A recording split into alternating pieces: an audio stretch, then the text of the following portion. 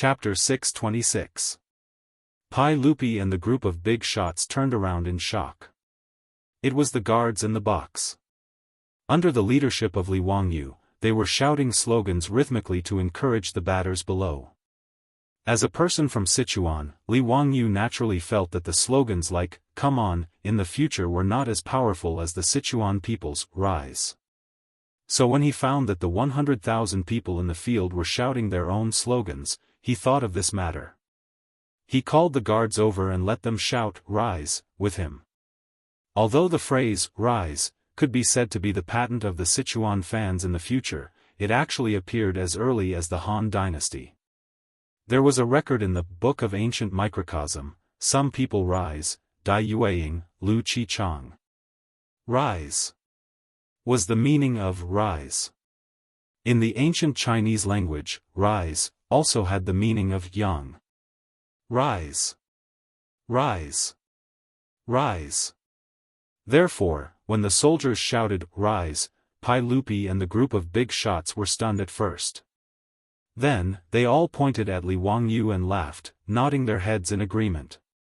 The phrase, "Rise," was sonorous and powerful, and it made Cheng Yaojin's eyes light up.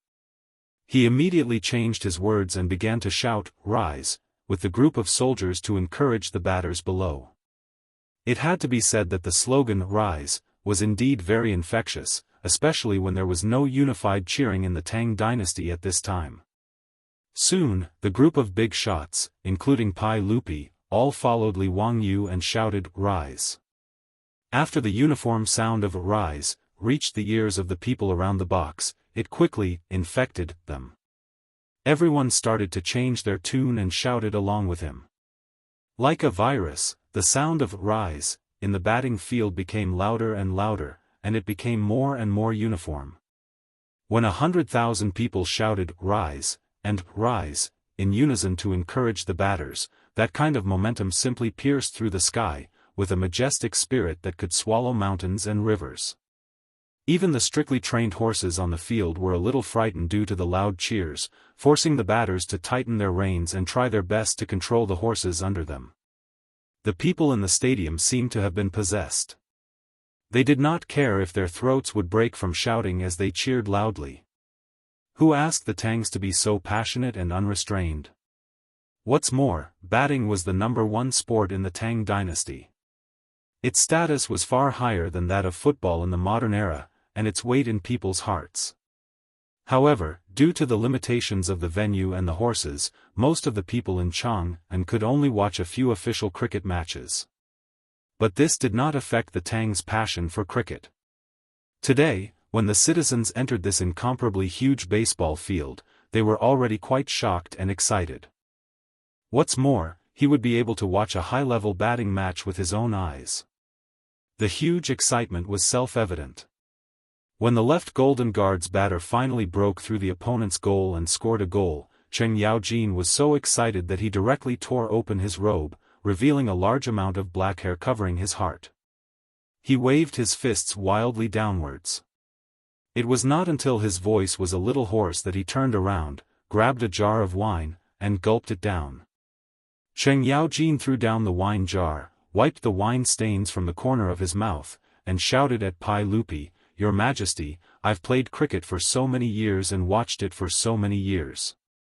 Today, I finally know that batting is so exciting. Wahahaha, thinking about it now, it was really boring in the past." It was not Cheng Yaojin's fault for being rude and shouting loudly. It was really too noisy on the field. If he did not raise his voice, he would not be able to hear what the other party was saying. Pai Lupi was also very excited. It was just that he cared about his image as an emperor, so he was not as wild as Cheng Yaojin and Yuqi Jingda. After he heard Cheng Yaojin's words, he also nodded repeatedly. He pointed at Li Wangyu and said, "Ha, it's all thanks to Zio that we know that watching cricket can be so refreshing. Zio, your 20,000 taels of gold were really not spent in vain. Hee, uncle is too kind. As long as uncle and the other officials like it, it's good." Li Wangyu struck while the iron was hot and asked, "Uncle, what do you think about the Tang dynasty's Royal Cricket League that I mentioned before? Is it possible to hold it? Pai Lupi did not hesitate at all this time and directly nodded, it's possible. Write a memorial to us as soon as possible and clearly state your plans. We will definitely support this matter. With Pai Lupi's approval, Li Wangyu was naturally overjoyed and hurriedly bowed to Pai Lupi. He had invested 20,000 taels of gold in this cricket field. If the polo league could not be held, then he would suffer a huge loss. Although he was not lacking in money now, the landlord did not have any extra food, right? If he could earn money, then he naturally had to earn it. As long as the polo league was held, even if it was only held once every 10 days, he would be able to make a lot of money. Li Wangyu was very confident about this.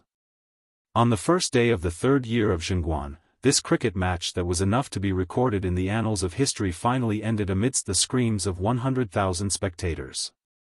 The final result of the match was not important.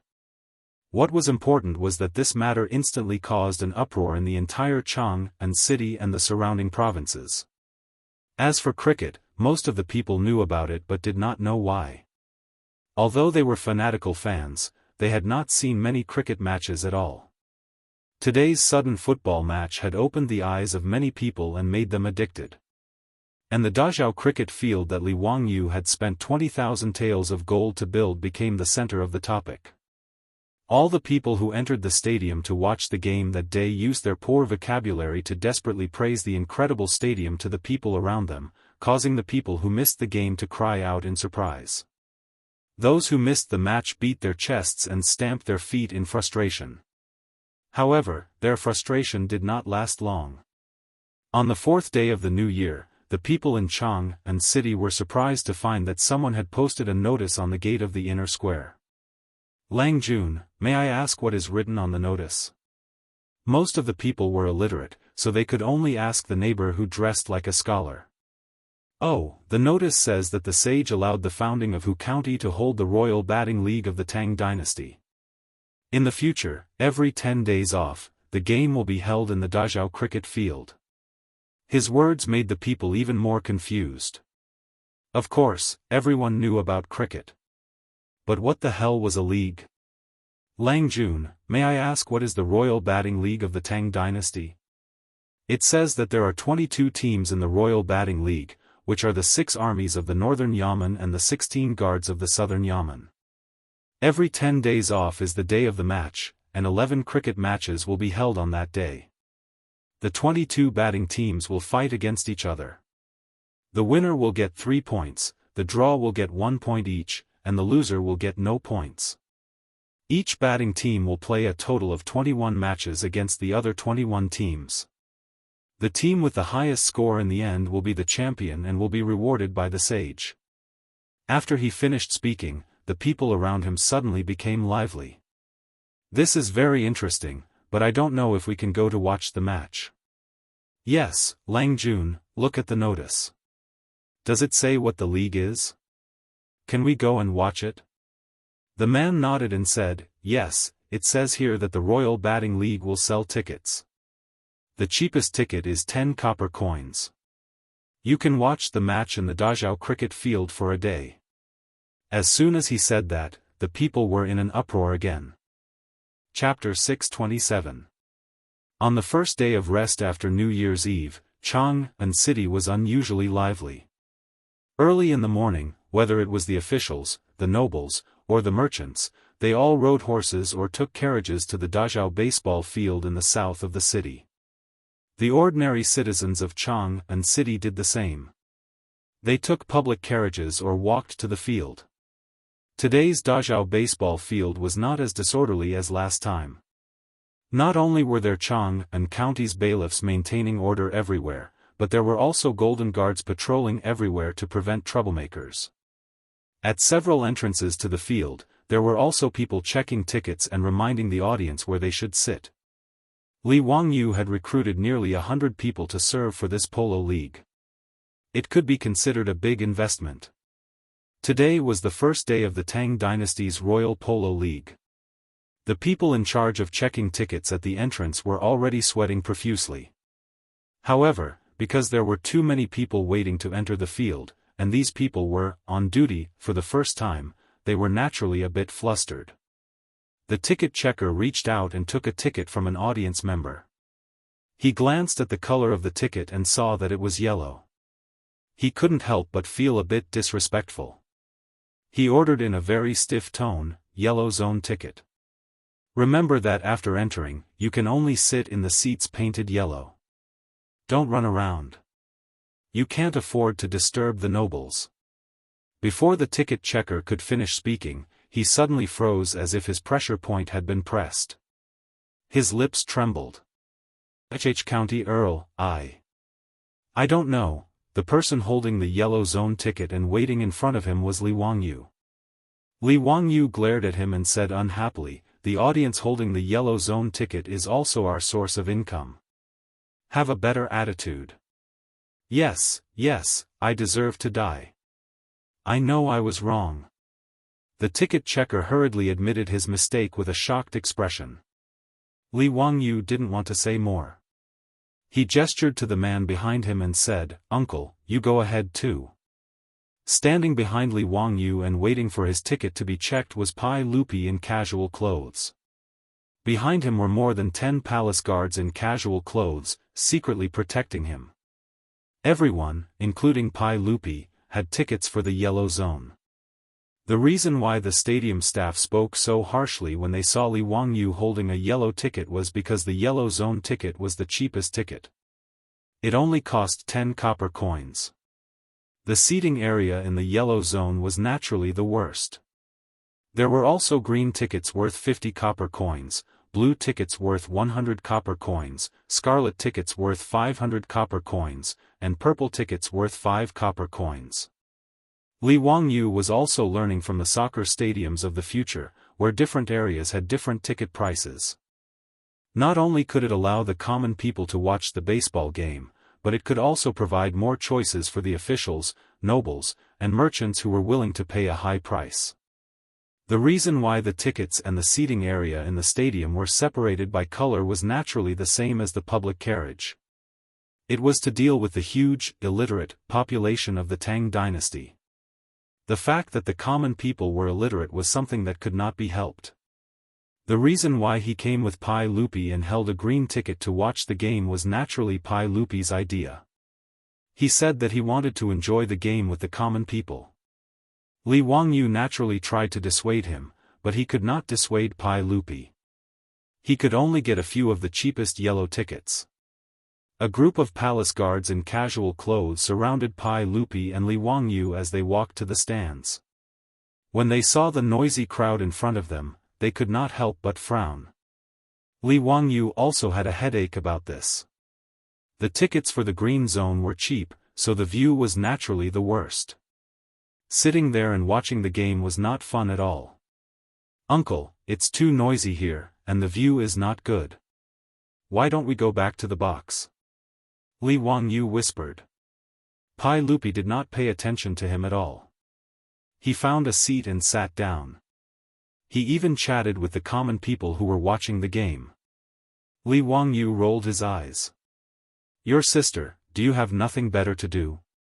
Do you still want to go on an official visit?" He could only helplessly give the palace guards a look, indicating that they should find a place to sit. "Old man, why did you come to watch the game today?" Thanks to the blessing of the county count of who, old me also came to watch the game on the first day of the new year. I really liked it. Today is the start of the Royal Batting League. Old me naturally has to come and watch. The old man next to Pai Lupi said with a smile while twisting his beard. "Old man, you also like batting?" "I like it, but I didn't have the chance to watch it. The construction of this Dazhao batting stadium is a good thing. We common people also have a chance to watch it. It is not easy." "Lang Jun, you also like to watch batting?" Pai Lupi smiled. Yes, I also like to watch it. It is all thanks to that county count. Otherwise, it would be rare to see such a grand occasion." When Li Wangyu heard Pai Lupi's words, he could not help but secretly curl his lips. "Damn, Pai Lupi, you have the nerve to say that it is rare to see a batting competition? Are you not afraid of having a long nose when you lie? Lang Jun, did you buy that lottery ticket? The old man asked. Old me bought 1 ticket for each of the 5 games today.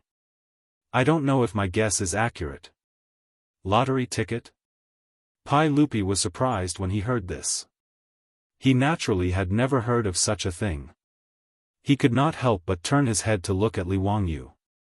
Li Wangyu flashed 8 white teeth at him and chuckled, "Uncle, it's the gambling business launched by the Dazhao baseball stadium. Spectators can buy lottery tickets based on the 5 games on the day of the game. It costs 2 copper coins for 1 ticket. You can guess which team will win each game. The odds are all 1 to 2. Pai Lupi could not help but glare at him. This bastard is too good at making money. He did not need to think to know that since the Tang people were so fond of gambling, the lottery tickets for the batting competition would definitely be popular. Just by looking at the old man beside him, who had taken the initiative to ask which team he had bought, it was obvious. Go, buy the lottery tickets for me. By the left Jianghu guards, the right Yulin guards, the left Shenwu guards, the left Xianyu guards, and the right Wu guards to win. Buy 100 tickets for each of them. Pai Lupi ordered Li Wangyu without any trace of politeness. Li Wangyu could only follow Pai Lupi's orders. But Pai Lupi, after saying this, why did you turn your head to chat with the old man? Pay up. 500 lottery tickets for 1 copper coin. Could it be that he had to pay for the lottery tickets himself? If he paid for Pai Lupi's lottery tickets with his own money, what would happen if he won and took the money from him? What kind of situation would that be? Li Wangyu was speechless. Pai Lupi was indeed a bad person. He then looked at the group of imperial guards beside Pai Lupi to see if anyone was prepared to pay for the lottery tickets. But it was clear that this group of bastards who were deliberately looking around had no intention of paying for their emperor. Li Wangyu angrily raised his middle finger in his sleeve and then obediently turned his head to help Pai Lupi buy the lottery tickets. Li Wangyu could only rejoice at Pai Lupi's shameless behavior. Fortunately, there were 22 batting teams and 11 matches. Because of the venue, only 5 matches could be arranged in the Dazhao batting field every rest day. The other 6 matches would still be played in the barracks of the Imperial Guards. Otherwise, if there were 11 matches today, wouldn't he have to spend even more money? The 5 teams that Pai Lupi wanted to buy were the teams that would be playing in the Dazhao batting field today. Li Wangyu obediently paid for the tickets of the 5 teams from the field's lottery sales point and handed them to Pai Lupi. The eyes of the old man beside Pai Lupi lit up when he saw the thick stack of lottery tickets. Lang Jun, you're so bold. To be able to buy so many lottery tickets in one go, it seems like you have high hopes for these teams. Huh, you're too kind. I only know a little and want to try my luck. Pai Lupi also laughed loudly. Li Wangyu was the only one who was gloomily drawing circles on the ground. Chapter 628. The opening match of the Tang dynasty's Royal Batting League was between the guards of the left and the guards of the left. Amidst the sounds of gongs and drums, 20 batters rode their horses onto the field. Unlike the first day of the Lunar New Year, due to the lottery, the spectators who bet on different teams were naturally divided into 2 groups. They began to shout and cheer for the teams they supported. Guards of the left, rise. Kill the guards of the left. Rise. Guards of the left, victory. Guards of the left, die. Although the old man beside Pai Lupi only spent 2 copper coins to buy a lottery ticket, he also stood up excitedly and shouted toward the field. This made Li Wangyu very worried that the old man would be too excited and suddenly have a cerebral hemorrhage. Coincidentally, the old man also bet on the guards of the left, the same choice as Pai Lupi. The old man shouted at the top of his lungs, "Guards of the left, kill the guards of the left. Rise. Motherf * Ker." Li Wangyu was speechless. Motherf * Ker, he's even using vulgarities. However, Pai Lupi also jumped up and shouted, "Kill the guards of the left." Li Wangyu couldn't help but feel that his worldview was collapsing. Is this still the emperor of the Tang dynasty? Is it really okay for you to shout like this? The guards of the left are also one of the 16 guards under your command. They're not raised by a stepmother. If Pai Lupi's words were to reach the ears of the imperial guards of the left, would it immediately cause a mutiny? While Li Wangyu's imagination was running wild, the referee on the field had already blown the copper whistle, and the game had officially begun. Because the seats in the yellow section were not very good, and the seats were too far away, Li Wangyu couldn't clearly see the situation on the field even when he stretched his neck. He could only hear the crowd shouting, "Rise!" It had to be said that the words, "Rise," spread very quickly. After the batting match on the first day of the new year, the audience that entered the stadium today quickly unified the cheering slogan. What was different was that because of the excitement of winning the lottery, there were also all kinds of curses mixed in with the cheers. This also made the Dazhao baseball stadium, which was filled with 100,000 spectators, seem very lively. It had the flavor of the 5 major leagues of the future, which made Li Wangyu very satisfied. Since they were watching a football match, they naturally had to have their own fans. Although the 16 guards of Nanya and the 6 armies of Baya didn't have any fans, betting on matches was the most direct way to attract spectators to support the various teams. Li Wangyu and the others were sitting at the two ends of the court. They were far away from each other and it was difficult for them to watch. He simply took out a metal cylinder from his waist, pulled it open, and put it to his eyes. Needless to say, this was the monocular that he had asked the craftsman to make. Since the microscope that Sun Simiao needed could be made, this telescope was naturally not a difficult task. In fact, compared to the microscope, it was much simpler. Li Wangyu had previously forgotten about the telescope. It wasn't until he was watching the match on the first day of the new year in the private box of the stadium that he remembered this matter. Although the view from the stands was good, it was still very far away. He then asked the craftsman to make it. Uncle Cheng actually went into the match personally. Through the lens of the telescope, Li Wangyu could clearly see the golden guards of the left's batting team. The one who was waving the club and shouting was that old hooligan, Cheng Yaojin. Zio, how did you know? Pai Lupi had never seen a monocular before. He found it very strange that Li Wangyu put the metal cylinder in front of his eyes. Li Wangyu handed the telescope in his hand to Pai Lupi and showed it off. Uncle, this is a new gadget that I made. It's called a telescope. Through it, you can clearly see the scene in the distance. Pai Lupi took the telescope suspiciously. He copied Li Wangyu's previous actions and put it in front of his eyes. In the next second, Pai Lupi looked as if he had seen a ghost. His hands trembled and he almost threw the monocular in his hand. What kind of magical item is this telescope? It can actually see the scene from so far away. Pai Lupi calmed his mind and put his eyes in front of the telescope again. It really is Qingjijia.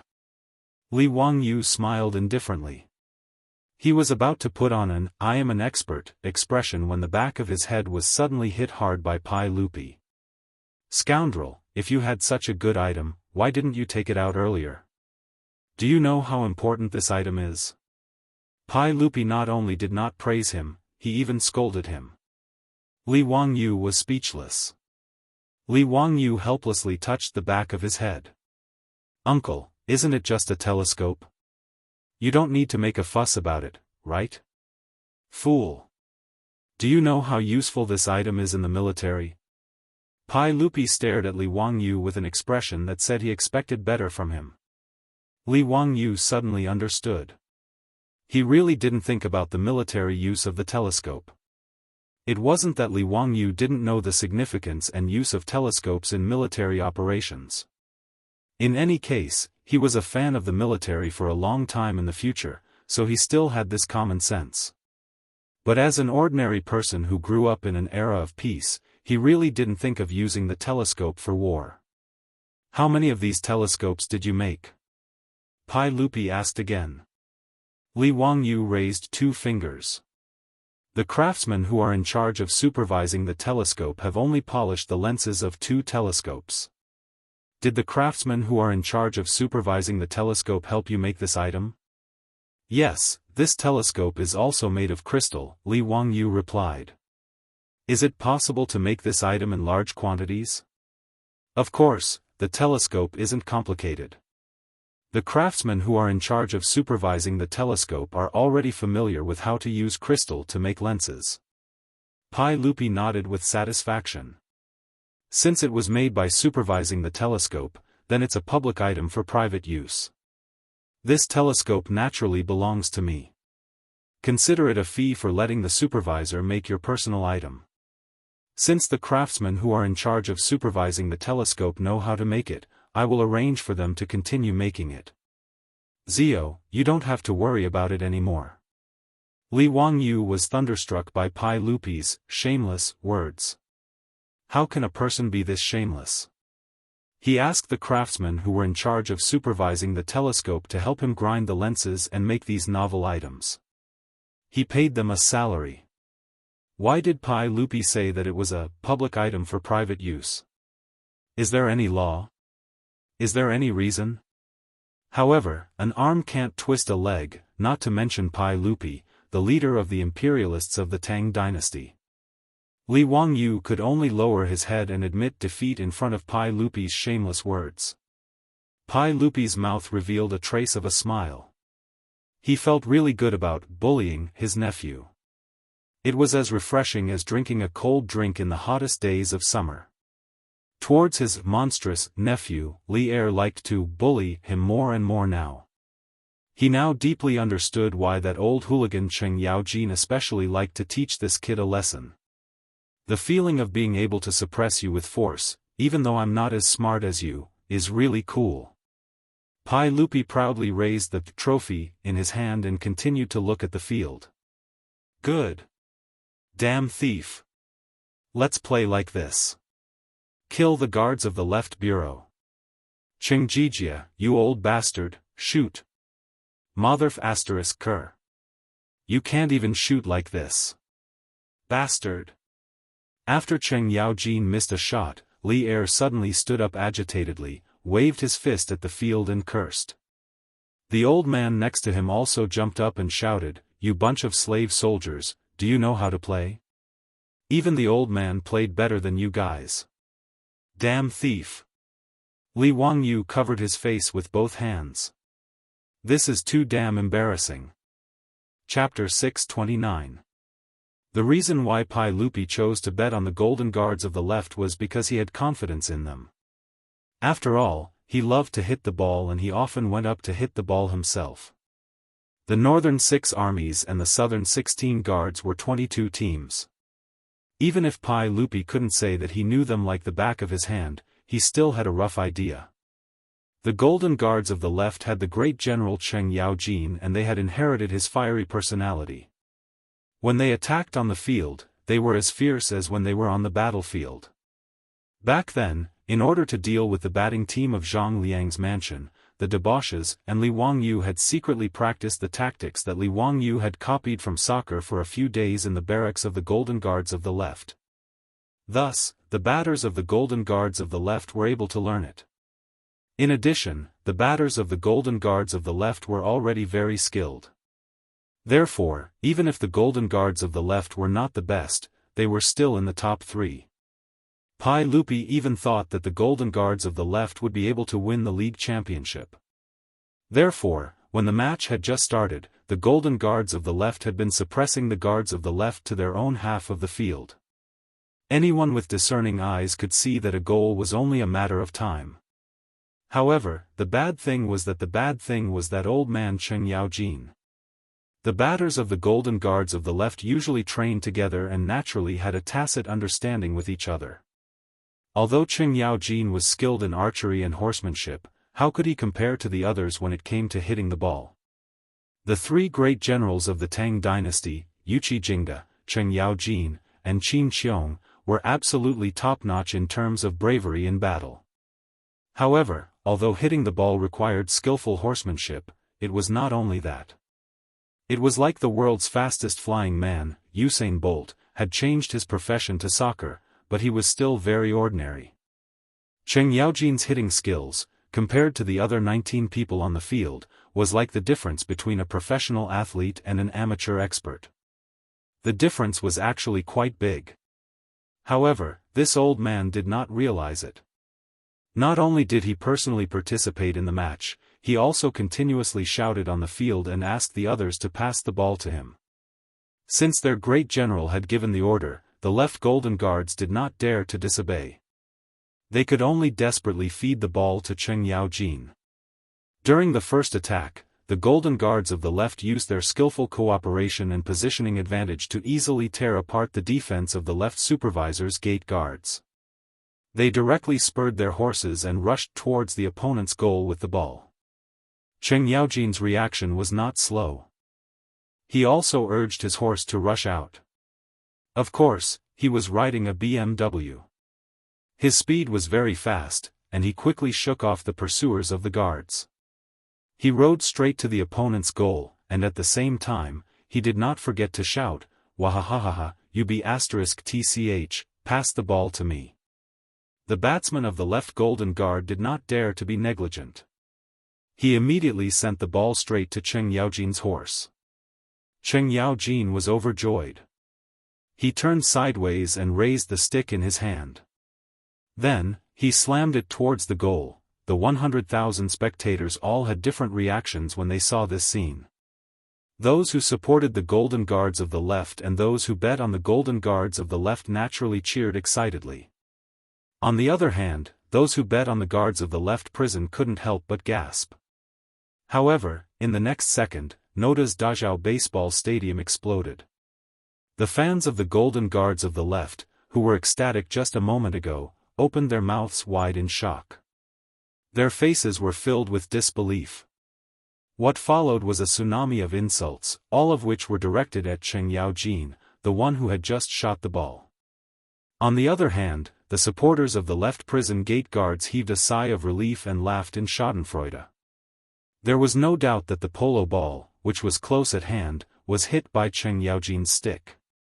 Then, he beautifully hit the ball with an anti-aircraft gun effect. The polo ball flew out from the top of the goal and landed in the spectator seats at the back. This kind of ball was no different from the soccer field of the modern world, where the goalkeeper would be pushed past, and the goal would be empty. It was much more difficult to miss than to hit the goal. When Pai Lupi and the old man beside him saw this scene, they were so angry that they stomped their feet and cursed. On the field, the curses and insults were directed at Cheng Yaojin like a tsunami. This old man was indeed worthy of being called the #1 troublemaker in the Tang dynasty. Not only did he not feel ashamed, but he also shamelessly laughed. Li Wangyu was also speechless. Who the hell are these people? Pai Lupi angrily cursed for a while, then he turned his head to look at Li Wangyu. Why is this old man on the field? Who allowed him to play? I'm so angry. Li Wangyu shrugged his shoulders. How would he know about this kind of thing? Just when Pai Lupi was cursing Cheng Yaojin, the situation on the field suddenly changed. The left prison gate guards, who had survived the disaster, took the opportunity to counterattack, and rushed towards the Golden Guards of the left prison gate guards' goal. After 3 passes and 2 falls, they actually succeeded in their sneak attack and broke through the goal. Pai Lupi and the others' seats were behind the Golden Guards of the left prison gate guards' goal. When he saw this scene, Pai Lupi's face turned green. He stomped his feet and cursed, "Damn it! Kill them! Kill that bastard Cheng Jijia!" In the field, the audience who bet on the Golden Guards of the left prison gate guards' victory were all cursing. Although they didn't know that the person they were cursing was the current founding duke, it didn't affect them in the slightest. Some people even had blue veins on their foreheads, and they almost had the impulse to grab their weapons and curse Cheng Yaojin's ancestors. Li Wangyu, on the other hand, didn't care. After all, he was selling tickets and lottery tickets. Whoever won or lost had little to do with him. Who had ever heard of a banker who opened a casino losing money? However, Li Wangyu didn't expect that Pai Lupi would be so agitated. Who would have thought that the emperor of the Tang dynasty, who usually sat on the throne of the Taiji palace, would curse Cheng Yaojin because he missed a goal? Even the group of guards beside Pai Lupi couldn't help but turn their heads. They had a strange expression on their faces. Obviously, they were also shocked by Pai Lupi, who had turned into a fanatic fan. Fortunately, the golden guards of the left prison gate guards learned from the shame and bravery. Even with Cheng Yaojin dragging them down, they still scored 2 goals in a row and overtook the score. Cheng Yaojin, who was addicted to the game, proudly took the place of the golden guards of the left prison gate guards. Li Wangyu couldn't help but admire this old guy's thick skin. The final score of the game was 6-1, and the golden guards of the left prison gate guards won. When the final whistle sounded, the spectators who lost their bets cursed and tore the lottery tickets in their hands into pieces and threw them into the air. Suddenly, the entire stadium was filled with flying confetti. Pai Lupi proudly shook the lottery ticket in his hand. However, he heard the old man beside him say enviously, "Congratulations, Lang Jun. You won a lot this time. Old me regrets not listening to the analysis of this newspaper. I shouldn't have only bought 1 lottery ticket." "Newspaper? What's that?" Pai Lupi asked, puzzled. The old man immediately took out a folded piece of paper from his arms. "This is the newspaper published by the Dazhao baseball stadium. It said that it's published every 10 days before a game. It has an introduction to the 10 teams in the game, an analysis of their strength, recommendations to buy lottery tickets, and so on." "Lang Jun, didn't you buy it? This newspaper is 1 copper coin per copy. It's quite cheap." Pai Lupi reached out to take the newspaper and turned his head to look at Li Wangyu. Needless to say, this must be a novelty that his nephew came up with. Chapter 630. Rather than a newspaper, the newspaper was more like an advertisement leaflet for buying a baseball lottery ticket. Because there was no movable type printing, Li Wangyu could only continue to choose the method of engraving printing to print the newspaper. In fact, Li Wangyu had also pondered whether to get the movable type printing out and make a real newspaper. It was actually not difficult. He just needed to find a craftsman to carve the type. However, after careful consideration, Li Wangyu shook his head with a wry smile and dismissed the idea of making a newspaper. With the terrible literacy rate of the Tang dynasty, even if he made a newspaper, it might not be able to sell much. Moreover, he did not have much influence in the scholarly circles now. Although he had copied some poems and articles and had gained some fame among the scholars, compared with the reputation of the aristocratic families that had been passed down for thousands of years, it was still too far away. Now that he wanted to make a real newspaper, he did not know who this weapon would be for. Perhaps the aristocratic families would be the ones who would be really ecstatic. After thinking for a long time, Li Wangyu temporarily dismissed the tempting idea of making a newspaper. The newspaper, in the hands of the old man beside Pai Lupi, contained the introduction of the 10 teams that played in the Dazhao baseball stadium every 10 days, as well as the analysis of the strength of the teams, the odds of the lottery, and so on. This was because the people of Chang and City were unfamiliar with these 22 baseball teams. This was the only way to attract them to bet on the lottery ticket. After the launch of the newspaper, it naturally attracted many people to buy it.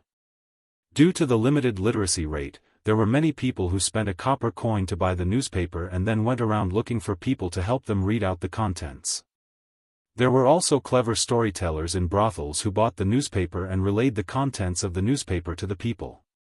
The Tangs loved gambling, and gambling on baseball was a novelty, so it naturally attracted people. Almost 80% of the people who came to the Dazhao baseball stadium to watch the game today spent money to buy the lottery ticket. The analysis of the strength of each team in the newspaper was actually written by Li Wangyu. It might not be accurate and was just for the people's reference. The report had divided the 22 teams into 3 tiers. Of the 2 teams that had competed just now, the left golden guards were the first tier, while the left prison guards were the third tier. The old man was literate. After reading the newspaper, he was skeptical. Following the analysis of the newspaper, he bought a lottery ticket for the golden guard of the left. Now that the golden guards of the left had won, he could use this lottery ticket to exchange for 4 copper coins. The lottery had just started, so the odds were 1 to 2 to attract people to place their bets. After everyone was familiar with it, Li Wangyu would then analyze the strength of each team and give different odds for each team. Pai Lupi took the report from the old man and read it carefully. He couldn't help but snort coldly. Ziyu, who wrote this analysis of your team? Why would the right feathered forest army be classified as the second grade? The next match would be the right Imperial Guard versus the left Imperial Guard, right? Wasn't this nonsense? How could the left Imperial Guard have a chance of winning? Li Wangyu rubbed his nose and laughed. Hee, uncle, this is what I asked Cheng Chumo to write. Is it inappropriate? I'll scold them later. Pai Lupi shook his head. Nonsense. These guys are obviously biased towards the 16 guards of the southern Yamen. Li Wangyu thought to himself. Wasn't this nonsense? Cheng Chumo, Yuchi Baolin, Niu Xingping were all great generals of the 16 guards of the southern Yamen. How could they not be biased towards their own people? The 6 guards of the northern Yamen were, after all, the emperor's personal army. The old man beside Pai Lupi heard this and couldn't help but ask curiously. Lang Jun, is this report wrong? Old me even bet on the left Imperial Guard to win the next match. Pai Lupi smiled. Old man, if you trust me, why don't you go and buy 2 more lottery tickets for the right feathered forest army? I feel that the right feathered forest army will definitely win this match. Lang Jun, how do you know? I've seen the right feathered forest army play before. Their level is not inferior to the left Imperial Guard. That's why I dare to bet. Pai Lupi naturally couldn't tell the truth and could only find an excuse. The old man looked at the thick stack of lottery tickets in Pai Lupi's hands and immediately stood up without any hesitation. He cupped his hands in thanks to Pai Lupi and turned to walk towards the lottery booth. After every match, there would be a quarter of an hour of rest. Before the match started, people could buy lottery tickets for the match on the spot. Not long after, the old man returned with a lot of lottery tickets in his hands. It was obvious that he had bought more than one. When the old man saw Pai Lupi looking at the lottery tickets in his hands, he couldn't help but stroke his beard and laugh. Greedy, greedy. I've made a fool of myself. Since Lang Jun dares to buy 100 lottery tickets to bet that the right feathered forest army will win, old me will also buy 10 tickets to borrow Lang Jun's good fortune. Pai Lupi also laughed. Old man, don't worry. I guarantee that you won't lose. Li Wangyu secretly curled his lips. Since Pai Lupi said that the right feathered forest army would win, he naturally believed it. But when he thought that the money that Pai Lupi won was actually taken from him without risking anything, Li Wangyu was very unhappy. Of course, this wasn't a matter of money. If Pai Lupi needed it, he could hand over all his earnings from the tournament to the imperial court at any time. Now, Li Wangyu was no longer the petty white-collar worker in the future who calculated the most cost-effective way to get a loan for a house purchase. With the difference in wealth and status, Li Wangyu became more and more indifferent to money. After all, in the Tang dynasty, what use did he have for so much money? Did he want to learn from Shechong and Wang Kai in the West Jin dynasty and show off his wealth? Wouldn't that be a waste of time? But even if Li Wangyu didn't care about copper coins, he was still unhappy that Pai Lupi had extorted a small sum of money for no reason.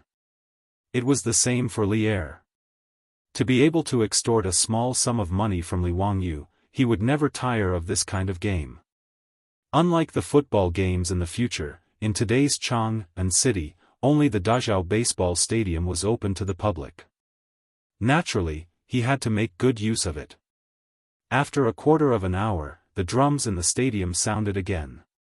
The game between the right feathered forest army and the left guard army began. The result of the game was not different from Pai Lupi's prediction. In the end, the right feathered forest army won 5-2. This time, the old man next to Pai Lupi smiled even more brightly. He repeatedly cupped his hands and thanked Pai Lupi. As for the spectators who had lost their bets, there was naturally another round of white snow in the stadium. The torn lottery tickets danced in the air. At the same time, many people cursed loudly, thinking that the analysis of the newspaper was nonsense and misleading everyone. In this regard, Li Wangyu could only helplessly shrug his shoulders. Anyway, the newspaper had already stated that it was for reference only. Who could guarantee that what he said was all right? But Li Wangyu had to admit that Pai Lupi really knew a lot about batting. At the end of the first day of the game, Pai Lupi actually guessed the results of 4 out of the 5 games. Only one game was unexpectedly a draw, which made Pai Lupi's judgment wrong. This also made the old man next to Pai Lupi a small fortune today. Looking at Pai Lupi proudly taking the 400 lottery tickets to redeem the prize, Li Wangyu was so angry that the roots of his teeth were itching. 1,600 copper coins, how could Pai Lupi not feel embarrassed? Not to mention how Li Wangyu was cursing Pai Lupi in his heart. The next day, Pai Lupi gave him another surprise. Chapter 631. Li Wangyu looked at the manuscripts in front of him. He didn't know whether he should be happy or shocked.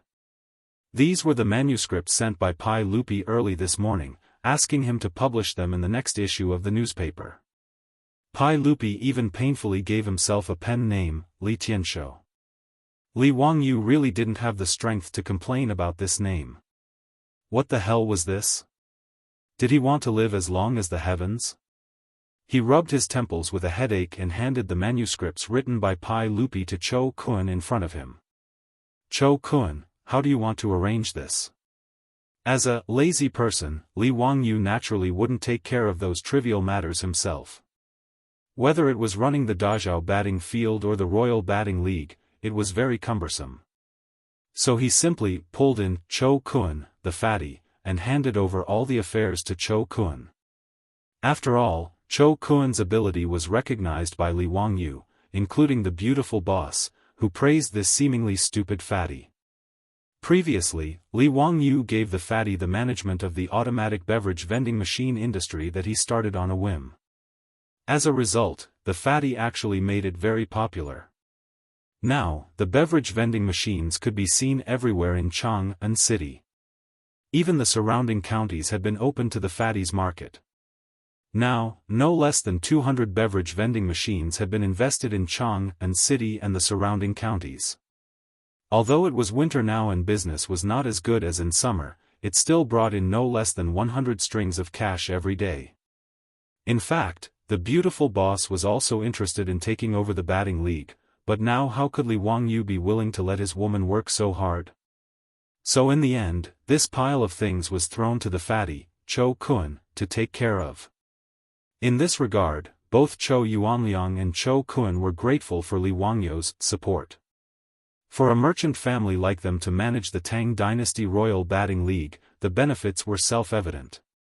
Just the fact that Cho Kun could have a good relationship with the 22 imperial guards was a great gain.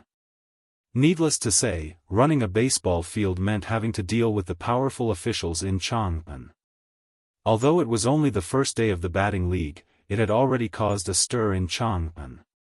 Now in Jianghu, the first thing people would say to each other upon meeting was, "Have you seen it?" It was similar to the greeting of, "Have you eaten?" in the capital of the modern world. As for the tickets for the next match, there were already people lining up to buy them. The private rooms that cost 5 strings of copper coins and a purple ticket also began to show signs of not being able to meet the demand. Regardless of whether they were officials, nobles, aristocratic families, or merchants, they were all scrambling for this opportunity. Originally, Fatty Cho Kun had thought that Li Wangyu's pricing was crazy. Spending 5 strings of copper coins to watch a baseball match for a whole day was too crazy. This was the monthly salary of a third-rank official in the imperial court. However, Cho Kun had underestimated the spending power of the officials and aristocratic families. He had also underestimated the value of the purple ticket box. Not everyone was like Pai Lupi, who was willing to sit in the stands and watch the game with the people. Being able to watch a match in a private room was a representation of one's status. The tickets for 5 strings of copper coins were not in the eyes of the people. Cho Kun had now invested 120% of his interest and energy into the Dazhao baseball stadium and the management of the baseball league. Hearing Li Wangyou's inquiry, Cho Kun blinked the small eyes on his chubby face and smiled. What's the problem? If a saint wants to publish an article, how can it not be published? Li Wangyou asked, but the analysis of the strength of the team written by Uncle is completely different from what he and the others wrote. Don't tell me that the newspaper will publish 2 different analyses with different views? Why not? Let the people choose for themselves who to believe. Fatty Cho spread his hands and smiled, it's just for reference anyway. Li Wangyou was speechless. He nodded silently. This was the only way. He really did not expect that Pai Lupi would be so interested that he would personally write an article to analyze the strength of the next match and even predict the outcome. Before the arrival of the second match, this issue of the newspaper had already been released a few days in advance. Everyone was quite fond of buying lottery tickets for the baseball match. Whether it was the ordinary people or the officials and nobles, they all opened their wallets and bought lottery tickets. The originally unfamiliar 22 Imperial Army batting teams had now become the most talked about topic among the people of Chang'an. The newspaper issued by the Dazhao baseball stadium became an important basis for the people to study the next match and how to buy lottery tickets. Driver, give me a copy of the latest issue of the newspaper. I want one too. Early in the morning, the public carriage in Chang'an was surrounded by the people who wanted to buy the newspaper. This was also because Li Wangyou wanted to save trouble and let the public carriage of Dingzhou village sell the newspaper. Anyway, these public carriages shuttled back and forth in Chang'an every day. They were the best mobile sales platform. 1 copper coin for 1 copy of the newspaper was cheap and the people could afford to buy it. But these people who had snatched the newspaper were not literate. They could only take the newspaper and look around for people to read it for them. For a time, anyone in Chang'an who could read was in high demand.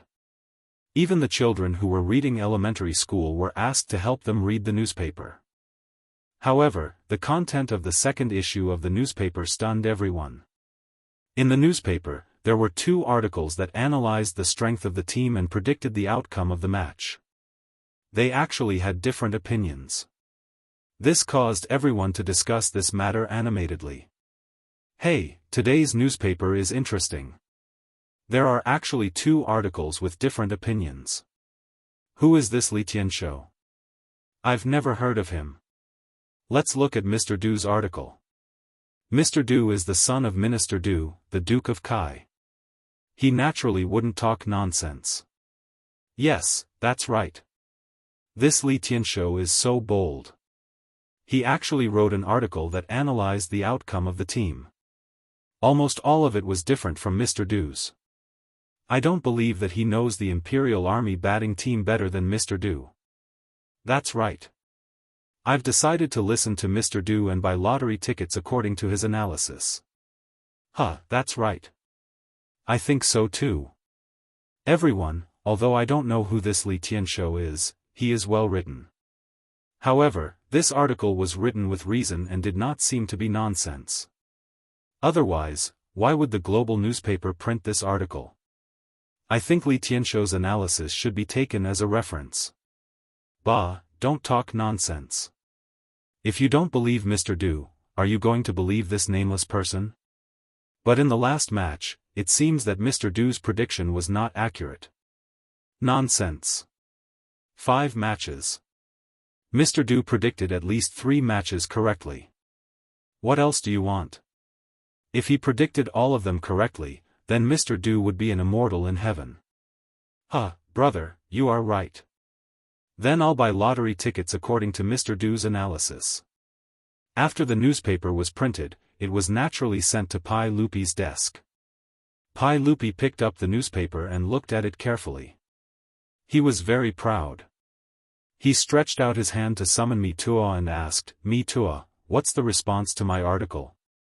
Is it because you admire me?" "Huh." Mi Tuo's face was a little ugly. He stammered for a long time before he nodded and said, "Of course. Everyone wrote the article. How can it be wrong? People are saying that they are going to buy lottery tickets according to everyone's prediction." Mi Tuo could not be blamed for lying. He really did not dare to tell the truth to Pai Lupi. He could only lie against his conscience. Pai Lupi did not notice the change in Mi Tuo's face. He was looking at the newspaper and was very proud. Chapter 632. Li Wangyu couldn't care less about the response to the article written by Pai Lupi under the alias of Li Tianshou. At the moment, he was busy making lanterns in the house of Kaihua Square with a group of craftsmen invited from the general works supervisor. Since New Year's Eve, Li Wangyu had been staying in his house in Kaihua Square and didn't have time to go back to Dingzhou village. After all, during New Year's Day, he, as the county earl who founded the country, had to go to various big shots and Duke's mansion to pay his New Year's greetings. After that, he was busy preparing for the batting league. Besides, the Lantern Festival was coming soon. It was the first time for him and his beautiful boss to celebrate the Lantern Festival in the Tang dynasty. Naturally, they were very interested and stayed in Chang'an for a while. The Lantern Festival was the 15th day of the first lunar month. Since ancient times, Wuxia called the night Shao. Therefore, the Lantern Festival was also called the Lantern Festival. The Lantern Festival was also known as the Lantern Festival because of the custom of decorating with lanterns and colored banners. However, in the Tang dynasty, the Lantern Festival was more important than New Year's Eve. After the 7-day New Year's Eve holiday, the imperial court officially started on the 4th day of the first lunar month. A few days later, it would be the Lantern Festival and another 3 days of holiday. Li Wangyu felt great every time he thought about how many holidays there were during the Spring Festival in the Tang dynasty. Compared to the 7-day holiday in the modern era, Li Wangyu felt that the civil servants of the Tang dynasty were really lucky. The Lantern Festival was also the only day in Noda Chang, and that didn't have a curfew. In the Tang dynasty, the Sunset Square was closed and people were forbidden to go out. Only on the 15th day of the first lunar month and the 3 nights before and after the Lantern Festival, the square was not closed.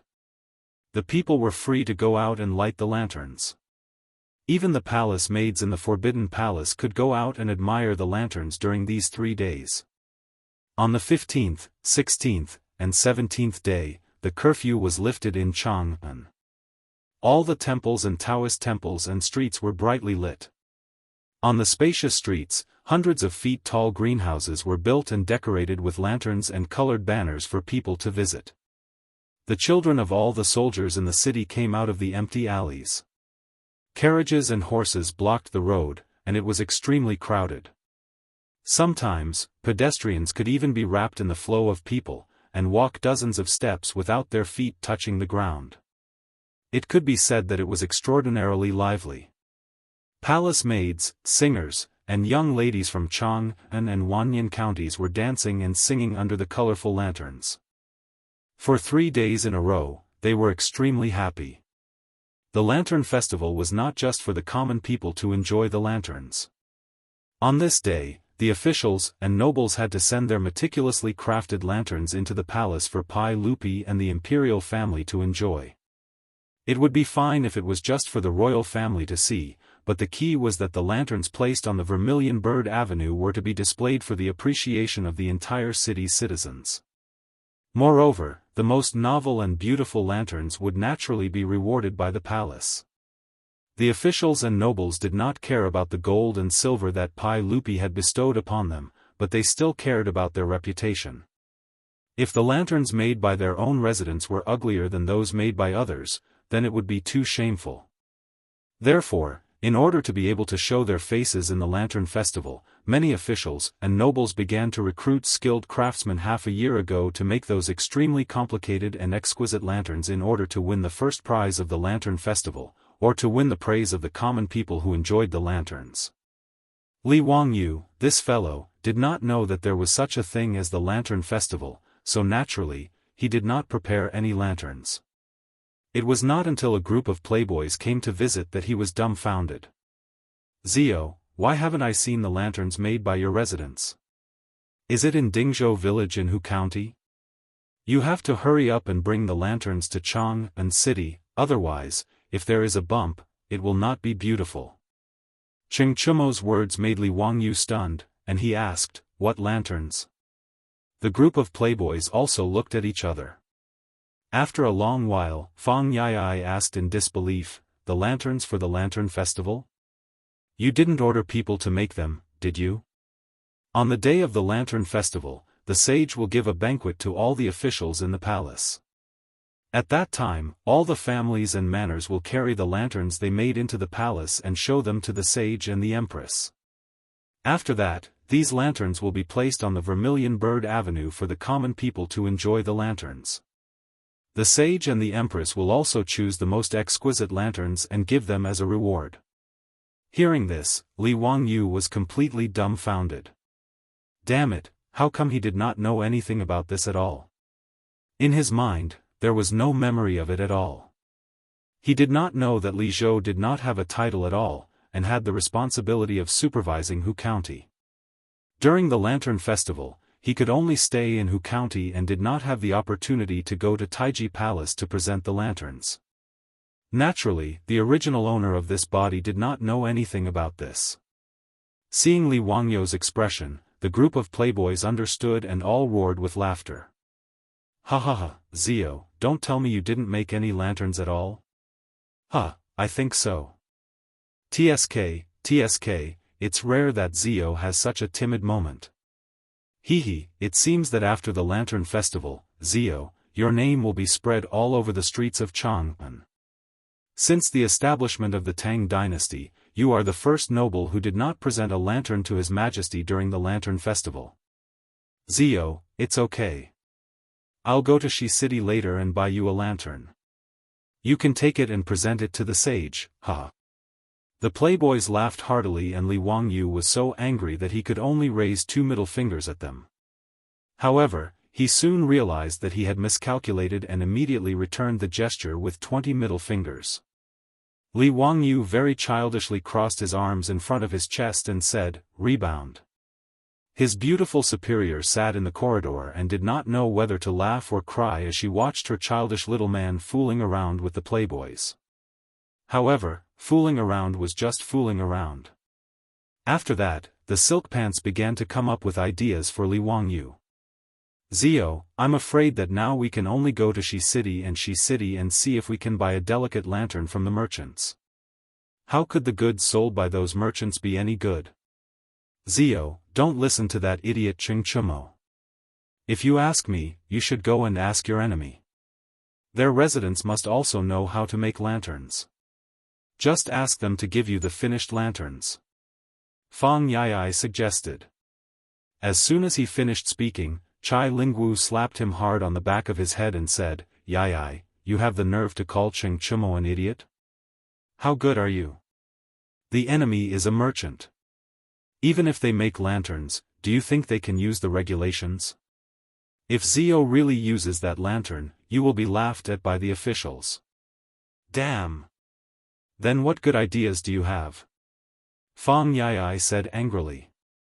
Needless to say, the word "damn" was a catchphrase that he learned from Li Wangyu. In this regard, the playboys really did not have any good ideas. After all, the lanterns offered by the officials and nobles were very complicated and could not be made in a short time. It would not be sold in the market either. In this regard, Li Wangyu also did not know what to do. He sat by the table and thought hard. However, his beautiful superior's eyes suddenly lit up and she waved at him. Li Wangyu quickly went over to see if his beautiful superior had any ideas. However, he saw Su Chongqing whisper a few words in Li Wangyou's ear.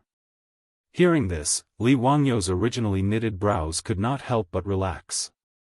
Brilliant, really brilliant. Wahaha, why didn't I think of this before? Li Wangyu was overjoyed. He couldn't care less about the crowd of good-for-nothings watching from the side. He fiercely kissed his beautiful superior's cheek. However, the crowd of good-for-nothings was extremely shocked. This fellow was probably crazy. Chapter 633. The beautiful superior rolled her eyes at Li Wangyou's frivolous behavior in front of everyone. She then turned around and pulled Afro and Perrin, who were covering their mouths and giggling, back to the rear courtyard. Li Wangyu, on the other hand, laughed heartily. "All right, brothers, please go back.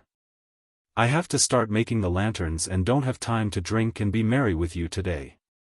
His words naturally made the group of wastrels look at each other, not knowing what to say. After a long while, Fang Yai stammered, "Zio, are you muddle-headed? Do you know how much effort is needed to make a lantern? It's only 3 days until the Lantern Festival. What kind of lantern can you make? Won't you be laughed to death if you just make a lantern?" Li Wangyu snapped his fingers, looking as if he had the pearl of wisdom in his hands. I have my own brilliant plan. Brothers, don't worry, I guarantee that I won't lose face. I might even get first place and have the Saint and Her Highness bestow it on me." The crowd naturally did not believe his words, and all of them shook their heads endlessly.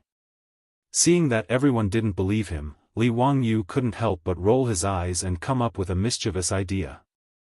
"Brothers, since you don't believe me, why don't you make a bet with me?" Cheng Chumo and the others looked at each other warily and shook their heads. "No, what's there to bet on? Hurry up and tell us, what's your plan?" Cheng Chumo and the others couldn't be blamed for being nervous. After interacting with Li Wangyu for so long, even an idiot would know that he never lost a bet. No matter how absurd the bet was, the winner would still be this brat in the end. Thus, how could the wastrels be willing to make a bet with him? Cheng Chumo and his 2 brothers looked at each other and cracked their knuckles as they surrounded Li Wangyu with sinister smiles. "Zio, are you going to tell us or not? If you don't blame us for being rough." Yuchi Baolin, Yuchi Baochi, Fang Yai, and the others also laughed heartily as they surrounded him, looking like they would beat him up if he didn't tell them. Compared to this group of silk pants, Li Wangyu was as weak as a quail. He simply hugged his head with both hands and squatted on the ground. "Spare me, hero. I'll tell you everything." His actions naturally caused the group of profligate sons to burst into laughter. In fact, the idea that the beautiful boss gave Li Wangyu was very simple. It was the merry-go-round. Since he didn't have the time to find a skilled craftsman to carve a complicated and exquisite flower lantern, he might as well use a trick and win with something new. The principle behind the marquee was actually very simple. It was the heat generated by the burning of the lamp that caused the airflow to push the wheel axle to rotate, thus causing the paper cut on the wheel axle to rotate. The light projected the paper cuts onto the lampshade, and the images automatically circulated and moved around. As for the merry-go-round, although there were later historians who said that it had been recorded in the Han Dynasty, in fact, the merry-go-round only appeared in the Song Dynasty. In the Southern Song Dynasty, Wu Zimu's Dream Beam records, there were records of the merry-go-round being sold in the Lin and night market in the capital. Zhou Mi's Old Wulin stories also had a description of the lantern, which was like sand playing with shadows. Li Wangyu and his beautiful boss had transmigrated to the Tang dynasty for nearly a year, but they had never seen anything like the merry-go-round. Therefore, Su Chongqing had a flash of inspiration and came up with this idea for Li Wangyu. After listening to Li Wangyu's explanation that he wanted to make a flower lantern that didn't require manpower and could make the images in the lantern rotate on their own, the profligate sons couldn't help but be dumbfounded. "Zio, don't lie to us. How can this flower lantern rotate on its own if no one drives it?" "That's right, I've never heard of such a thing. This flower lantern isn't your water wheel. Without the power of water, how can it rotate on its own? Li Wangyu rolled his eyes. This group of scientific idiots was really difficult to communicate with and explain. He was too lazy to talk nonsense with the profligate sons. He just ordered Niu Wu to invite Yen Liben to his residence to help him make the flower lantern. Yen Liben was good at setting up mechanisms. If he wanted to make the merry-go-round, how could he do it without the help of this disciple? Moreover, he had to borrow the craftsman of the general supervisor, and he also needed Yen Liben, the general supervisor and junior supervisor, to coordinate. When the profligate sons saw that Li Wangyu didn't seem to be joking, they became even more interested. They all stayed in the Lai hut, waiting to see how the flower lantern that could rotate on its own was made. Since his master had summoned him, Yen Liben naturally didn't dare to neglect and hurried to Kaihua Square. When he heard that Li Wangyu hadn't made the flower lantern yet, he was also very anxious. "Master, this is all my fault. How could I forget to remind you? Please forgive me, Master. I have already made the flower lantern in my residence. I'll ask someone to send it over later." Li Wangyu naturally smiled and waved his hand to reject Yen Liben's words. Even if he didn't, he couldn't be so thick-skinned and shameless as to steal his own disciple's flower lantern. That would be too shameless. "Liben, there's no need to be anxious. There are still 3 days until the Lantern Festival. It's enough time for me to make an unprecedented flower lantern, haha." After Li Wangyu finished speaking, he brought him to the study and began to draw the diagram of the merry-go-round on a piece of paper. The profligate sons also hurriedly rushed over and looked at the diagram that Li Wangyu drew. "Wonderful. Master. It's really wonderful. I understand now. As expected. When the oil lamp in the flower lantern burns, the heat it emits can move the axle. It's really simple. Why didn't I think of it before? Master is very talented. I understand now." Yen Liben was indeed good at mechanism construction. After Li Wangyu's explanation, he immediately understood the principle behind it. Yen Liben bowed deeply to his little master, indicating that he had learned a lot. To him, learning how to make mechanisms was one of the greatest joys in his life. And his master was always able to create something unexpected, which made him very happy. The profligate sons could only look at each other in dismay. They didn't understand what this master and disciple were talking about. What did they understand? Why didn't they understand anything? Li Wangyu disdainfully glanced at the profligate sons. He couldn't be bothered to talk nonsense with this group of semi-literate people. "Master, I'll go to the construction supervisor and find a few skilled craftsmen. We definitely can't delay the Lantern Festival's flower lantern." Yen Liben quickly went to the construction supervisor and helped Li Wangyu find a few skilled craftsmen. They then started to make the flower lantern in the Lai hut residence. 3 days passed quickly. With the help of Yen Liben and the craftsmen, the flower lantern was finally made. The profligate sons surrounded the completed flower lantern. They were like a group of grannies who had just entered the Grand View Garden. They were very curious. "Tsk tisk, it's actually like this. Ziyu, how did your 7 orifices exquisite heart grow?" Fang Yai exclaimed. If the officials of the imperial court saw this, wouldn't they be so shocked that their teeth would fall out? "It's no wonder that my master always says that Ziyu is an unworldly talent and wants me to learn from you. Yai, don't mention it again. Just talking about it makes me angry. After the saint's birthday, my master came back and gave me, Erlang, and San Lang a good beating. In the end, he even said that we should learn from Ziyu. Speaking of this matter, I have a belly full of anger. Ziyu, tell me, how will you compensate us brothers for our loss?" When Cheng Chumo heard Fang Yai say this, he suddenly remembered that he had been beaten up by Cheng Yaojin for no reason.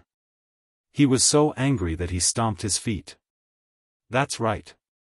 We brothers are the same." When the Yuchi twins brought up this matter, they were also angry. Li Wangyu was baffled by the words of these brothers.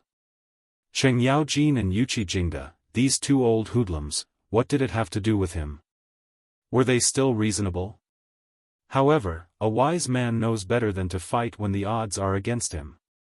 When Li Wangyu saw that Cheng Chumo and the others were angry, he turned and ran. Naturally, the profligate's sons weren't willing to let him go.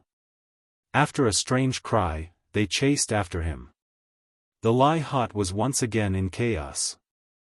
Chapter 634.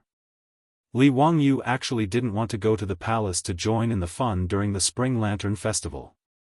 Shouldn't he be holding his beautiful superior's soft hand and leading Avro and Perrin around Chang'an City on such a joyous and lively festival? In comparison, going to the Taiji Palace to drink and have fun with Pai Lupi was simply too boring. However, he was in the pugilistic world and had no choice. The banquet in the Taiji Palace was for hundreds of officials and nobles. As the county earl who founded the country, it was impossible for him not to go. Fortunately, there was no curfew today and the festivities during the 3 days of the Spring Lantern Festival went on almost overnight. He could only make an appointment with his beautiful superior and return to the mansion to take the 3 girls out for a lantern tour after he finished dealing with those matters in the Taiji Palace. On the day of the Spring Lantern Festival, the evening drum was sounded as usual. However, unlike in the past, there were no people hurrying back home in the streets and alleys. The sound of the evening drum was like a signal that made hundreds of officials, nobles, and aristocratic families in Chang'an City open their doors one after another. Large groups of servants carried the meticulously crafted lanterns in their mansions and headed toward the Taiji Palace. Li Wangyu naturally led Niu Yong, Niu Wu, and a group of troops to carry the hurriedly crafted lanterns out of his mansion. These lanterns had to be sent to the imperial city and lit when night fell. Pai Lupi and Empress Zhangsun would then lead the people in the palace to admire and comment on them one by one. Finally, they would choose the most exquisite lantern of the day and bestow it as a reward. Hundreds of exquisitely crafted lanterns were lined up in order in the imperial city of Noda. It was a spectacular sight. However, compared to those lanterns in other mansions, which had dragons and phoenixes carved on them, the lantern in Li Wangyu's mansion looked rather shabby. This was naturally normal. After all, even with the help of skilled craftsmen, how could it compare to the meticulously crafted lanterns that took half a year to craft in 3 days? The lantern that was taller than a person looked very simple and crude. Compared to the exquisite lanterns around it, it was like an ugly duckling in a flock of swans. Not only was there no craftsmanship to speak of, but it was also extremely simple and elegant. The polyhedral prism flower lantern, in addition to the bright red lampshade holder painted with red paint, was separated by 7 or 8 plain white lampshades in the middle. It was extremely simple. It wasn't an exaggeration to say that even in the eastern and western markets, the folk lanterns sold by the merchants were much more exquisite than the lanterns brought from Li Wangyu's residence. The appearance of this lantern naturally attracted the attention of all the officials. Wahahaha, kid, what kind of toy did you bring? How could this be called a lantern? Who are you trying to fool? Cheng Yaojin did not avoid the topic and laughed mockingly. Cheng Yaojin didn't know about the merry-go-round because Li Wangyu had asked them to keep it a secret. Today, he was prepared to let the country bumpkins, including Pai Lupi, experience the magic of science. Therefore, the simple and elegant appearance of the lantern was not because the artisans did not have the time to decorate it, but because Li Wangyu did not allow them to. He purposely did not allow the artisans to decorate the lantern because of the strong shock brought by the contrast between the front and back. The effect of the merry-go-round lantern naturally had to be lit before it could be seen. The more people despised the simple lantern, the more they would be shocked by the merry-go-round lantern. As a result, his lantern had a higher chance of winning. It had to be said that Li Wangyu was very two-faced. In order to win the lantern, he even used psychological warfare. Hearing Cheng Yaojin's ridicule, Li Wangyu laughed even more happily. Huh, what is Uncle Cheng saying? This little nephew's lantern was made with great care and is the only one in the world. Today, this little nephew is here for the sage's reward. Cheng Yaojin was taken aback by these words and almost wanted to reach out and touch Li Wangyou's forehead. Was this fellow crazy? Carrying such a simple and crude lantern into the palace, he actually had the nerve to say that he wanted the reward? Cheng Yaojin wasn't the only one thinking this. When they heard Li Wangyou's words and saw the lantern he had ordered his troops to carry to the imperial city, there wasn't a single person who didn't laugh. Those close to Li Wangyou, such as Yuqi Jingde, Fang Xianling, Du Ruhui, and Yu Shinan, naturally couldn't help but shake their heads, unable to understand what this brat was up to. And people like Hou Junji, Wang Renyu, and Zheng Yuanshou naturally scoffed at his words. If not for the fact that today was the Spring Lantern Festival and they didn't want to spoil the mood, they would have mocked and ridiculed him. If the bigwigs of the imperial court didn't say anything, the officials below rank 4 or 5 naturally couldn't say anything. After all, with Li Wangyou's status, they couldn't casually mock him. Even so, the officials couldn't help but point at the lanterns Li Wangyou brought over. From time to time, there would be a burst of light laughter from the crowd. Clearly, they were all laughing at the lanterns offered by the county count's manor. Fortunately, the time had come, and the officials were invited into Taiji Palace. Pai Lupi continued to hold a banquet in Taiji Palace for the officials. Today was the Spring Lantern Festival, so there was no need for so many formalities. It wasn't just Pai Lupi who was attending the banquet. Empress Zhangsun, Consort Yang, and the other concubines of the imperial harem were also present. Even Li Wangyou's 3 disciples, Pai Lupi's sons Li Qingqian and Li Tai, as well as First Princess Li Lizzie, had appeared in the hall. Seeing Li Wangyou appear, the 3 little ones immediately ran over obediently and bowed respectfully to Li Wangyou. First Princess Li Lizzie was cute as she pulled on Li Wangyou's sleeve and complained angrily, "Teacher, I made a bet with my brothers today that the lantern you made would definitely be the most beautiful lantern in the world." Humph, the 2 of them didn't believe it. After Li Lizzie finished speaking, she didn't forget to stick out her tongue and make funny faces at Li Qingqian and Li Tai. This extremely cute appearance made Li Wangyou laugh uncontrollably. Chang'e is right. Since Qingqian and Qingke don't believe it, we won't show them our lantern, okay? Li Lizzie nodded seriously, "Yes, we won't show it to my brothers." Li Qingqian immediately explained to Li Wangyou, "Teacher, don't listen to Chang'e's nonsense.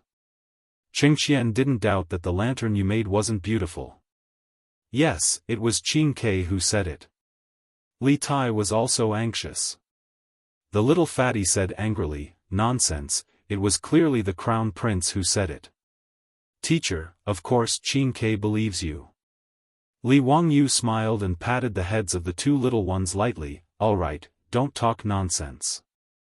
You 2 sly little fellows, don't think that I don't know who said it." The commotion caused by the 4 of them laughing attracted the attention of many in the great hall. Everyone was very surprised and envious that Li Wangyou could be so close to Li Qingqian and the others, but they had nothing to say. After all, Li Wangyou was the teacher of the crown prince, and princess. This matter was irrefutable. Li Wangyou was also a member of the imperial family and had a close relationship with the imperial family. No one could say anything against this.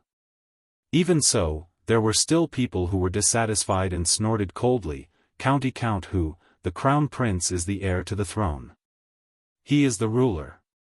How can you be so presumptuous and disrespect the law?" Li Wangyou was stunned when he heard this. Where did this trash come from? It was like a toad yawning, "What big words." Chapter 635.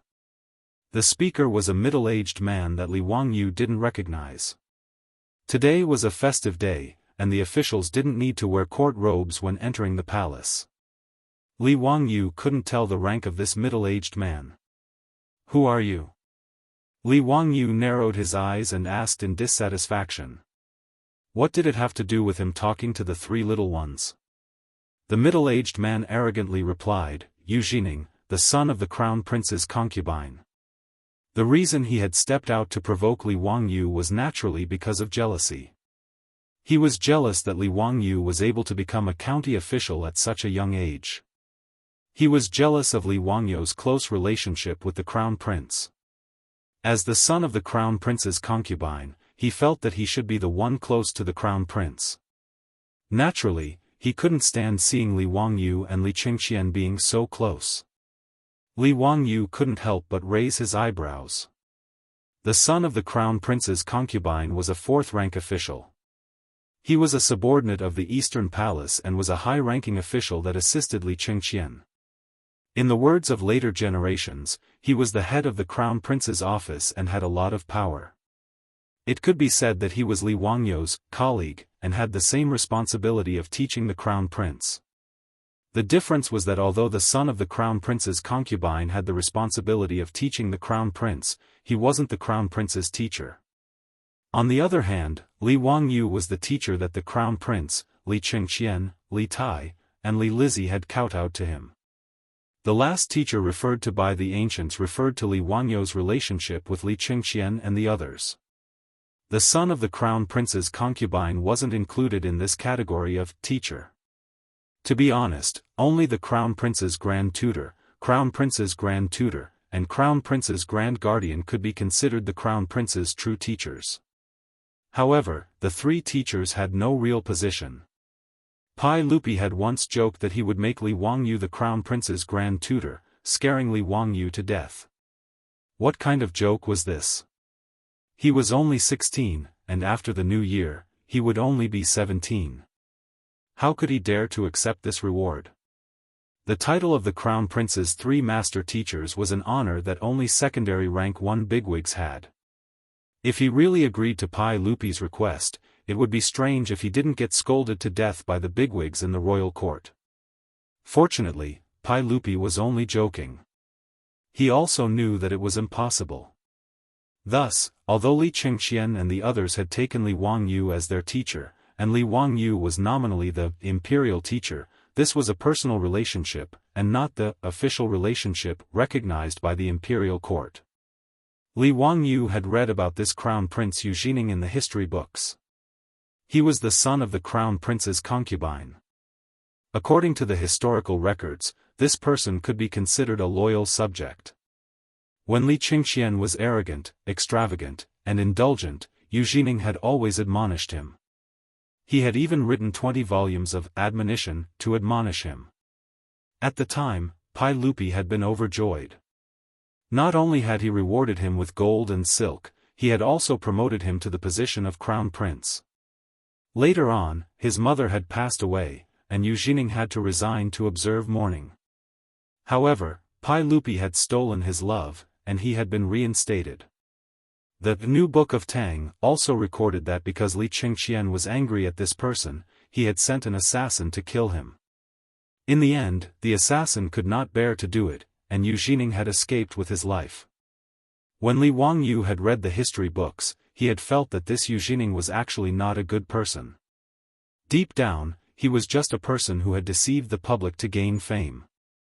Otherwise, as the crown prince's left concubine, and as the crown prince's subordinate, not only did he not give advice to Li Qingshan, he even used the excuse of extravagance and indulgence to gain Pai Lupi's favor. He put on the appearance of a straightforward subject and did his best to persuade Li Qingshan. The 20 volumes of admonition were even more laughable. When Li Qingshan was the crown prince, he was only addicted to singing and dancing, and his life was a bit extravagant. As the crown prince's subordinate, he actually wrote 20 volumes of admonition. In Li Wangyu's view, how was this admonition? It was clearly writing black material for Li Qingshan, reporting him to Pai Lupi. When Yu Jining's mother passed away, it could be seen that this person was infatuated with his position.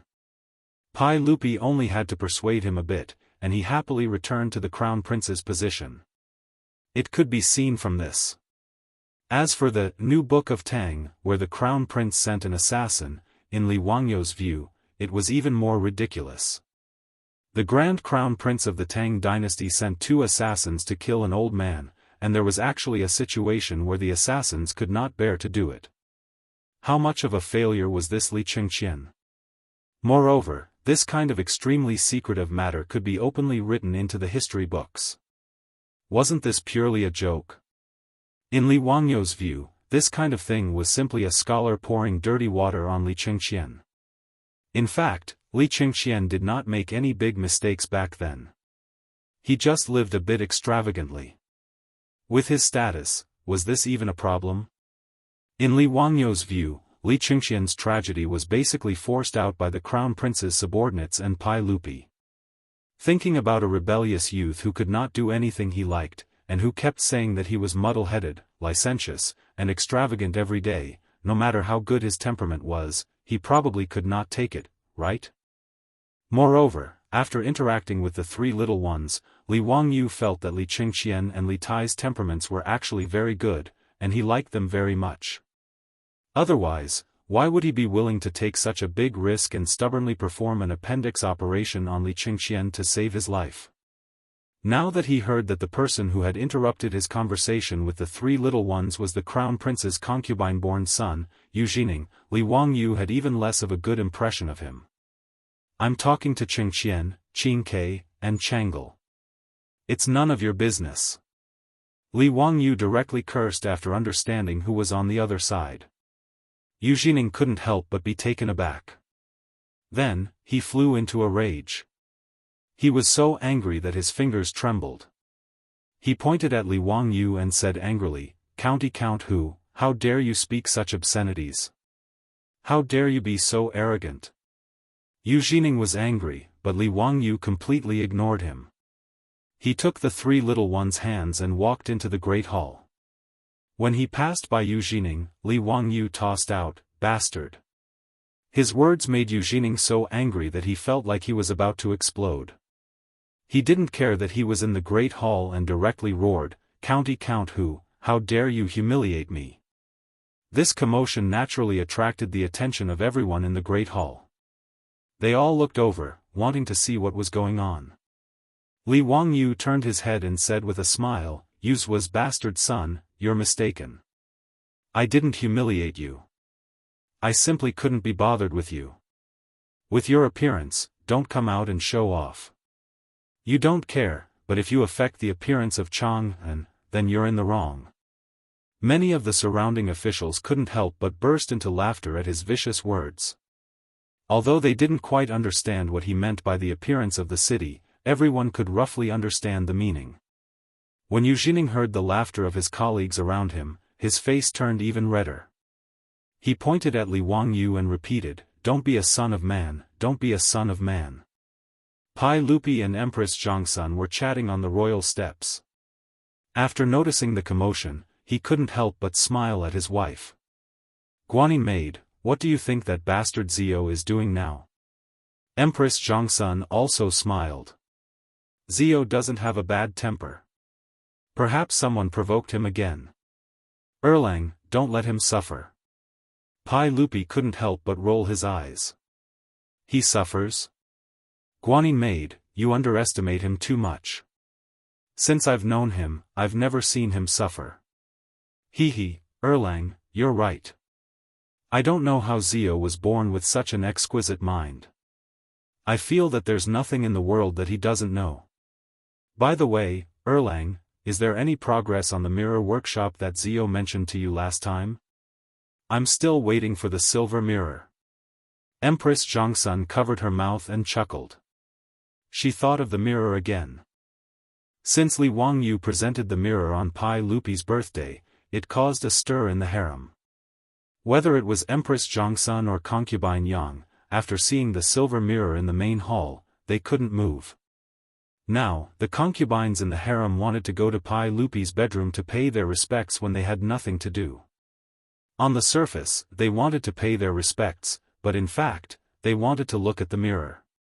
Hearing his wife's words, Pai Lupi could only give Tuo a look, indicating that he should summon Li Wangyou.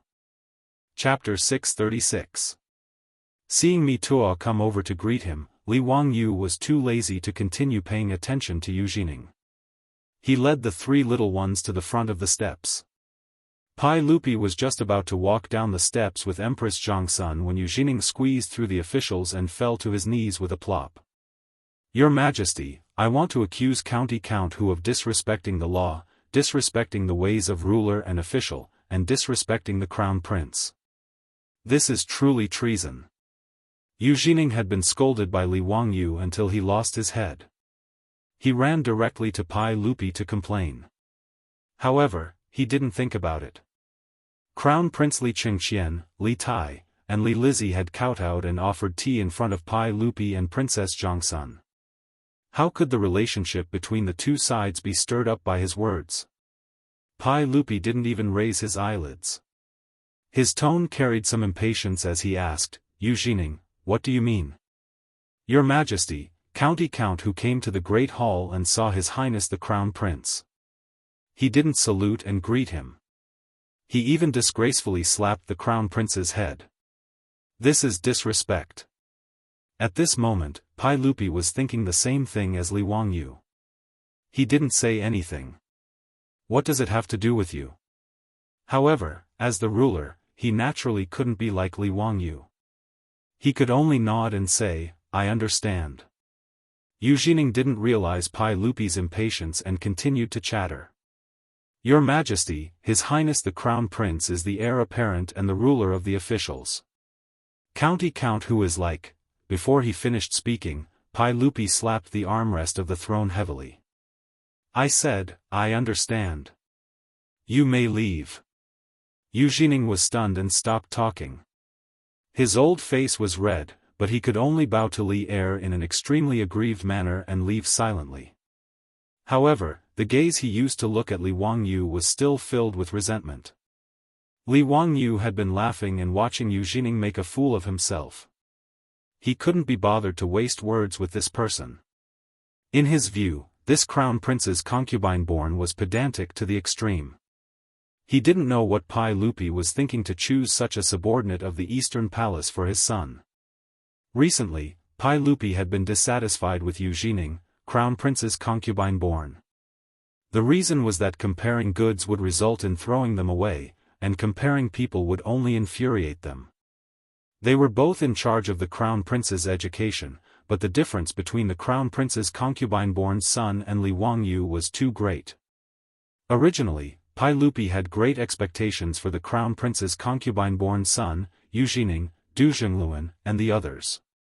He had even specifically instructed them, when you teach the crown prince, you must often talk about the problems of the common people. The crown prince lives deep in the palace, and the common people live a difficult life. You must often share your thoughts with him. Every time you see something wrong, you must advise him to the extreme so that it will be beneficial. However, Yu Jining and the others only knew how to talk big. After teaching Li Qingqian for 2 years, other than constantly complaining to Pai Lupi about Li Qingqian's small mistakes, they only nagged like Tang. However, Li Wangyu was different. Not only did he send Li Qingqian, Li Tai, and the others to Dingzhou village to have them interact with people of the same age, he was also good at guiding the 3 children to think about problems. Now, Pai Lupi felt that his 3 children had not only become polite, but also virtuous. Every time he thought about how he had forced Li Wangyu to accept the 3 children as his disciples, Pai Lupi felt very proud. Comparing the two, he naturally became less and less satisfied with the subordinates of the Eastern Palace. Pai Lupi did not feel that Li Wangyu had done anything wrong by treating Li Qingqian and the others this way. After all, he himself was not born in the orthodox royal family, and did not care much about etiquette. That was why the Confucians of later generations said that the Tang dynasty was dirty. It meant that the Tang dynasty was too liberal in matters of etiquette and ethics. After sending Yu Jining away, Pai Lupi called Li Wangyu to his side. Zio, your aunt wants to ask you about the mirror workshop. She is still waiting for the mirror to be used. Empress Zhongsun unhappily rolled her eyes at her husband who had betrayed her. She smiled at Li Wangyu and said, Zio, that silver mirror is indeed rare. Not only do I like it, but all the concubines in the palace are also looking forward to it. Erlang is also stingy and is unwilling to give it to me, so I can only count on you. Concubine Yang also smiled and came over. Zio, don't forget to give me one of your mirrors. Li Wangyu smiled and said, "Ants, don't be anxious. Recently, because of the new year, the progress has been a bit slow. However, there is a ready-made place for the mirror workshop. It is in the valley of the Jade Star Palace. After the Lantern Festival, in less than 10 days, this nephew will definitely send the mirror to the palace." He was not speaking nonsense. Nowadays, the valley where the Jade Star Palace was located had almost become the industrial base of the Tang dynasty. The coining workshop and the military equipment workshop were both there. Every day, there was constant noise and black smoke. After Pai Lupi went to inspect it once, he was so angry that he stomped his feet and shouted that he had been fooled. A good imperial palace could be considered to be abandoned. With such an environment, he would not live here even if he was beaten to death. As for the mirror workshop, Li Wangyu naturally arranged for it to be located here. There was a blast furnace to smelt copper, and it was convenient to use hydraulic forging hammers to forge the mirror surface. Most importantly, using silver amalgam to cast the mirror would produce mercury poison during the production process. It was naturally suitable to throw it in this valley far away from the residential area. This mirror workshop was the same as before. The imperial family owned 60% of the shares, Li Wangyu owned 40%, and the sales were naturally handled by his beautiful superior. Now, the production process and methods were handed over to the supervising craftsmen sent by Pai Lupi. After the Lantern Festival, they would officially begin the production. Empress Zhongsun and Consort Yang were very satisfied with Li Wangyu's reply. The Lantern Festival's imperial banquet was naturally very relaxed. There was endless wine, musicians played music, and palace maids danced. It was lively and cheerful. When it was time to light the lanterns, Pai Lupi helped his wife stand up. "Everyone, it's time to admire the lanterns again. I wonder which one of my beloved officials thinks that their lanterns will win first place." Pai Lupi asked the officials with a smile. Before the others could speak, they heard Qing Yaojin's hoarse voice shout, "It's hard to say for others, but the lanterns in Li Zio's residence will definitely win first place." This old fellow even purposely emphasized the two words first name. His words caused all the officials and nobles in the hall to roar with laughter. Li Wangyu rubbed his nose in embarrassment. This old man really wasn't a good person. Pai Lupi, Empress Zhongsun, Consort Yang, and the others were confused by the officials' laughter. What? What's so special about the lanterns in Zio's residence? Yes, Your Majesty. Zio's lanterns are quite special, Fang Xianling explained from the side, but he couldn't help but laugh.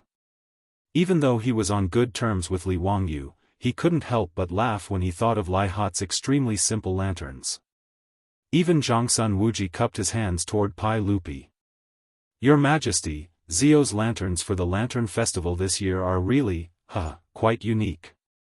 These words naturally caused all the officials in the hall to laugh.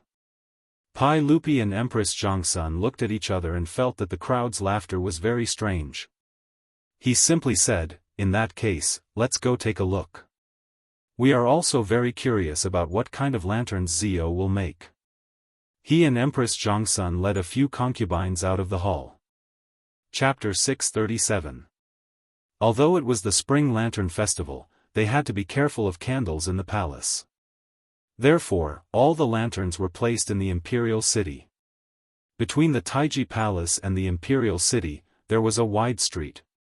This was also for the safety of the Taiji Palace. Therefore, the side of the imperial city that was close to the Taiji Palace had a road that was 100 meters wide. At this moment, all kinds of lanterns were brought over by the officials and nobles. They lined up in a long line and filled the road between the Anfu Gate and Yanxi Gate. Pai Lupi led Empress Zhongsun, the imperial concubines, and the officials and nobles out of the Taiji Palace's Qingtian Gate and saw the lanterns sent over by the various residences. At this moment, the lanterns had already been lit up by the servants of the various residences. The oil lamps on the lanterns emitted all kinds of bright lights in the night sky. Pai Lupi wasn't in a hurry. He pointed at the lanterns with Empress Zhongsun and concubine Yang and commented on which residence's lanterns were more exquisite and ingenious. There were devil's lanterns, screen lanterns, pagoda lanterns, carriage lanterns, jade lanterns, beaded lanterns, sheepskin lanterns, and so on. For the Spring Lantern Festival, all the residences had put in a lot of effort. The craftsmen who made the lanterns ingeniously used beast horns, feathers, and silk to make the lanterns into the shapes of lotus flowers, peonies, chrysanthemums, and so on. The lanterns were colorful and varied in shape, containing different auspicious meanings. Good.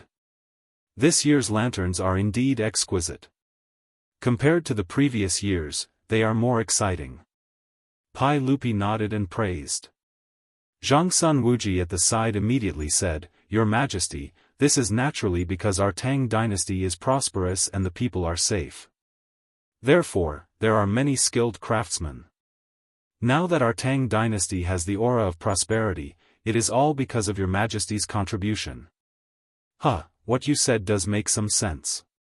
Pai Lupi accepted Zhongsun Wuji's flattery without blushing.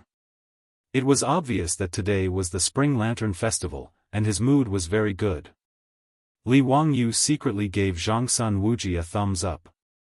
As expected of the imperial brother-in-law. His bootlicking skills were amazing. His words to Pai Lupi were just like how Uncle Yu was supporting Uncle Guo on stage. Everyone enjoyed the lanterns along the way, chatting and laughing, and it was very lively. When they reached a lantern, Pai Lupi couldn't help but stop and frown. Empress Zhongsun and consort Yang couldn't help but be dumbfounded. Whose manor had sent these lanterns? Why were they so special? Needless to say, the lantern placed in front of Pai Lupi was naturally the marquee that Li Wangyu had ordered people to bring in. The only difference was that the servants had already lit up the oil lamps in the other house's lanterns, but the lanterns in his house were still dark and had yet to be lit. This was naturally what Li Wangyu had instructed Niu Wu and the others to not be in a hurry to light the oil lamps. He wanted to personally light the oil lamps in front of Pai Lupi to give everyone a surprise. Pai Lupi didn't know what he was thinking. He frowned and looked at the extremely simple lantern for a while, and then thought of the laughter of the officials in the main hall. He couldn't help but laugh. If I didn't guess wrongly, this lantern must have been brought into the palace by you, Zio, right? It's indeed very special. Come, tell me, what's the deal with this lantern of yours? Li Wangyu chuckled and stepped forward. He bowed and said, Uncle has good eyesight. You can see it with one look. That's right, this is the lantern that I specially made for you. This lantern took a lot of effort from me. There's only one in the whole world. Uncle, take a look. Isn't my lantern the winner today? Pai Lupi, Empress Zhongsun, and concubine Yang looked at each other. They thought, could it be that this kid's lantern has some secret? He wasn't in a hurry to speak. He walked around the lantern and looked it up and down several times. However, he couldn't see anything special about it. No matter how he looked at it, it was just an extremely simple and ordinary lantern. Other than the fact that it was slightly bigger, he couldn't see anything strange about it. The officials were originally making fun of Li Wangyu's lantern, but when they heard him say the same thing in front of Pai Lupi, they couldn't help but feel doubtful. Could it be that this ordinary lantern really had some secret that they couldn't see through? However, no matter how the officials gathered around and studied it, it was just an ordinary lantern that couldn't be any more ordinary. Zhongsun Wuji suddenly clapped his hands. Zio's meaning is that you're using this lantern as a metaphor for our Tang dynasty. Just like this simple and elegant lantern, it looks simple and plain, but it's like a piece of white paper that your Majesty can draw a poetic and picturesque picture scroll with ink. His words made the sweat on Li Wangyu's forehead almost drip down. Imperial brother-in-law, are you really a comedian in crosstalk? The hole in your brain is really too big for your flattery. Before Li Wangyu could shake his head, the officials at the side all nodded and praised, that's right. It seems that this is what County Earl Hu meant. County Earl Hu, you're using a trick. The champion of this year's lantern competition can't be given to you because of this, huh? Bastard, why do you also have so many tricks up your sleeve? You're beating around the bush. You're really annoying. Cheng Yaojin also scolded jokingly. However, with just this, you can forget about taking the champion of this year's lantern competition. Although Pai Lupi didn't say anything, he secretly nodded and smiled. In his opinion, this nephew of his should be what Zhangsun Wuji had guessed. Among the officials, there were quite a few who secretly admired Li Wangyu and felt that this county earl who really knew how to flatter. Other people meticulously made lanterns, but he wanted to do the opposite. He made an ordinary lantern and was able to attract the emperor's praise. He was really amazing. Li Wangyu's face darkened, but he could only mumble, that, little nephew, it should be like this. However, uncle, this lantern can only be seen after it's lit up. Why don't you let little nephew light this lantern and let uncle and the officials take a look? After receiving Pai Lupi's permission, Li Wangyu hurriedly went forward and, with the help of the palace's eunuchs, blew on the lighter and carefully lit the oil lamp inside the lantern. When the lantern was lit up, Pai Lupi and the officials once again carefully examined it, but it was still very ordinary. However, through the white gauze lampshade, they seemed to be able to faintly see something inside the lantern. However, they couldn't see it clearly. Other than that, there was nothing special about it. Pai Lupi didn't understand and asked, Ziyu, what are you trying to do? Hee, uncle, you will know when you see it. I dare say that this lantern is the only one in the world. Li Wangyu was not in a hurry. The oil lamp and the flower lantern had just been lit. Due to the size of the flower lantern, it would take some time for the hot air to rotate. The flame of the oil lamp would heat up the air. Everyone looked at it for a while, but there was no reaction. They couldn't help but frown, thinking, what is Li Wangyu trying to do? Before the others could say anything, the crown prince's concubine's son, Yu Jining, stood out again. Your Majesty, County Earl who is obviously deliberately mystifying and deceiving Your Majesty. He stopped halfway and stared at the lantern with his eyes wide open. Chapter 638. Under everyone's astonished gazes, they saw that within the lantern, there was an object that slowly started to spin.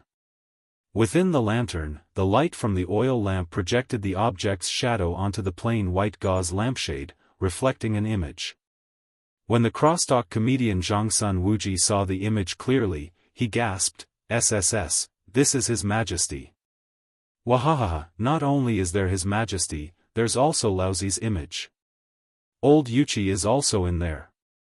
Second brother, there's also you. Cheng Yaojin shouted towards Qin Qiong. Through the white gauze, the continuously spinning image was reflected. It was the emperor of the Tang dynasty, Pai Lupi, as well as a group of generals and dukes.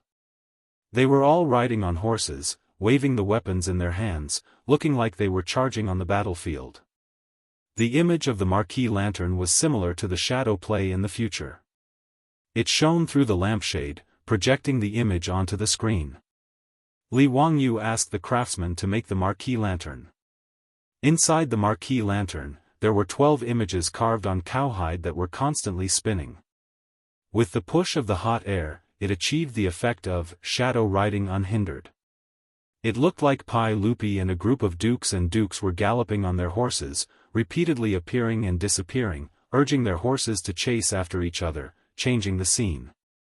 When this scene fell into the eyes of Pai Lupi and the other officials, it immediately shocked everyone present. For a moment, no one said anything. They all stared stupidly at the endlessly spinning image of the lantern. After a long while, Pai Lupi let out a long breath and sighed, "This lantern is really a work of art. Ziyu, I don't know how you created such a heavenly item. It's really uncanny and unbelievable." The crown prince's left concubine's son, Yu Jining, who wanted to complain just now had his old face flushed red, as if he was suddenly slapped by someone. He didn't dare to say anything else and quietly retreated, afraid of causing more trouble. Pai Lupi glanced at him from the corner of his eyes and was too lazy to bother with this person. The crowd of officials and nobles surrounded the lanterns that Li Wangyu presented, each of them praising it endlessly. Wahahaha, didn't I just say that Li Zio is the winner of today's lantern festival? What do you think? Don't you think I, old Cheng, have a discerning eye? Cheng Yaojin suddenly opened his mouth and laughed loudly. He had a look of, I knew this would happen. Everyone who saw this wanted to give this shameless old man a kick. King said that in Taiji Palace. But was that what you meant when you said those words? Li Wangyu also silently rolled his eyes. With regards to Cheng Yaojin's thick skin, he also had a deep understanding and was not surprised.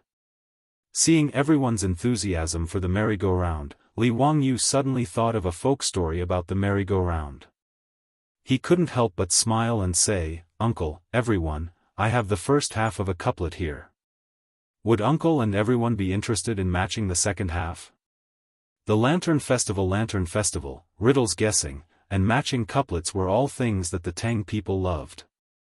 Hearing him say this, everyone naturally smiled and nodded. Li Wangyu lightly coughed and pointed at the merry-go-round. My first half is merry-go-round lantern, the lantern moves the horse, the lantern extinguishes the horse stops. Li Er smiled when he heard that and said, good point. Zio's first half is very ingenious. Just as Pai Lupi finished speaking, Wang Renyu stepped forward and said with disdain, I thought that Count Huxian would come up with something absolute, but it seems like it's just so. What's so difficult about this? Listen to this old man's second half, shake the heavens, the drum shakes the heavens, the drum stops the heavens to rest. Zheng Yuanshou also twirled his beard and smiled. It is indeed very simple. Cry the phoenix flute, the flute cries the phoenix, the flute sings the phoenix's harmony.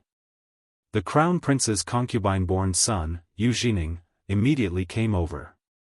I've long heard that Count Huxian's talent is outstanding, but this first half is just so. I also have a second half, snow falls in the sky falls in the sky is clear, the snow reflects the sky. Count Huxian's couplet is really too simple. Li Wangyu didn't expect that he would be mocked for his casual couplet. Even Pai Lupi's expression became somewhat ugly. He had just been exaggerating the ingenuity of Li Wangyu's first half, and these three people had jumped out to slap him in the face. It was really annoying. This first half was not difficult. The reason Li Wangyu thought of this first half was because he thought of Wang Engxi's folktale. Later generations said that Wang Engxi went to the capital to take the imperial exam and coincidentally met a certain official looking for a husband for his daughter. The first half of the couplet was pasted on the merry-go-round lantern. Wang Engxi did not immediately think of a way to match the second half. When they arrived at the examination hall, the head examiner wanted to test Wang Engxi.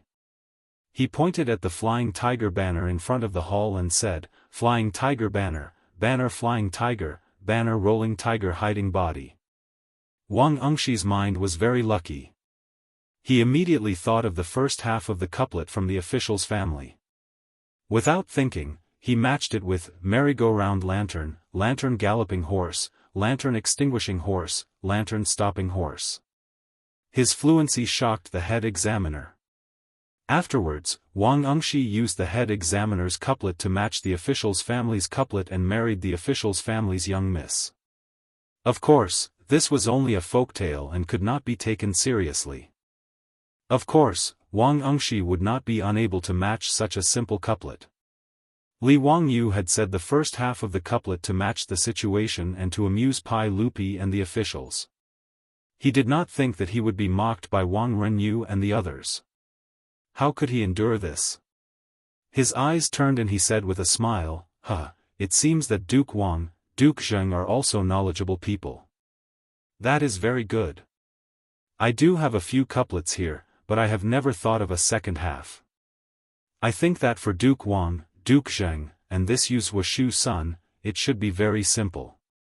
Would Duke Wang, Duke Zheng, and Wuxia son be willing to teach me a thing or two?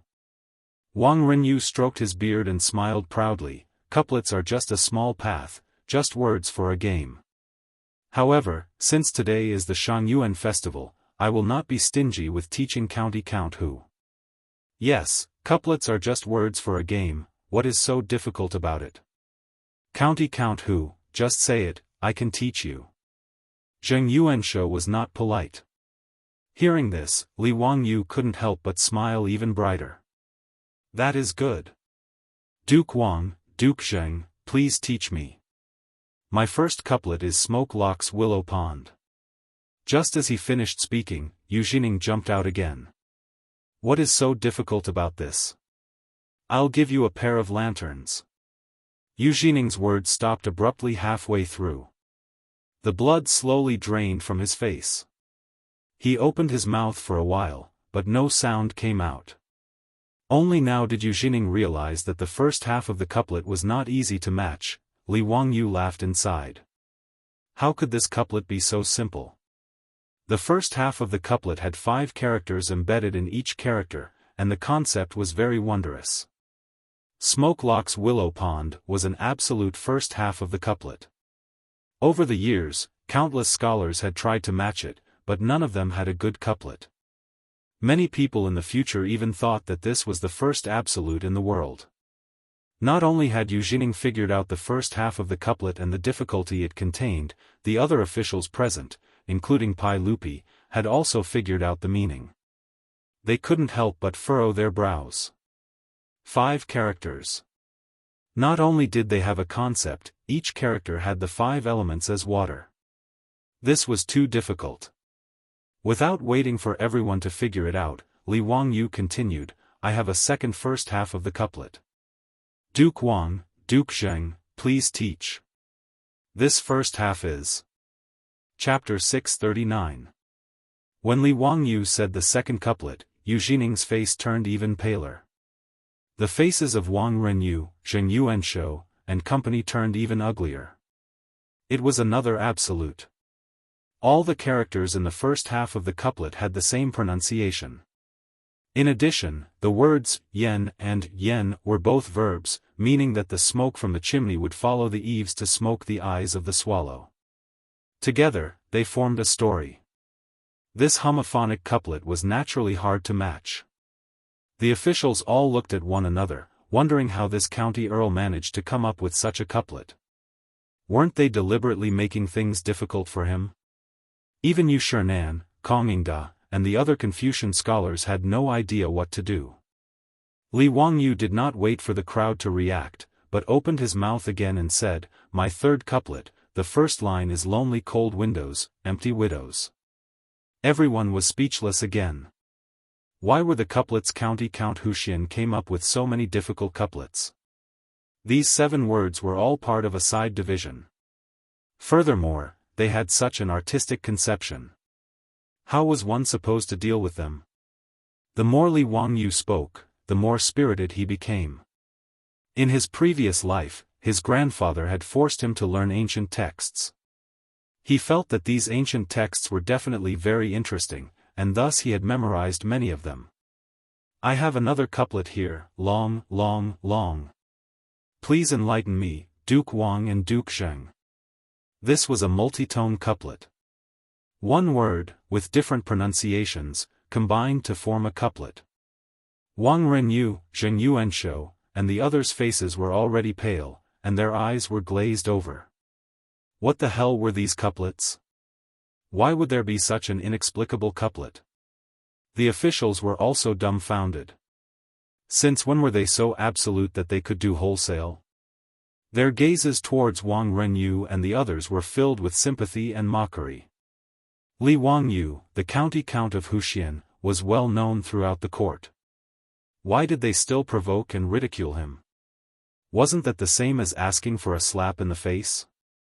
After Li Wangyu said these couplets, everyone thought about it carefully and felt that it was impossible to match them. It was too difficult. Regarding this, Li Wangyu naturally snickered in his heart. Wasn't this nonsense? Although it wasn't that no one could match it, there were still people who came up with an appropriate second verse in the later generations. However, the reason why these couplets were known as the absolute couplets throughout the ages was because they were extremely difficult to comprehend. He did not believe that Wang Renyu, Zheng Yuanshou, Yu Jining, and the other officials would be able to come up with a second verse in such a short time. In fact, they might even be dominated by the terror of these first lines for the rest of their lives. Now, not only were Wang Renyu and Zheng Yuanshou, the two heads of aristocratic families, pale, but even the hundreds of officials from aristocratic families were the same. How could the one who was humiliated by Li Wangyu be Wang Renyu? The faces of these aristocratic families were also slapped swollen by Li Wangyu's couplets. For a moment, no one said anything. Fang Xianling and the other big shots were happy to watch the show, but the aristocratic family officials did not know what to say. In the end, it was Pai Lupi who helped Wang Renyu and Zheng Yuanshou out of this predicament. He laughed and said, "Ziyu is truly worthy of being called a genius. We cannot match a single one of these couplets. You have made us very embarrassed, huh?" Pai Lupi's self-mocking words immediately relaxed the atmosphere. The officials also laughed and said, "Huh, it's not just your majesty. We are also ashamed. We cannot match a single one of these couplets. TSK, this old man's eyes have been opened today. This old man always thought that this couplet was just a game, but I never thought that it would make Huxianbo so embarrassed. I am ashamed." Fortunately, the spring examinations do not test couplets. Otherwise, if Huxianbo was the examiner who set the questions, wouldn't none of the examinees be able to get in? The officials laughed at themselves and brushed this matter aside. No one mentioned the couplets again, giving Wang Renyu and Zheng Yuanshou a way out. Li Er looked at the merry-go-round lantern that was still spinning and asked, "Zio, does your lantern have a name?" Li Wangyu shrugged and said, "Uncle, did you forget? Didn't I say it in the couplet just now?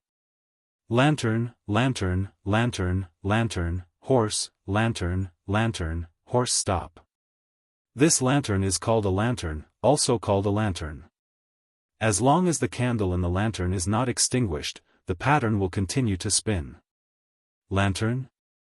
It is very appropriate." Pai Lupi looked at Empress Zhongsun and Consort Yang. "We think that today's lantern should be Zio's lantern.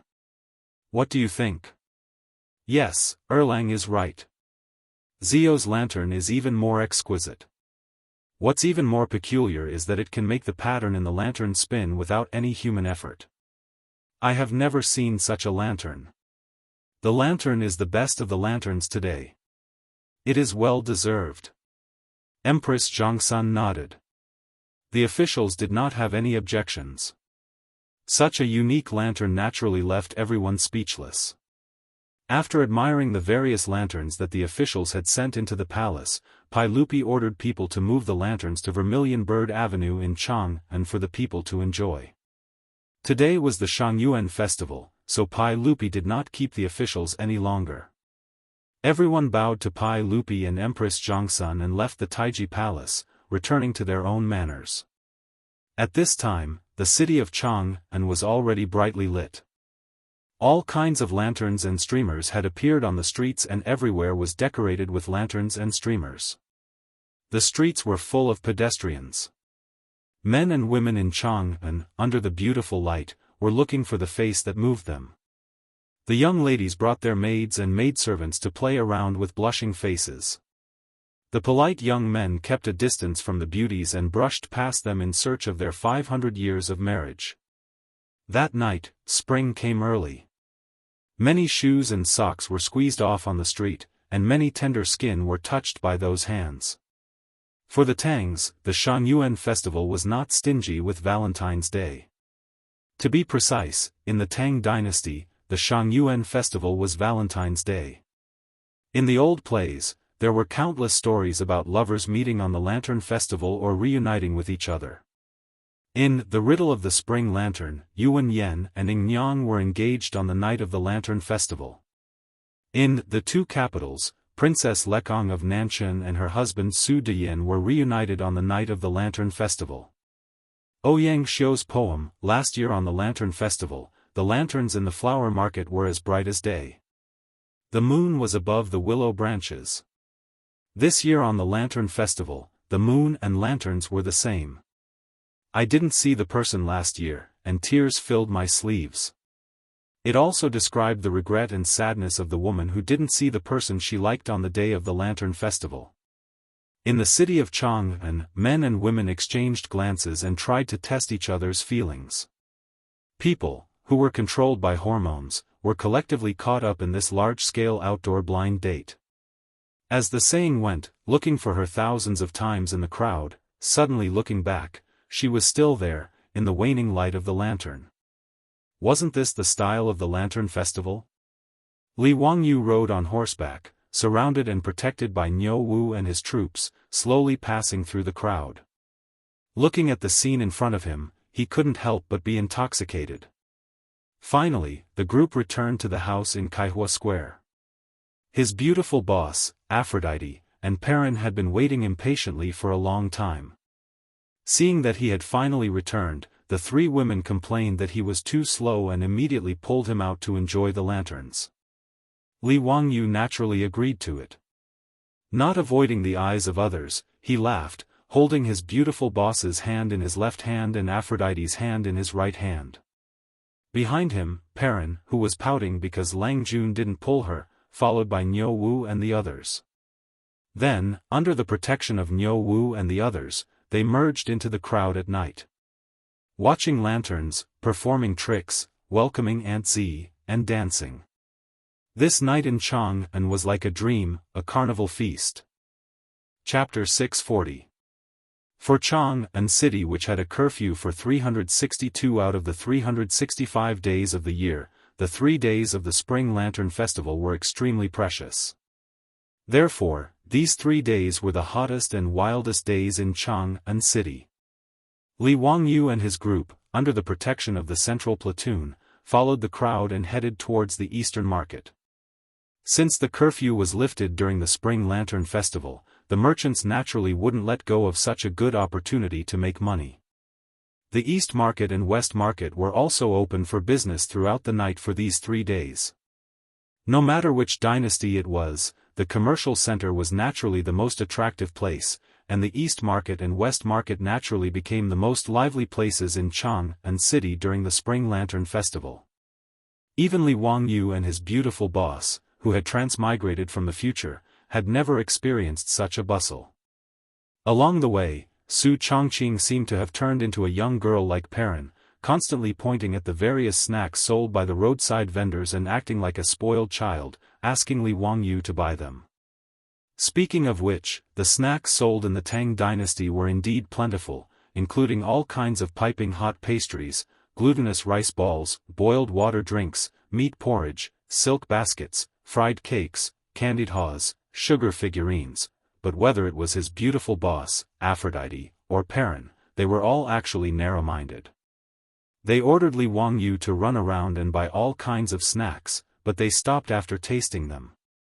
In the end, Niu Wu and his troop benefited from these snacks.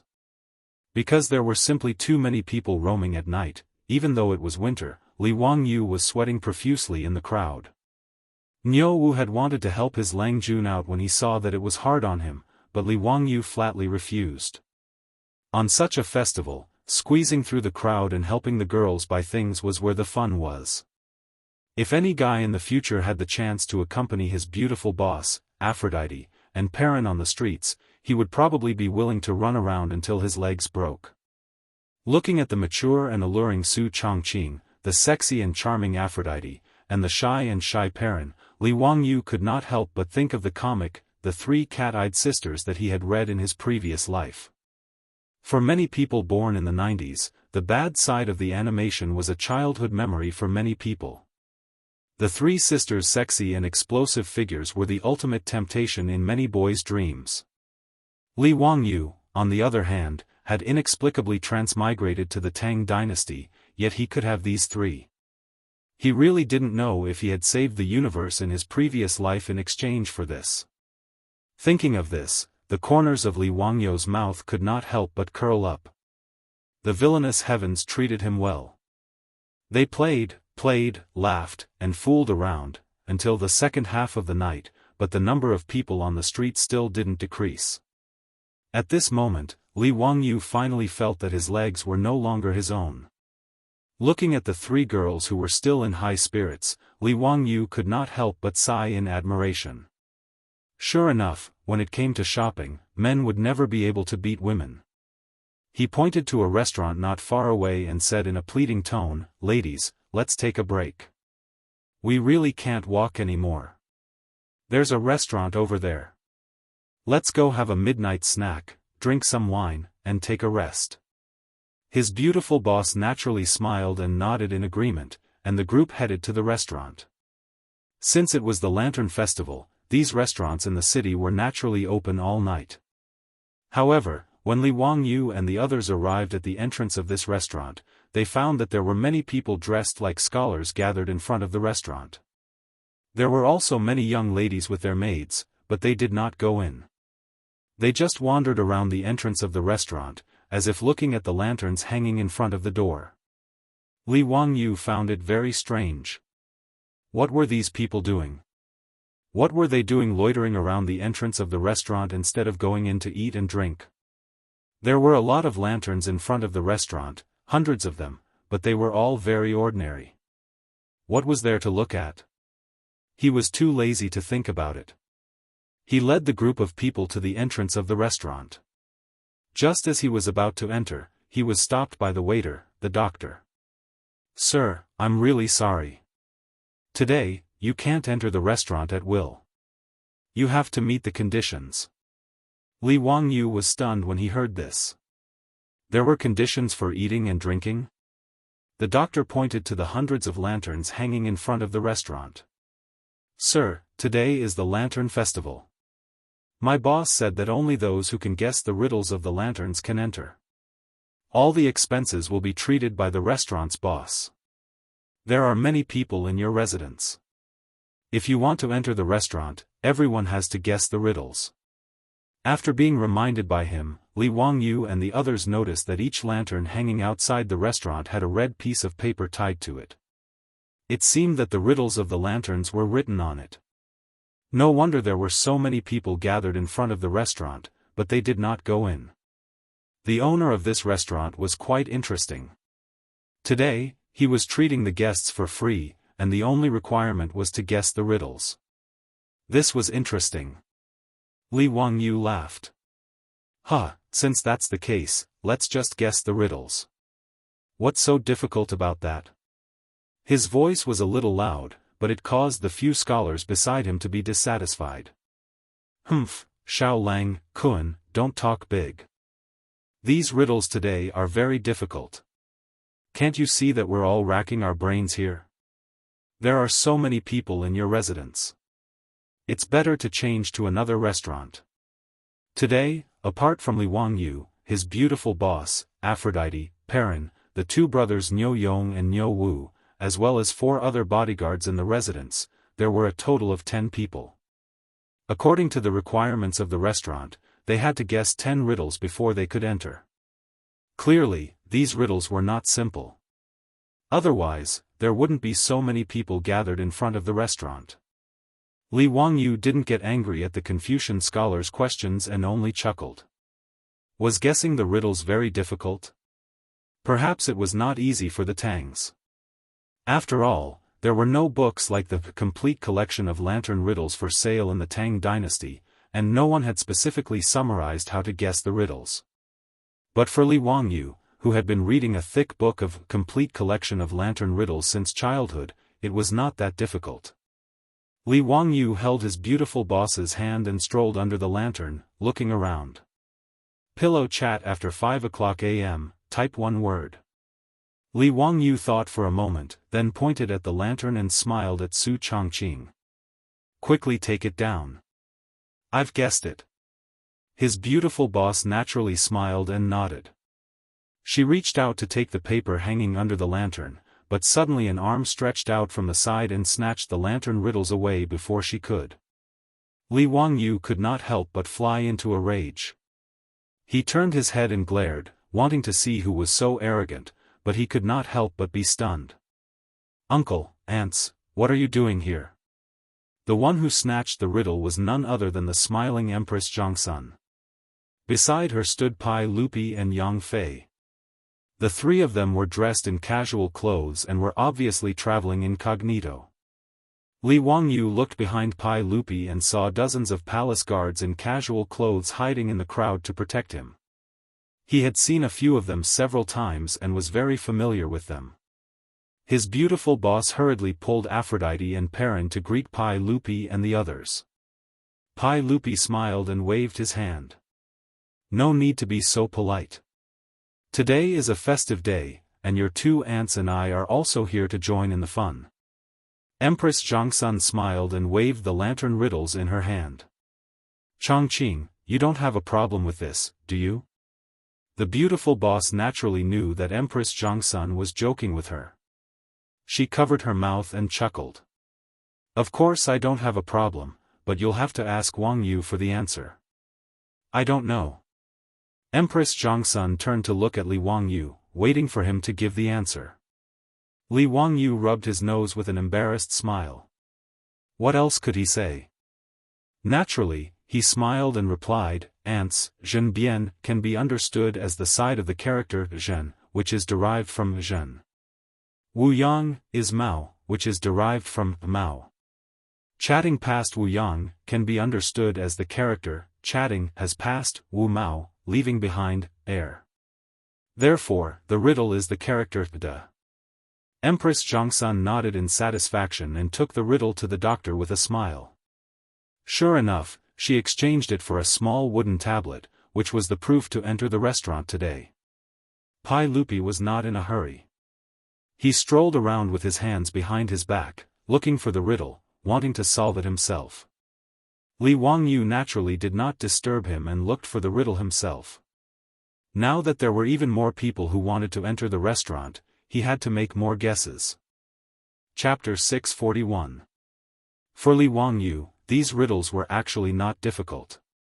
Most of the riddles in the Tang dynasty were guessing riddles. In fact, there was a pattern to follow. At least compared to the puzzling brain teasers of the later generations, the riddles were much simpler for those who had studied them. The later generations even summed up the method of guessing the riddles into 20 rules, such as the correct deduction method, the reverse deduction method, the increase of characters, the damage of characters, and so on. Li Wangyu walked to the next lantern and looked up. The riddle hanging under the lantern was, "Flying swallow in the sky, fighting a character of the Qin dynasty." He thought for a moment and immediately tore off the riddle. However, he was not in a hurry to find the doctor to verify it. Instead, he continued to wander among the lanterns and guess the riddles. For every riddle that he guessed the answer to, he gently tore the riddle from the lantern and held it in his hand. He was ready to go to the doctor in the restaurant later to check the answer. However, his actions were very strange in the eyes of the bystanders. The Confucian scholars who had spoken before became more and more dissatisfied when they saw Li Wangyu taking off the riddles as if he was playing around. Someone could not help but say, "Mr. Xiao Lang, if you don't guess the riddle, don't take off the riddles like this. How can we guess the riddles when you are so mischievous?" That's right. If everyone was like you, tearing off the riddles regardless of whether they guessed it correctly or not, how can others guess it? Mr. Xiao Lang is so mischievous. Aren't you letting down the kindness of the owner of this restaurant? Faced with the accusations of several Confucian scholars, Li Wangyu could not help but be stunned. He guessed his own riddles. What did it have to do with these people? Was their sense of justice so overflowing to this extent? Why don't you go and save the earth?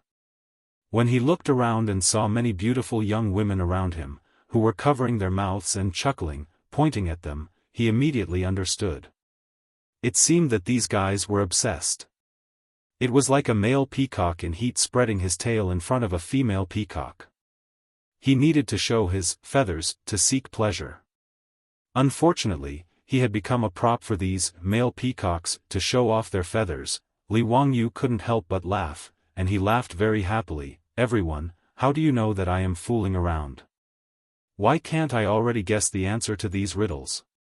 His words caused the few Confucian scholars to laugh coldly. What kind of joke is this? How can you, Mr. Xiao Lang, guess these riddles? As far as I know, these lantern riddles were all written by the owner of this restaurant.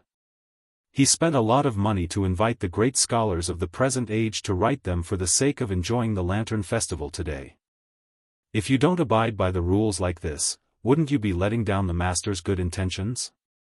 That's right. Looking at your appearance, Xiao Lang, Kun, you're also a scholar.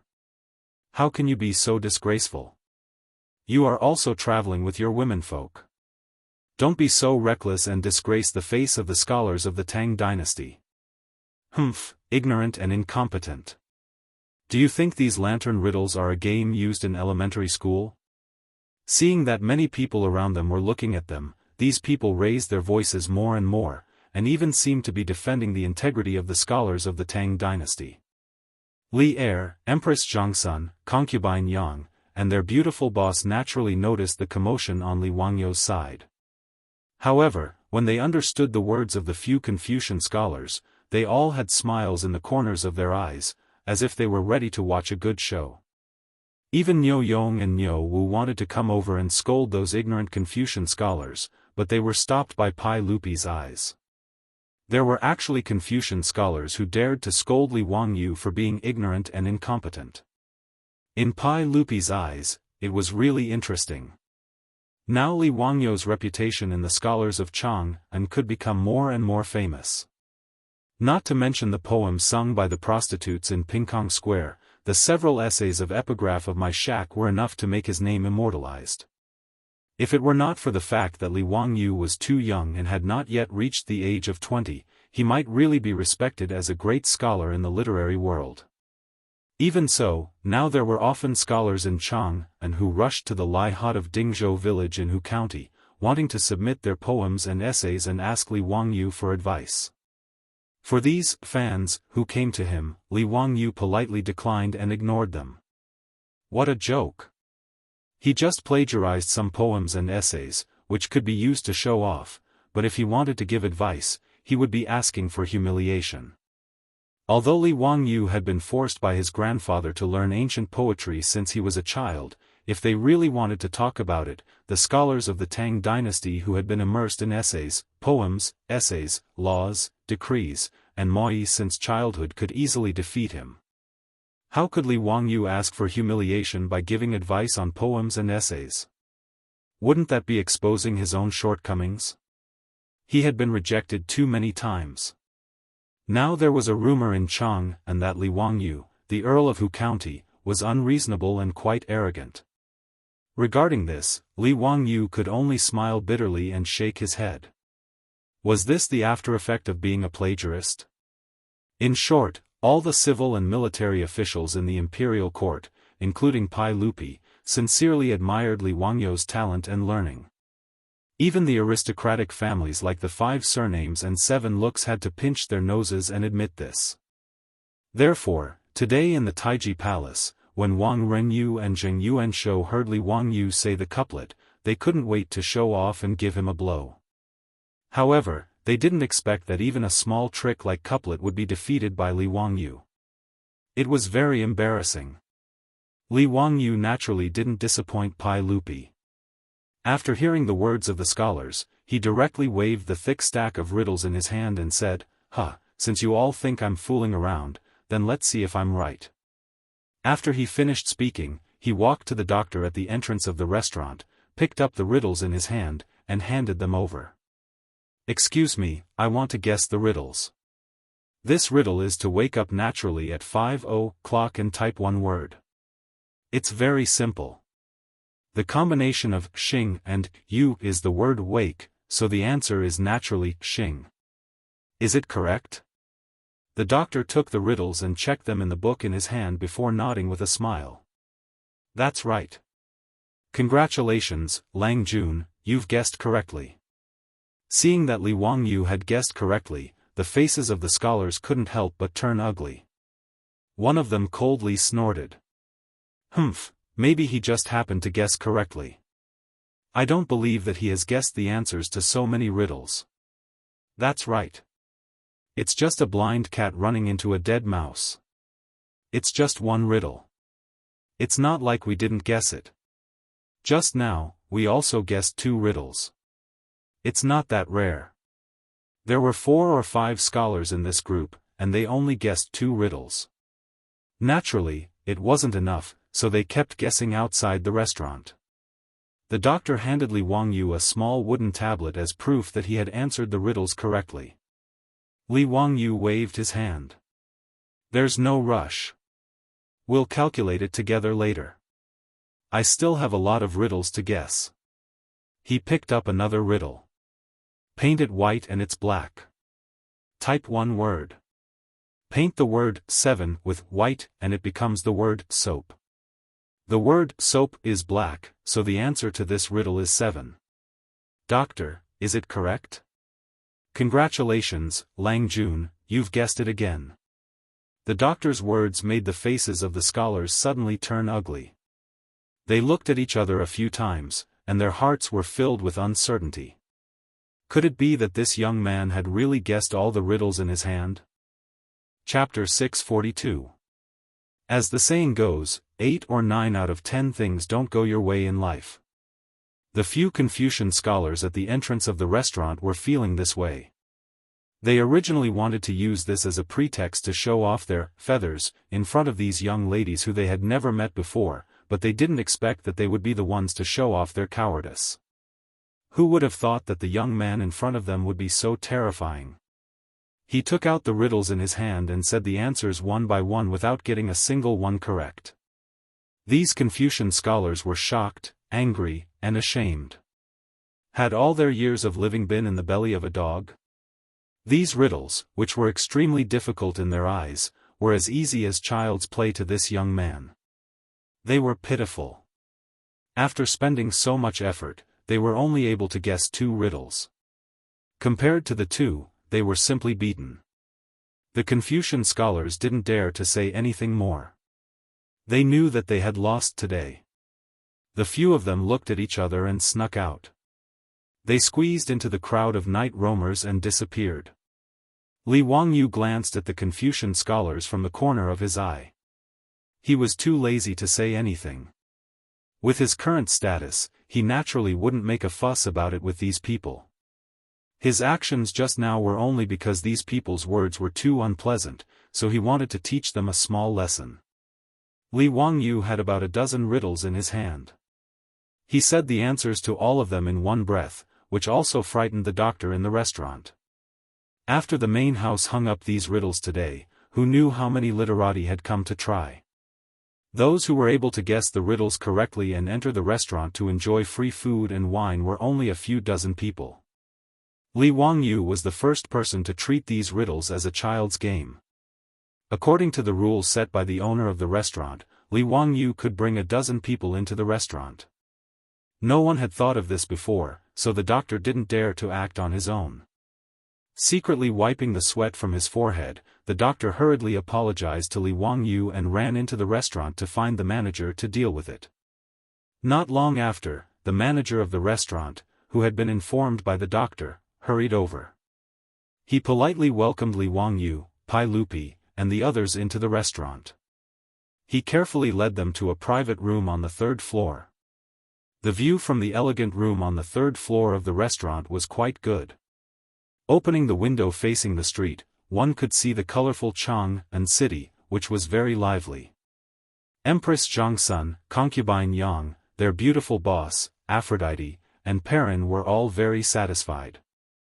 Everyone then called for the doctor to bring over some drinks and dishes that they were good at. At this time, the shopkeeper gently knocked on the door of the elegant room and said carefully, "Sir, my master would like to invite you for a chat. Would you be willing?" Li Wangyu was a little interested in the owner of this restaurant. The owner who could come up with this riddles for free meals was also a wonderful person. He was worth getting to know. Unexpectedly, Pai Lupi was also interested. He got up and walked out of the elegant room with him, intending to meet the owner of this restaurant.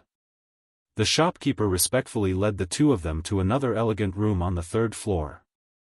When the door was pushed open, before Li Wangyu could see the scene inside the room, he heard a burst of laughter coming from inside. Huh, this old man knew it.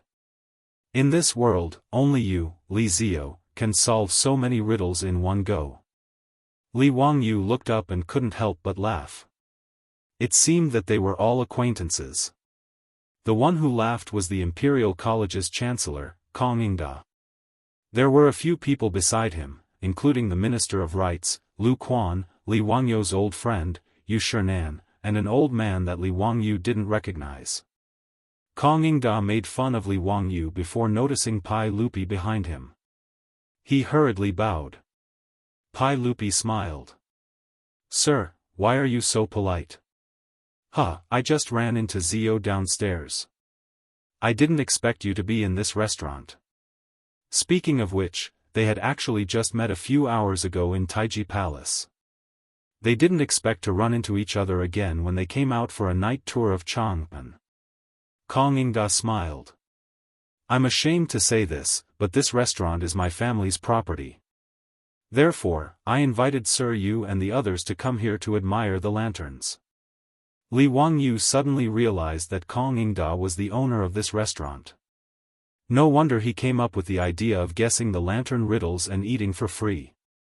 As the 31st descendant of Confucius, Kong Yingda naturally had many properties in his residence. This restaurant was just one of the many small properties. Pai Lupi looked at the old man that Li Wangyu didn't recognize in surprise. He respectfully bowed to the old man. "Teacher Wenji, you've finally returned to Chang'an. Shimin has been waiting for you for a long time. If we didn't run into Teacher Wenji today, I'm afraid that you wouldn't want to see Shimin, right? Is teacher still blaming Shimin?" Pai Lupi's words shocked Li Wangyu. He couldn't figure out who this skinny old man was. How could he make Pai Lupi speak to him like a disciple? "Your Majesty is too serious." "Huh, old me is already old. I'm weak and sickly. I don't deserve such treatment from your Majesty. I came back to Chang'an to visit an old friend. As for the matter of becoming an official, your Majesty, please don't mention it again. I'm 82 this year. I'm really useless." The old man shook his head and smiled. Pai Lupi saw that the old man refused so firmly. He could only smile bitterly and shake his head. He planned to slowly persuade the old man. In short, since the old man had returned to Chang'an, he naturally didn't plan to let him go. Yu Shinan smiled and said, "Brother Wenji, you're not in good health. Huh, you haven't been in Chang'an for a long time. I'm afraid you don't know this young man. His surname is Li and his name is Wangyu. His courtesy name is Zio. His Majesty has granted him the title of County Count of the founding of the country." Li Zio was a miraculous doctor. Even the Crown Prince's intestinal abscess was cured by him, and old Daoist Sunday Master Zhao's lung disease was also cured by Zio. "Your small ailments are nothing." "Huh." Yu Shinan turned his head and smiled at Li Wangyu. He introduced, "Zio, come and meet Master Li. Master Li's name is Gang and his courtesy name is Wenji. He's a great Confucian scholar." Li Wangyu's eyes involuntarily lit up when he heard that. So, this old man was Li Gang. No wonder Pai Lupi had such an attitude. Li Gang was a famous minister of the Sui and Tang dynasties. During the reign of Emperor Wen of Sui, he served as the Crown Prince's chamberlain and taught Crown Prince Yang Yong. After the Sui and Tang dynasties were established, Li Gang was appointed by Li Yuan as the Crown Prince's grand guardian and taught Crown Prince Li Jiancheng. After the Xuanwu Gate incident and Li Jiancheng's death, Li Gang resigned and returned to his hometown. In history, Li Gang returned in the 4th year of Zhengguan and was appointed by Pai Lupi as Crown Prince Li Qingxian's grand tutor. However, Li Gang was old and sickly. He passed away in the 5th year of Zhengguan. As a great Confucian scholar who taught 3 crown princes, Li Gang was unparalleled. Even retired Emperor Li Yuan, out of respect for Li Gang, never called him by his name. Pai Lupi, in front of this old man, could only greet him as a disciple and call him Shimen. Li Wangyu hurriedly bowed to Li Gang. So it's Teacher Wenji. Zio has long heard of Teacher's great name but has never seen Teacher's face. Today, I finally get to see Teacher. Li Gang twirled his beard and laughed. Huh, Count Huxian is too polite. This old man has long heard of your great name. This old man loved your 3 kingdoms so much that I couldn't put it down. As for the poems you wrote, this old man was even more amazed. With such a young man in my Tang dynasty, there is no need to worry about prosperity. Teacher Wenji is too kind. Teacher should just call me Zio. Li Gang's expression suddenly became serious and a trace of anger appeared on his face. Count Huxian, today you have embarrassed this old man. Tell me, how are you going to explain this to this old man? The old man's sudden change in expression stunned Li Wangyu. What was going on? Today was the first time he had seen this old man. How did he say that he had embarrassed him? Could it be that the few Confucian scholars downstairs were close to Li Gang? Chapter 643. Li Wangyu didn't know how to respond to Li Gang's words. Even Pai Lupi was confused. He didn't understand how his nephew had offended Li Gang. Even Yu Shernan, Kong Yingda, and Lu Quan were confused. They didn't understand why their old friend had suddenly turned hostile. Just as they were about to mediate, they saw Li Gang suddenly laugh like a naughty child. The mischievous expression on his face was like that of a child who had successfully pulled off a prank. Huh, Zio, don't panic. This old man was just joking with you. Today's lantern riddles in Brother Chong Yuan's restaurant were all this old man's proudest works. I didn't expect that Zio would treat it as a game. It's really annoying. Zio, tell me, how should you compensate this old man for his loss? Li Gang laughed very happily. There was no trace of embarrassment on his face. Li Wangyu didn't know whether to laugh or cry at this old man's words. Sure enough, old children were always like this. He didn't expect that such a great scholar like Li Gang would be so humorous. Pai Lupi also reacted. He shook his head and smiled wryly. Teacher Wenji still loves to joke. I thought this scoundrel had really done something to annoy Teacher Wenji. Li Gang clapped his hands and laughed. Zio, hurry up and tell me how you're going to compensate this old man. Otherwise, this old man will have Brother Chongyuan drive you out. Li Wangyu silently rolled his eyes. This old man was already 82 years old, but he still loved to joke around. He was really drunk. However, looking at Li Gang who was laughing happily like a child, Li Wangyu's eyes turned and a mischievous idea popped into his head. Heh, since Teacher Wenji says so, then it's my fault. Since that's the case, how about I compensate Teacher with a few lantern riddles? Li Wangyu laughed very mischievously. Li Gang shook his head repeatedly. No, this old man has nothing to do and likes to study lantern riddles. There really isn't anything new. This compensation won't do. That's not true. Teacher Wenji must have never heard of my lantern riddles and may not be able to guess them. Li Wangyu's smile became even more brilliant.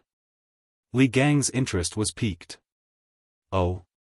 Ziyu, why are you so sure? This old man isn't afraid to tell you that this old man has been studying lantern riddles for more than 10 years. When I have nothing better to do, I like to study them as a game. You'd better think carefully. If I can answer your riddle, it won't count. Of course. If Teacher Wenji doesn't believe me, why don't we make a bet? I will give you 10 riddles. If you can guess 3 of them correctly, then you win. I wonder if Mr. has seen the portrait in Duke Yu's mansion. If I lose, I will draw a painting for you as an apology. What do you think? Hearing this, Li Gang's old eyes lit up. He had a good relationship with Yu Shernan. During Yu Shernan's birthday banquet, Li Wangyu had given him a sketch of Yu Shernan as a congratulatory gift. Naturally, he had seen it and liked it very much. Now that he heard that Li Wangyu actually wanted to bet with him, how could the old man not agree? Ziyu, you're really willing to go all out. It seems that if this old man loses, you must have some ulterior motive. Let's hear it. What will happen if this old man loses? Li Gang was also shrewd with age. He saw through Li Wangyu's plan with a single glance. Li Wangyu smiled. If Teacher Wenji loses, I will take the liberty of asking you to teach the Crown Prince. I wonder if Teacher and His Majesty will allow this? Pai Lupi heard this and immediately nodded. Li Wangyu's words were simply spoken to the bottom of his heart. How could he have any reason to disagree? He looked at Li Wangyu with eyes full of encouragement and praise. Although Li Qingxian and Li Tai had both acknowledged Li Wangyu as their master, this didn't conflict with Li Gang being one of the Crown Prince's 3 tutors. Pai Lupi had previously planned to do this. However, Li Gang had become somewhat dejected because of the matter with the Crown Prince, Li Jiancheng. As a result, he wasn't willing to accept the edict. He only said that he was too old to teach the Crown Prince. Li Wangyu naturally knew what Pai Lupi was thinking. Wasn't this nonsense? In history, Pai Lupi had coaxed and pestered Li Gang to become the Crown Prince's imperial tutor in the 4th year of Zhengguan's reign. Unfortunately, Li Gang was already old and passed away a year later due to illness. Thinking of this, Li Wangyu decided that if there was an opportunity, he would have Sun Simiao help Li Gang recuperate. Although he had just met the old man, Li Wangyu felt that they were very congenial. Naturally, he didn't want this humorous and witty scholar to pass away 2 years later due to illness. Li Gang's old eyes stared at Li Wangyu for a while. Then, he twirled his beard and smiled. All right, since you've said so, then it's settled. Give me your questions.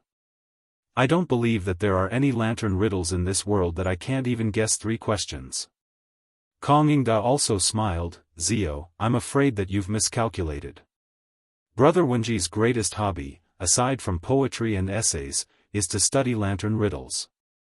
If you make this bet with Brother Wenji, I'm afraid that you'll lose 9 times out of 10. Yu Shernan and Lu Quan also looked as if they were watching a good show. However, it was clear that the 2 old men didn't think that Li Wangyu could beat Li Gang. Hearing this, Pai Lupi frowned. He was hoping that if Li Wangyu won, he would be able to trick Li Gang into becoming a teacher in Qingxian. Li Wangyu smiled so widely that his eyes narrowed. If you don't believe me, why don't we make a bet as well?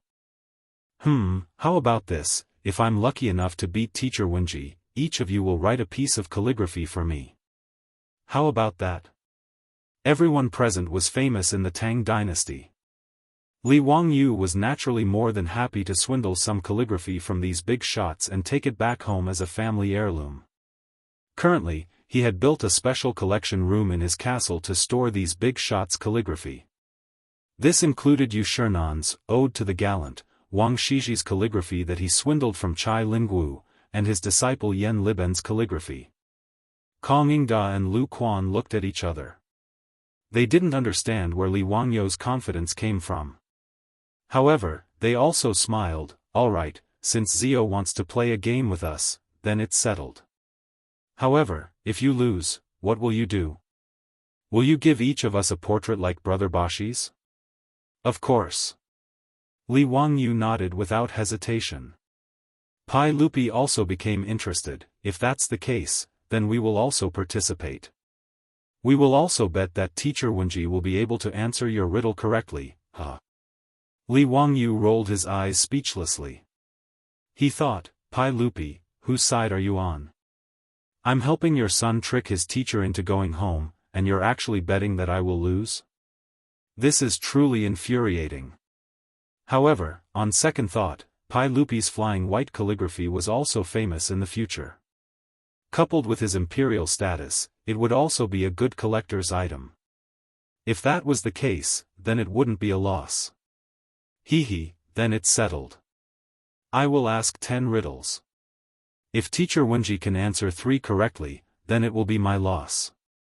If Uncle and you lose, you can't go back on your word. Of course. Just give me the question. Li Gang's interest was piqued, and he urged. Li Wangyu coughed lightly and pretended to think. He paced back and forth in the room before saying, the first question. Chapter 644.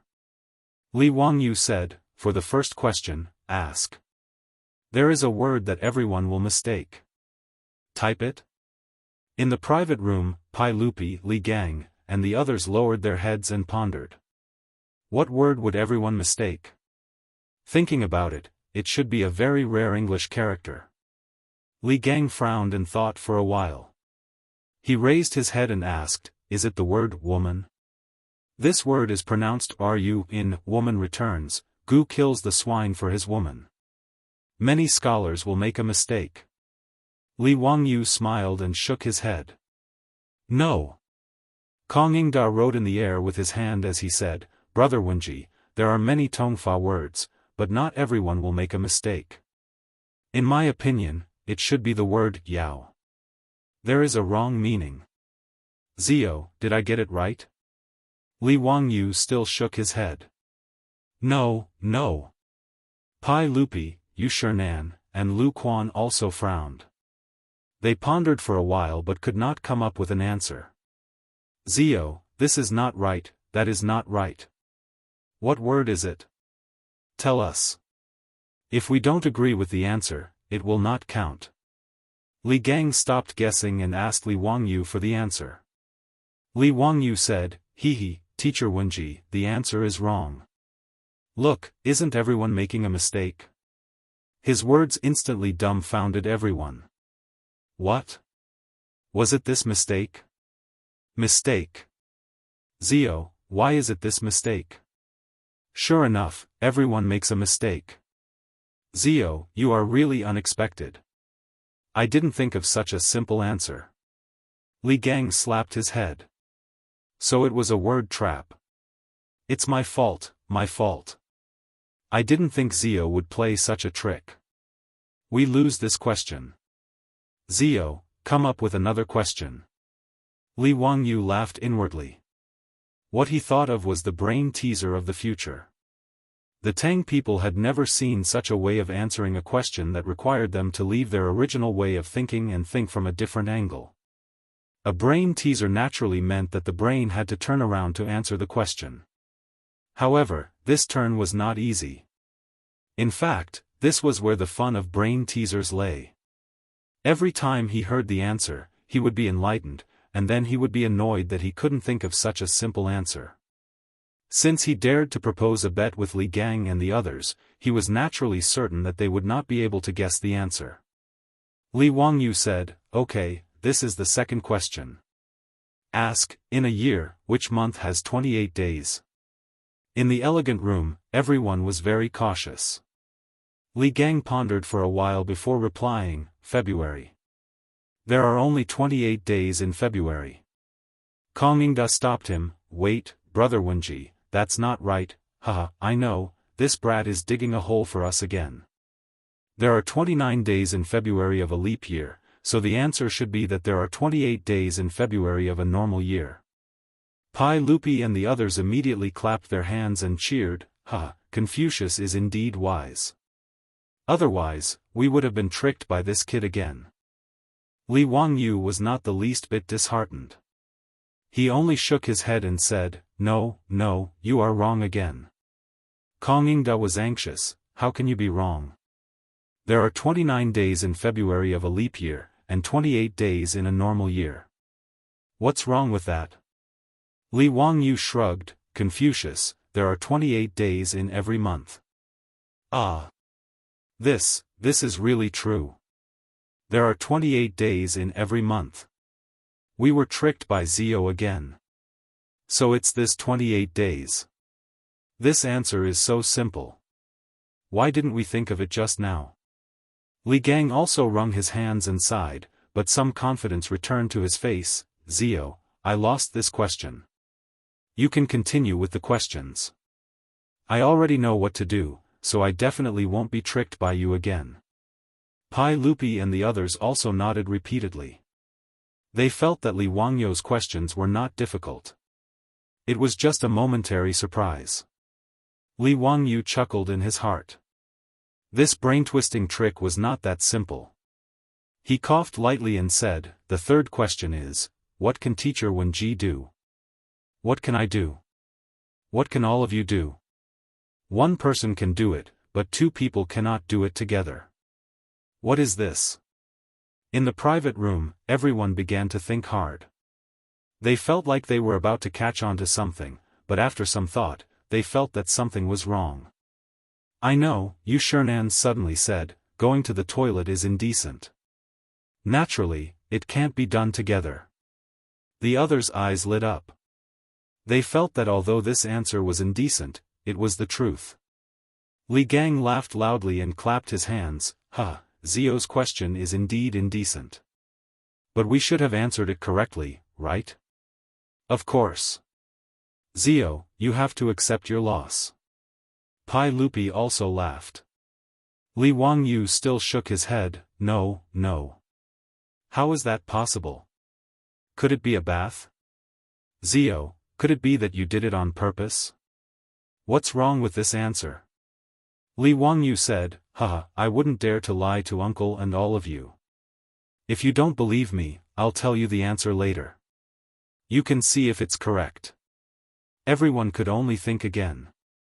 Now, they understood that Li Wangyou's questions were all unexpected. They needed to think about it from a different perspective. However, how could it be so easy to change one's habits of thought? After thinking about it for a while, no one had a clue. They could only admit defeat. After all, this was only the third question. There were still 7 questions, so there was no need to rush. Zio, tell us the answer. I admit defeat. I can't guess the answer. Li Wangyu smiled, Teacher Wenji, uncle, and all of you, it's a dream. Of course, everyone can have this dream, but it can't be done together. Yu Shernan was drinking from his wine cup. When he heard this answer, he couldn't help but spit out all the wine. Lu Quan, who was beside him, couldn't dodge in time and was sprayed with wine. Lu Quan didn't know whether to laugh or cry. He looked at Yu Shernan, Brother Bo Shi, how much do you have against me? Sorry. I couldn't help it. Zio's answer made me laugh. Yu Shernan hurriedly helped his old friend wipe the wine off and explained with a laugh. Li Gang was so annoyed that he kept hitting his head with his hand. Why didn't I think of it? Dream, isn't it just a dream? Pai Lupi was also annoyed that he didn't think of such a simple answer. Zio, continue. I don't believe I can't guess the answer. Li Gang said, rubbing his hands together. Kong Yingda and the others were also waiting for Li Wangyu to come up with a question. Everyone had forgotten that Li Wangyu had promised them that he would answer the question alone. Now, it was Pai Lupi and the others who were united in their determination to compete with Li Wangyu. Li Wangyu didn't care. He shrugged. Question 4, what's the middle of Chang'an? It's Vermilion Bird Avenue. No, this kid's trap can't be so simple. I know, the middle of Chang'an is the common people. No, uncle, everyone, the middle of Chang'an is naturally the word an. It's the middle of Chang'an? Is that even possible? This question deserves a toast. Zio, you're too evil. In the private room, everyone laughed again. Then, they couldn't help but applaud. Zio, continue. I don't believe I can't get a single question wrong. Li Gang raised his head and drank a cup of wine, laughing loudly. This feeling of racking his brains and finally having the answer right in front of him was too torturous. Chapter 645. Seeing that the big shots were so excited, Li Wangyu could only shrug his shoulders and continue with the questions. Uncle, everyone, the 5th question is, iron and copper will rust if placed outside. What about gold? Everyone had become very cautious. Lu Quan asked, will this gold also rust? It shouldn't, right? When have I ever heard of gold rusting? Pai Lupi laughed, I know about this. There are many gold objects in the palace that need to be polished by craftsmen. I once asked out of curiosity and learned that gold will rust as well. Therefore, it needs to be polished frequently. Yu Shernan clapped his hands and applauded, that's true. I also know that gold will rust. Li Gang was about to answer when he lowered his head and thought for a while. He felt that Li Wangyou's questions wouldn't be so simple. But no matter how he thought about it, he still couldn't figure it out. He could only answer, Zio, gold will rust. This question can't be wrong. Li Wangyou shook his head again, no, no. How can it be wrong? Tell us, won't gold rust? Li Wangyou laughed mischievously, Uncle, everyone, I didn't ask you if gold will rust. The correct answer is that iron and copper will rust if placed outside, but gold will be stolen. Ah. What? Zio, didn't you ask if gold will rust? Sigh, we fell for Zio's trick again. This iron will rust is clearly a trick to mislead us into thinking if gold will rust. Huh, isn't that right? If gold is placed outside, it will be stolen. Everyone was annoyed that they had fallen for Li Zio's trick again. How annoying. Every time they heard the answer, they felt that it was very simple. But they didn't think of it at all. Everyone felt that these questions were very simple, but when it came to the next question, they still couldn't answer it correctly. Zio, continue. I don't believe that I'll get it wrong today. At this time, Pai Lupi, Li Gang, Yu Shernan, and the others didn't care about winning or losing. The most important thing was that they had to answer a question correctly to save their face. Otherwise, if he couldn't even answer a single question out of the 10, it would be too embarrassing. Question 6. What won't get wet after falling into water? Question 7. There is an item that you can use your left hand to hold, but not your right hand. What is it? Question 8. What is it that gets bigger and bigger when you cut it with scissors? Question 9. Ask. Question 10. There were a total of 10 riddles, but none of the people present could answer a single one. Li Gang, Pai Lupi, and the others looked at each other in dismay. The emperor of the Tang dynasty and several top scholars of the Tang dynasty were really hit hard by Li Wangyou's strange questions. Kong Yingda's face was flushed red. He suddenly stood up and went to the table in the private room. He picked up a brush and wrote down the 10 questions Li Wangyou had given him, as well as the answers. Then, he called for the manager of the restaurant. Go, remove all the riddles outside and replace them with these 10 questions. Those who can answer them correctly can come in. The manager didn't understand. After looking down at the riddles and the answers on the paper, he couldn't help but have a very interesting expression. Yes. The manager didn't dare to ask more. He followed Kong Yingda's order and ordered the doctors in the restaurant. Li Gang, Yu Shernan, and Lu Quan pointed at Kong Yingda and laughed. Chong Yuan, are you not going to entertain guests today? Some people could answer those riddles, but I don't believe anyone can answer Ziyu's 10 questions correctly. Humph, what does that have to do with me? I didn't come up with these questions. Kong Yingda raised his head and drank a cup of wine gloomily. Today, he was really depressed because of those 10 damn questions. Since he was unhappy, he would make those scholars who were traveling at night feel depressed as well. If they wanted to enter the restaurant and enjoy the wine for free tonight, they had to answer those damn questions first. It had to be said that because Kong Yingda was unhappy, he threw out those 10 questions, which really tortured the scholars in Chang'an. During the 3 days of the Lantern Festival, the restaurant of the Kong family almost didn't receive any guests after the 10 questions were put up. The more difficult it was for people to answer these 10 questions, the more competitive the countless scholars in Chang'an became. During the Lantern Festival, many scholars gathered in front of the restaurant of the Kong family, wanting to guess the answers to the questions. For a time, whether or not they could answer the riddles of the lantern and get the right to enjoy the wine for free became a secret competition between the scholars in Chang'an. If others couldn't answer, it would be a great honor if they could answer correctly. But even great scholars like Li Gang, Yu Shinan, and Kong Yingda couldn't do anything about the brain teasers of the later generations, let alone these scholars. After trying various answers but being judged wrong by the restaurant, these scholars couldn't take it anymore.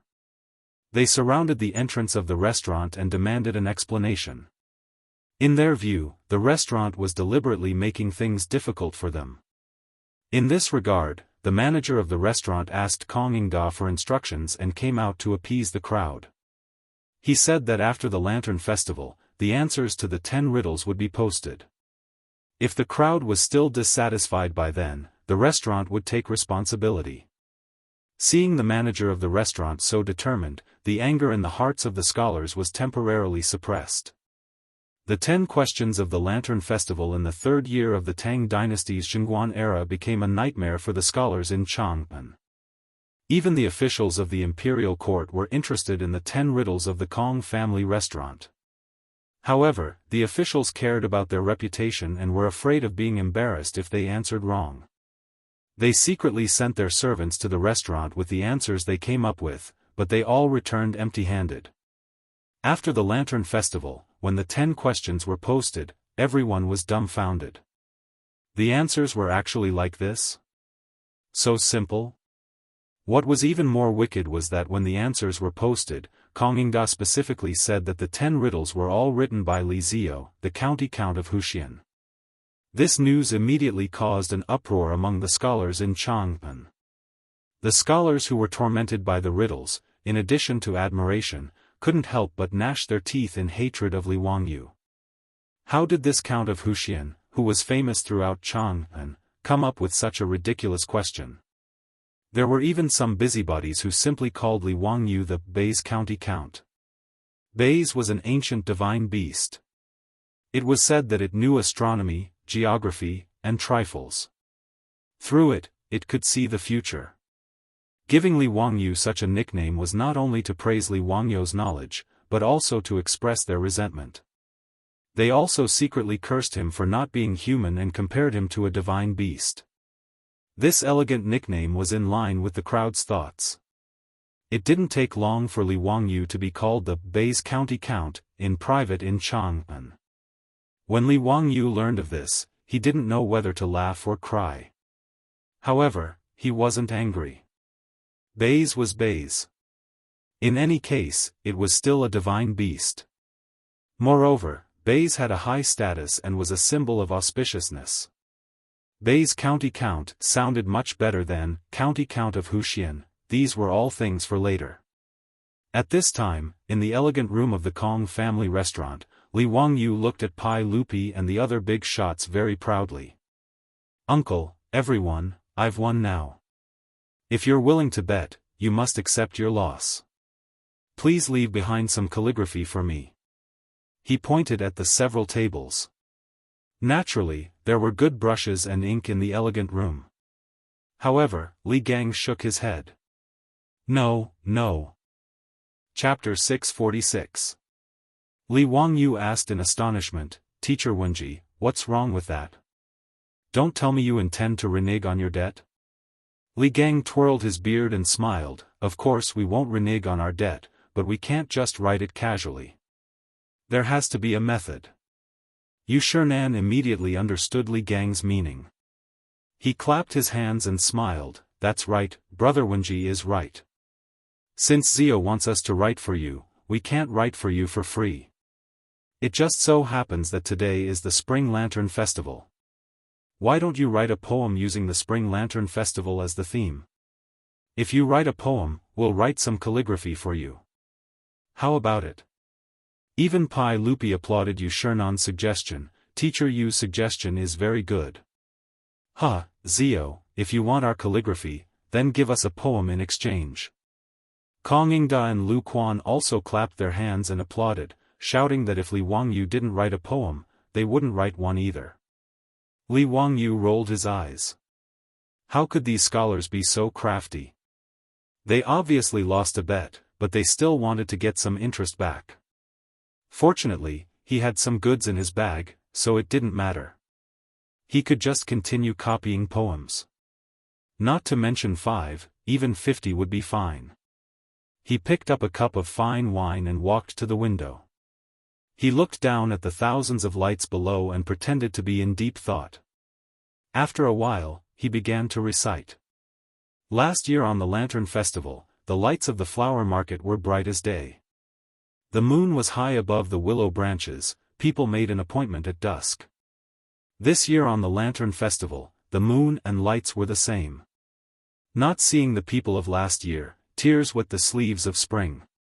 Li Gang's eyes lit up when he heard this poem that Li Wangyu copied from Ouyang Xiu's Spring Lantern Festival. Even though he was over 80 years old, his reaction was still quite fast. Before the others could react, he had already walked to the table and picked up a brush. Good poem. The moon was high above the willow branches, people made an appointment at dusk. This poem belongs to this old man. This old man will write this one. Yu Shinan and the others, who had just completed the first step, glared at Li Wangyu. Zio, if the next song isn't as good as this one, don't even think about getting away with it. Pai Lupi was even more domineering. He directly demanded, Zio, I'll write the next song. Think carefully. Li Wangyu almost fainted. Was there a need to fight for this? Li Gang waved his brush and splashed the ink. Not long after, a poem, Birth Check Child, New Year's Eve, appeared on the paper. The old man wrote down his promotion and stamped it with his own seal. Only then did he blow dry the ink and hand it over to Li Wangyu. Thank you, Mr. Wenji. Li Wangyu happily put it away. The first calligraphy piece was in his hands. Pai Lupi did not hesitate. He stood beside the table and stared at Li Wangyu, waiting for him to continue composing. Being stared at by Pai Lupi like this, Li Wangyu could only rack his brains to find the most popular Shangyuan festival poem to deal with Pai Lupi.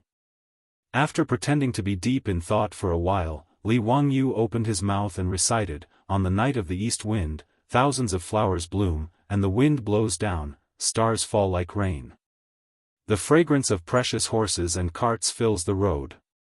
The sound of the phoenix flute moves, the light of the jade pot turns, fish and dragons dance in the night. Moths, snow and willows, and golden strands, laughter and hidden fragrance pass away. Looking for her thousands of times in the crowd, suddenly turning back, she's still there, in the waning light.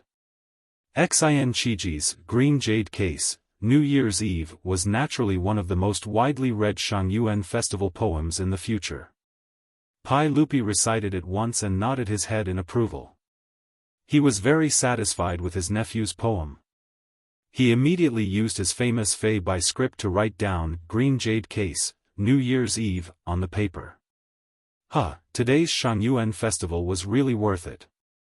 With these two masterpieces, we should drink to our heart's content. Come, Zio, let this old man toast you. In this old man's opinion, when it comes to poetry, no one in the world can compare to you. Yu Shinan was very excited.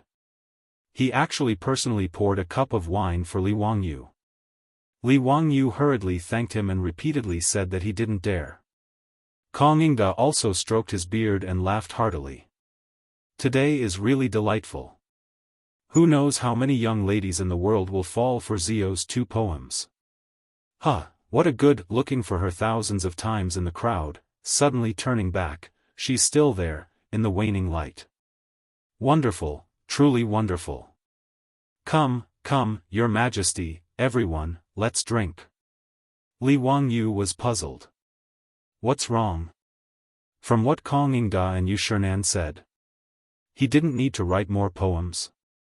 This actually wasn't strange. In the eyes of Yu Shinan and the others, poems weren't vegetables in the fields. How could they be wholesale? Just now, when they said that they wanted him to write 5 Shangyuan festival poems, only then would they each write one. That was just a joke. Now that Li Wangyu had written 2 masterpieces in a row, what else could they ask for? On the other hand, Li Wangyu couldn't help but feel excited after drinking a few cups of wine. Originally, in the future, when he was forced by his grandfather to memorize so many poems, he didn't feel much. But now that his soul had traveled to the Tang dynasty and personally witnessed the flourishing flowers of the Shangyuan festival, he had a deeper understanding of these masterpieces. Under the stimulation of alcohol, Li Wangyu couldn't help but want to recite the extremely beautiful poems in his mind.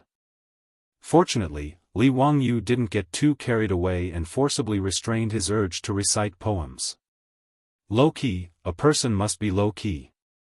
It was enough that he had monopolized Xin Qiji and Ouyang Xiu's masterpieces. He should leave some leeway for his descendants. Otherwise, in the future Shangyuan festival, what would Su Shi, Li Shangyin, Li Qingzhao, Lu Yu, Wang Shouren and the others write? Seeing that Yu Shernan and the others no longer brought up the matter of composing poems, Li Wangyu stopped while he was ahead. After pulling Yu Shernan, Kong Yingda, and Lu Quan to leave him calligraphy, Li Wangyu finally stopped. At this time, Pai Lupi solemnly bowed to Li Gang again. "Teacher Wenji, you must also accept your loss. Crown Prince Qingxian will be in your care." Li Gang also helplessly shook his head. This old man is already 82 years old this year. I only want to enjoy the rest of my life and have children and grandchildren. Why bother, Your Majesty? Besides, the Crown Prince has Zio to teach him. There is no need for this old man to meddle. How could Pai Lupi let him go? Li Wangyu was naturally a good teacher, but as a parent, how could he dislike having too many great teachers teaching his children? This was a common problem for parents. Teacher Wenji, although Zio's talent is unparalleled in the world, he is still young. The Crown Prince still needs a knowledgeable and highly respected scholar like Mr. to teach him how to conduct himself. I hope Mr. won't refuse. Pai Lupi's sincere attitude naturally left Li Gang with nothing to say. He could only nod in agreement. Li Wangyu, on the other hand, laughed inwardly. In history, Li Gang, this great scholar, was truly unlucky. Although he was knowledgeable and had a strong character, he was an out-and-out Crown Prince killer. He taught 3 Crown Princes in a row, and none of them had a good ending. He was simply unlucky to the bone. However, things were different now. Li Wangyu believed that with his guidance, Crown Prince Qingxian would not be as bad as he was in history. Li Gang would not continue to be unlucky. After Li Gang nodded in agreement, the elegant room became lively again. Yu Shernan, Kong Yingda, and Lu Quan all raised their glasses to congratulate their old friend on his return to the imperial court. They drank until 5:00 in the morning. Before leaving, Pai Lupi did not forget to call Li Wangyu to his side and whispered to him to go watch the match the day after tomorrow. Li Wangyu was reluctant in his heart, but he could only accept it with a smile on his face. In his opinion, accompanying Pai Lupi to the Dazhao baseball stadium was not as comfortable as sitting in the box with his beautiful boss and Aphrodite. However, how could he refuse a saint's summons? Chapter 647. After parting ways with Pai Lupi, Empress Zhangsun, and the others, Li Wangyu and his beautiful boss were not in a hurry to go home. Instead, they continued to tour Chang'an City at night, enjoying the rare scenery of the Spring Lantern Festival. Even though it was already 3:00 in the morning, there were still many people on the streets, be it the east or west markets. Obviously, no one was willing to waste the once-a-year curfew by going back to sleep.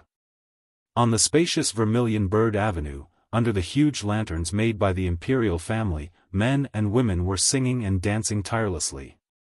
Dancing was a kind of group dance. The dancers were in groups, holding hands, and stepping on the ground with their feet, singing and dancing at the same time. It was very lively. Stepping on the ground with one's feet meant to beat the rhythm. Of course, anyone could participate in this dancing. Just like in the future, when traveling to the Tibetan area, there was no need for any skills, just enthusiasm. Li Wangyu was so excited that he simply pulled his beautiful boss, Aphrodite, and Perrin, and ran into the singing group with a big laugh, cheering along with them. That night, they sang, danced, and laughed, until the sky turned white and the morning drum sounded in Jianghu city. The joyous feast of the Spring Lantern Festival finally came to an end. That night, countless lovers and girls secretly sent glances at each other as they walked under the moon and looked at the lanterns, making promises of marriage for that lifetime. That night, they were dressed in fine clothes, dazzling with pearls and jade, and powdered with fragrant powder. That night, the moon was above the willow tree, and they made promises after dusk. It was not until dawn that Li Wangyu, who was sore all over, hoarse, and exhausted, led the reluctant crowd back to the mansion in Kaihua Lane to sleep. After returning to the mansion at dawn, everyone went to wash up and rest. Li Wangyu even wanted to sneak into Su Changqing's room to kiss her, but he was naturally turned away. Although the two of them had broken through the last line of defense on New Year's Eve, and had done something shameful in bed, things were different today, and the two of them could only do things secretly. If it was in the future, this pair of adulterous couple would definitely live together and live their lives shamelessly. But since they were in the Tang dynasty, if the two of them moved in together without any official status, who knew how big of a disturbance it would cause if this matter was spread out? Besides, Li Wangyu was still in mourning. Even if he wanted to marry his beautiful superior, he would have to wait until the 4th year of Zhengguan. Before this, he still had to avoid the eyes of the people in the mansion when he was with his beautiful superior. Under such circumstances, how could Su Changqing allow Li Wangyu to sneak into her room in broad daylight? Apart from Perrin, who had roughly guessed the truth, even the old housekeeper, Li Heng, didn't know what had happened between his Lang Jun and Madame Su. On the other hand, the muddle-headed Avro had no idea that her sister Changqing had already cheated on her husband. But even if Avro knew, she probably wouldn't have any thoughts about it. After all, she already knew that her sister Changqing would be the mistress of this family in the future. As a noble lady of the Byzantine Empire, Avro had long given up on the idea of returning to her hometown in this life. Now, her heart was completely tied to Li Wangyu. In the afternoon, Li Wangyu, who was sleeping soundly, was carefully woken up by the old housekeeper, Li Heng. Lang Jun, the young Duke of Duke Lu's mansion, is here. Li Wangyu struggled to open his eyes. After a long while, he shook his groggy head and asked in confusion, "Why are they not resting in the mansion? What are they doing here?" The young Duke didn't say. Last night, it was needless to say that this group of silk pants must have stayed up all night to seek pleasure. Originally, the silk pants had invited Li Wangyu to travel with them, but Li Wangyu had rejected them. "Are you kidding me? Why are you not accompanying your beautiful superiors on Valentine's Day and having fun with a bunch of men?" Now that he was no longer a single loser, he naturally didn't want to spend such a beautiful day with these playboys. Presumably, this group of playboys must have spent the night in the Peace Square or the Hu wine shop. Scum! Li Wangyu got up angrily and took the hot towel handed over by the maidservants in the mansion to wipe his face. After clearing his head, he got up and changed his clothes with the help of the maidservants. He hurriedly walked to the main hall and greeted the group of debauches. "Brothers, what are you doing here in my mansion instead of resting in your mansion? Huh, Zio, you weren't kind last night. You didn't even call your brothers. Do you know that today, Jianghu city is restless because of you?" Fang Yai clapped his hands and laughed as soon as he saw Li Wangyu. Naturally, Li Wangyu was baffled by his nonsensical words. What was this and what was this? Last night, he had gone out with his beauties and met Pai Lupi and the others by chance. They drank and had fun in the Kong Mansion's restaurant and then went out to sing until they returned home in the morning. What did he mean by stirring up trouble and restless Jianghu city? Where did this come from? Brother Yai, why don't I understand what you're talking about? Cheng Chumo patted Li Wangyu's shoulder heavily. Zio, you're still pretending. Did you make a poem last night? So what if I did? Li Wangyu asked curiously. It wasn't like he hadn't copied poems before. After transmigrating to the Tang dynasty, he had copied at least dozens of poems. Why was he making such a fuss? What he didn't expect was that when the playboys heard him admit that he did make a poem last night, their eyes lit up and they swarmed up to surround him. "Zio, we've treated you well, haven't we? Hee, those poems, give us some of them. We're not greedy. We'll give each of us one." Li Wangyu was even more confused. Why did they ask him for a poem out of nowhere? "Brothers, if you have something to say it slowly. What are you trying to do? You've really confused me." Li Wangyu finally understood the situation after the debauches gave a lively explanation. He felt even more speechless. It turned out that the 2 poems about the Lantern Festival that he wrote last night had begun to spread in Jianghu and city at a very fast speed. Unlike the poems and articles that Li Wangyu copied before, these 2 poems about the Lantern Festival were like spiritual bombs for women. Especially the young ladies in Jianghu and city who were yearning for love. After hearing these 2 poems, they almost went crazy. After all, the poems that Li Wangyu copied before were beautiful, but they didn't necessarily resonate with women. Whether it was Ode to Chivalry or Leaving the Fortress or other poems, they were loved by the literati. As for the noblewomen, young ladies, and those prostitutes in Jianghu and city, although they liked them, they didn't necessarily love them to the core. As for the 2 Shangyuan festival poems that Li Wangyu plagiarized last night, they described the scene of 2 lovers whispering sweet nothings under the moonlight and the shadow of willow trees. It was hazy, quiet, graceful, and gentle. It simply took one's life. To use an inappropriate analogy, Li Wangyu was originally just an A-list celebrity in the eyes of the young ladies in Jianghu and city. But after the 2 poems of the Lantern Festival last night spread, Li Zio, the Count of Huxian, suddenly rose from the A-list to the level of a superstar. In short, Li Wangyu became popular. Chapter 648. The 2 poems that Li Wangyu plagiarized, The Green Jade Case New Year's Eve and The Birth of a Child New Year's Eve, both had a graceful beauty. Although the emotions contained in them were different, whether it was the poignant beauty and melancholy of The Birth of a Child New Year's Eve, or the desolation and loneliness of The Green Jade Case New Year's Eve, or the unexpected joy of The Green Jade Case New Year's Eve, they all made the young ladies in Jianghu and city cry silently, their tears falling onto their clothes. It could be said that in Jianghu and city, there had never been a poem that spread faster than the 2 poems that Li Wangyu plagiarized during the Lantern Festival. After the 2 poems were written last night, the manager of the restaurant, who was carefully waiting on them in the elegant room, wrote them down. He immediately copied them out and asked the restaurant's doctor to send them to the brothel in Ping Kong Lane. Of course, the manager did not have any other ideas. He just wanted to please Li Wangyu. In the Tang dynasty, it was very difficult for the poems written by literati to be passed down. It was naturally the easiest way to make a name for oneself by letting the courtesans in the brothel sing it. In the brothel in Ping Kong Lane, there were scholars who sent their poems every day, regardless of whether they were the most beautiful courtesans or courtesans.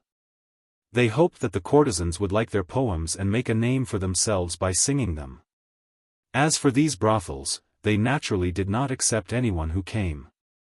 If it was not a truly wonderful poem, they would not bother to sing it. In the Confucius family restaurant, there were many literati who would recite poems. The elegant room had paper, ink, and brush stones prepared for these literati. If the restaurant felt that the poems they wrote were good, they would also be sent to the brothel in Ping Kong Lane to make a name for their customers. Although the manager of the Confucius family restaurant was a merchant, he could still distinguish between good and bad poems. Moreover, the 2 poems by County Count who were obviously not ordinary to be able to make his master and a group of scholars so excited. Therefore, after he copied the poems, he immediately asked the doctor to send them to Ping Kong Lane. When the courtesans in Ping Kong Lane heard that the poems were new poems by County Count who for the Lantern Festival, they naturally did not dare to neglect them.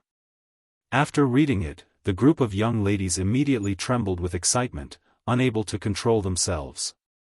While Li Wangyu was still drinking with Pai Lupi, Li Gang, and Yu Shinan in the restaurant, Peace House was in an uproar.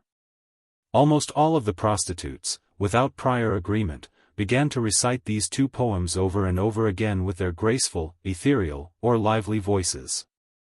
During the Shangyuan festival, Peace Square was also packed with people. Naturally, there were plenty of ordinary people who didn't want to admire the lanterns and only wanted to admire the beauties. The debauches had also gone to Peace Square early in the morning and found a large group of gorgeously dressed young ladies to accompany them. They were very happy. When they heard the young lady in the building recite Li Wangyu's two new poems, other than sighing at Li Wangyu's talent, they didn't have much of a reaction. Naturally, this was very normal. Just like the Korean dramas of the future, the steely straight men might not think much of it, but they could make the young ladies cry. This was the difference between men and women's feelings. Therefore, the debauches were depressed. The group of young ladies in the painting building, when they heard the two poems being recited over and over again, were all sobbing uncontrollably. Their tears spilled over their clothes, making people feel pity for them. What made the debauches even more dumbfounded was that this group of young ladies actually shyly stuffed a pile of sachets, handkerchiefs, and even the courtesans in the painting building. And these things were naturally not for them, but for them to pass to County Count who. The debauches were provoked by this scene and hated that bastard Li Wangyu so much that the roots of their teeth itched. He didn't even show his face, but he was able to seduce the young ladies in Peace House. He was really despicable. What made the debauches even more stunned was that when they returned home, they found that the two poems of the Lantern Festival had already spread throughout Chang'an City. And those unmarried sisters, cousins, and cousins in their mansion simply didn't care about what the debauches were thinking. They shyly stuffed all kinds of sachets and handkerchiefs into their hands. Needless to say, they were naturally asking the debauches to pass them to Li Wangyu. In this way, how could the debauches still stay in their mansions? When a few of them met and discussed, they were shocked to find that the poems had such benefits. They didn't have time to express their envy, jealousy, and hatred towards Li Wangyu. They directly came to Li Wangyu's mansion just to ask for such a poem so that they could go to Peace House and enjoy the admiring eyes of the courtesans and young ladies in the future. After the debauches finished speaking, they each took out a pile of fragrant sachets and handkerchiefs and stuffed them into Li Wangyu's arms. Take it, take it. These are all gifts from your admirers. Take it away quickly. Don't try to show off in front of me. I'm so angry. Today, if you don't give us some poems, we won't agree. Cheng Chumo was full of anger when he mentioned this matter. Looking at Li Wangyu's youthful and handsome face, he had always been deeply influenced by that old man Cheng Yaojin. He, who was proud of selling his muscles, couldn't help but secretly wonder if Brother Valiant General was no longer welcome. Cheng Chumo didn't know that since ancient times, this was a society that looked at the face, and with the face that he inherited from Cheng Yaojin, it was estimated that even if he memorized many poems, it would be useless. Li Wangyu was also stunned by Monogatari. Holding the pile of fragrant sachets and handkerchiefs, he didn't know whether to laugh or cry. He didn't expect that casually copying two poems would cause so much trouble. In fact, this was not strange at all. Lu Yong, Lu Sanbian, who was famous in history for writing poems by imperial decree, relied on a good poem to appear in the red light streets and willow alleys, and lived in pink tents and brocade quilts. It was very romantic and happy. The prostitutes of the Song dynasty even said, unwilling to be summoned by the king, willing to be called by Lu Qi, unwilling to be 1,000 gold, willing to be in Lu Qi's heart, unwilling to see the immortals, willing to know Lu Qi's face.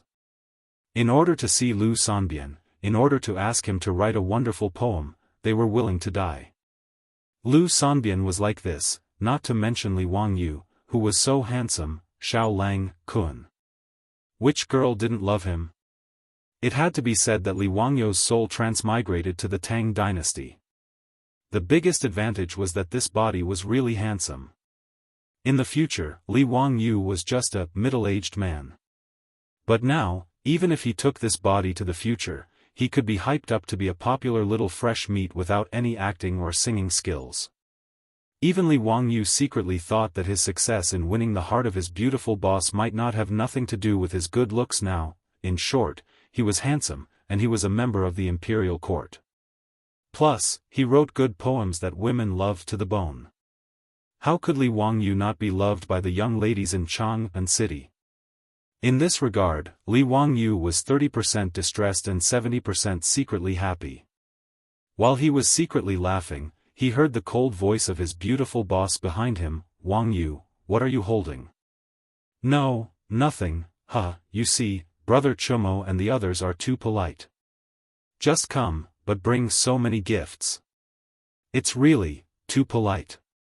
Li Wangyu casually put the pile of sachets and handkerchiefs on the table beside him and said perfunctorily. Unfortunately, his words were really not convincing. He couldn't even fool the little girl Perrin, let alone his beautiful boss. Chapter 649. How could the beautiful superior believe his words? Moreover, she had already heard the conversation between the wastrels earlier. She coldly snorted and gave Afro and Perrin a look. The two attendants of the beautiful superior immediately understood their older sister's meaning and immediately stepped forward. One of them coldly snorted at Li Wangyu, reached out to pick up the fragrant sachets and handkerchiefs on the table, turned around, and left. In this regard, Li Wangyu naturally broke out in a cold sweat. The beautiful superior was jealous, and the consequences were very serious. He was wronged, truly wronged. This was simply a person sitting at home, but the pot fell from the sky. He didn't take the initiative to provoke those young ladies who adored him, so how could they blame him? Snow in June, how wronged was that? However, Li Wangyu cleverly shut his mouth. It wasn't a good idea to argue with a jealous beauty. This was a bloody lesson for countless men in the future. Obviously, after the substantial change in their relationship, even a goddess like the beautiful superior couldn't help but develop in the direction of a jealous little girl. Even the group of wastrels could feel the low pressure brought by the beautiful superior. In the main room, everyone sat upright and still, and no one spoke. Only after the three women left did Fang Yai let out a long breath. "Zio, you're too henpecked. You haven't even gotten married yet, but you're already like this. I'm afraid that in the future, you won't be able to uphold your wife's authority." Li Wangyu looked at him with disdain and scolded in his heart, "It's fine if other people say it, but how can you have the face to say such things?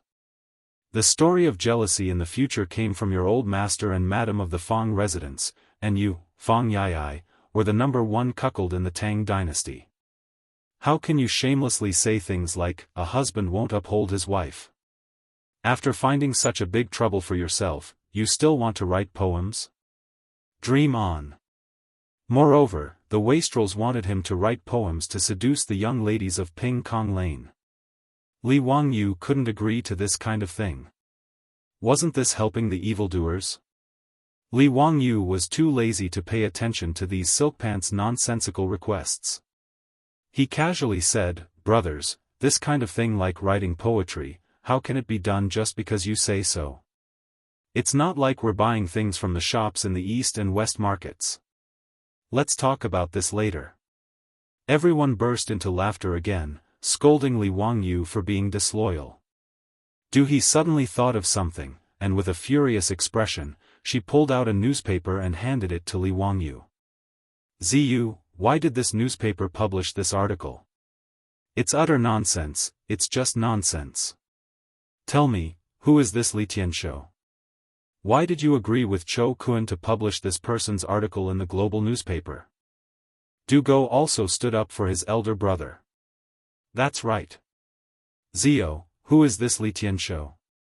Why haven't we heard of this person before? There will be 5 matches tomorrow.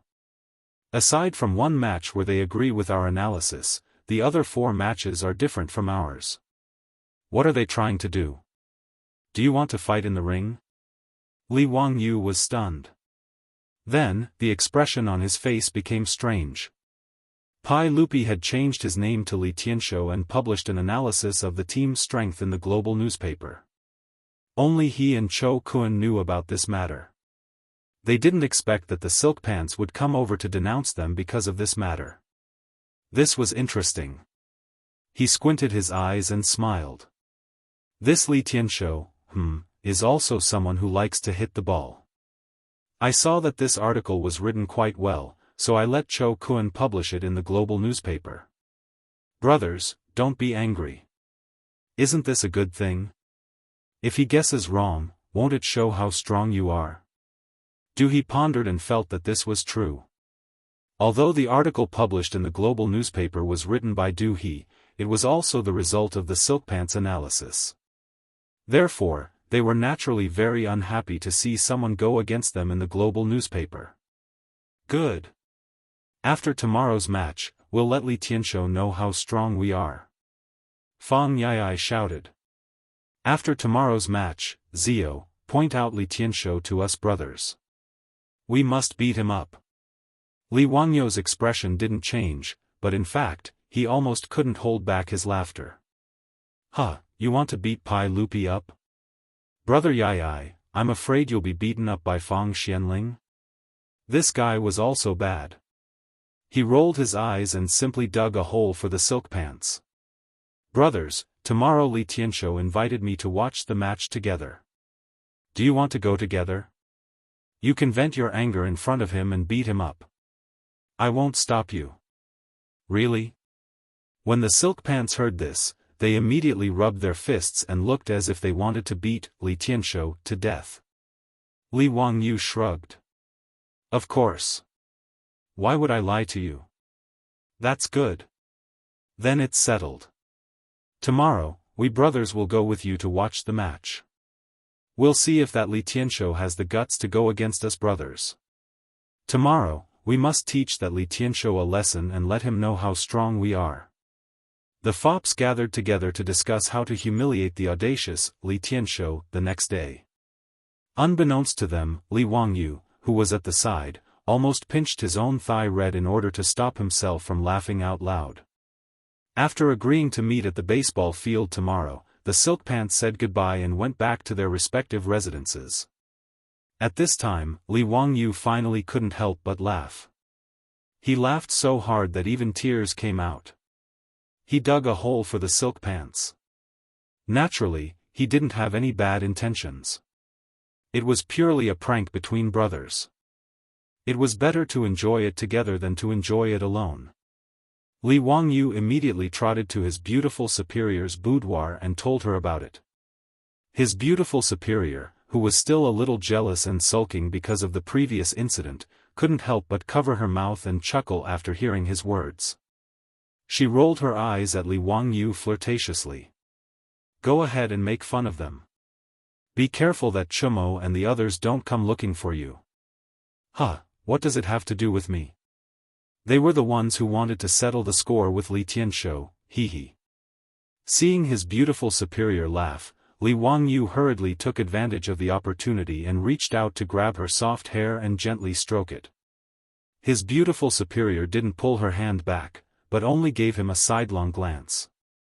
I'll get Aphrodite and Perrin to send those bags and handkerchiefs to your room later. Don't let those ladies down. Li Wangyu was about to break out in a cold sweat when he heard this. Why was she still waiting for him here? He didn't know this woman was so jealous before. Out of a strong desire to live, Li Wangyu naturally complained. He didn't do anything, and he couldn't stop someone from having a crush on him. Flies don't bite seamless eggs. Who knows what you did? Actually, Su Chongqing wasn't really angry. It was just a way for women to act coquettishly with men. Anyone who took it seriously would be a fool. Li Wangyu was naturally not an idiot. He really thought that his beautiful superior was angry over such a small matter. He didn't continue the conversation and changed the topic. He casually talked about something trivial, but his hand was very mischievous as it climbed up the soft part of his beautiful superior's chest. Pa! This time, the beautiful superior didn't condone this sinful hand and directly slapped it away. Behave yourself. Where are you touching? What are you trying to do in broad daylight? Li Wangyu thought, don't you know what I'm trying to do? Hee. As soon as Su Chongqing saw his expression, she knew that this guy was definitely up to no good. She simply pushed him out of her room and closed the door. Humph, if you have any ideas, go to Aphrodite. Li Wangyu's heart trembled when he heard his beautiful superior's words. He had naturally coveted the female version of Angelina Jolie for a long time, but he didn't dare to really have any thoughts. After all, what a woman said couldn't be taken seriously. Who knew if his beautiful superior was telling the truth or just testing him? What did his beautiful superior mean by this? Chapter 650. Li Wangyu was troubled by his beautiful superior's words for the entire night. The next day, he yawned and got out of bed with dark circles under his eyes. He rode his horse to the Tongming Gate beside Yeting Palace. The reason he came so early in the morning was naturally to wait for Pai Lupi and accompany Pai Lupi to the Dazhao baseball stadium to watch the game. Not long after, Pai Lupi, dressed in casual clothes, led Mito out of the Tongming Gate, followed by a dozen palace guards in the same casual clothes. Zio, you keep your word. Let's go. It's getting late. Let's not delay the game. Pai Lupi did not waste any time and urged his horse to go south. Mito squeezed his horse's belly and urged it to go to Li Wangyu's side. Taking advantage of the fact that Pai Lupi was not paying attention to them, he whispered to Li Wangyu, Count Huxian, there is something I don't know if I should say. Li Wangyu was curious.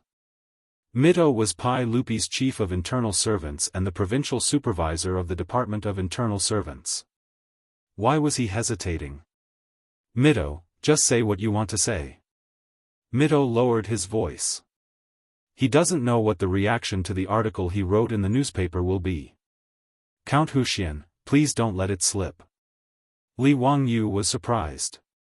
What did Mito mean? He had not been paying attention to the newspaper recently and did not know what the reaction would be after it was published. After all, Li Wangyu was not the head of the Secret Service. Why would he care about such things? Mito, what do you mean? Count Huxian, you don't know?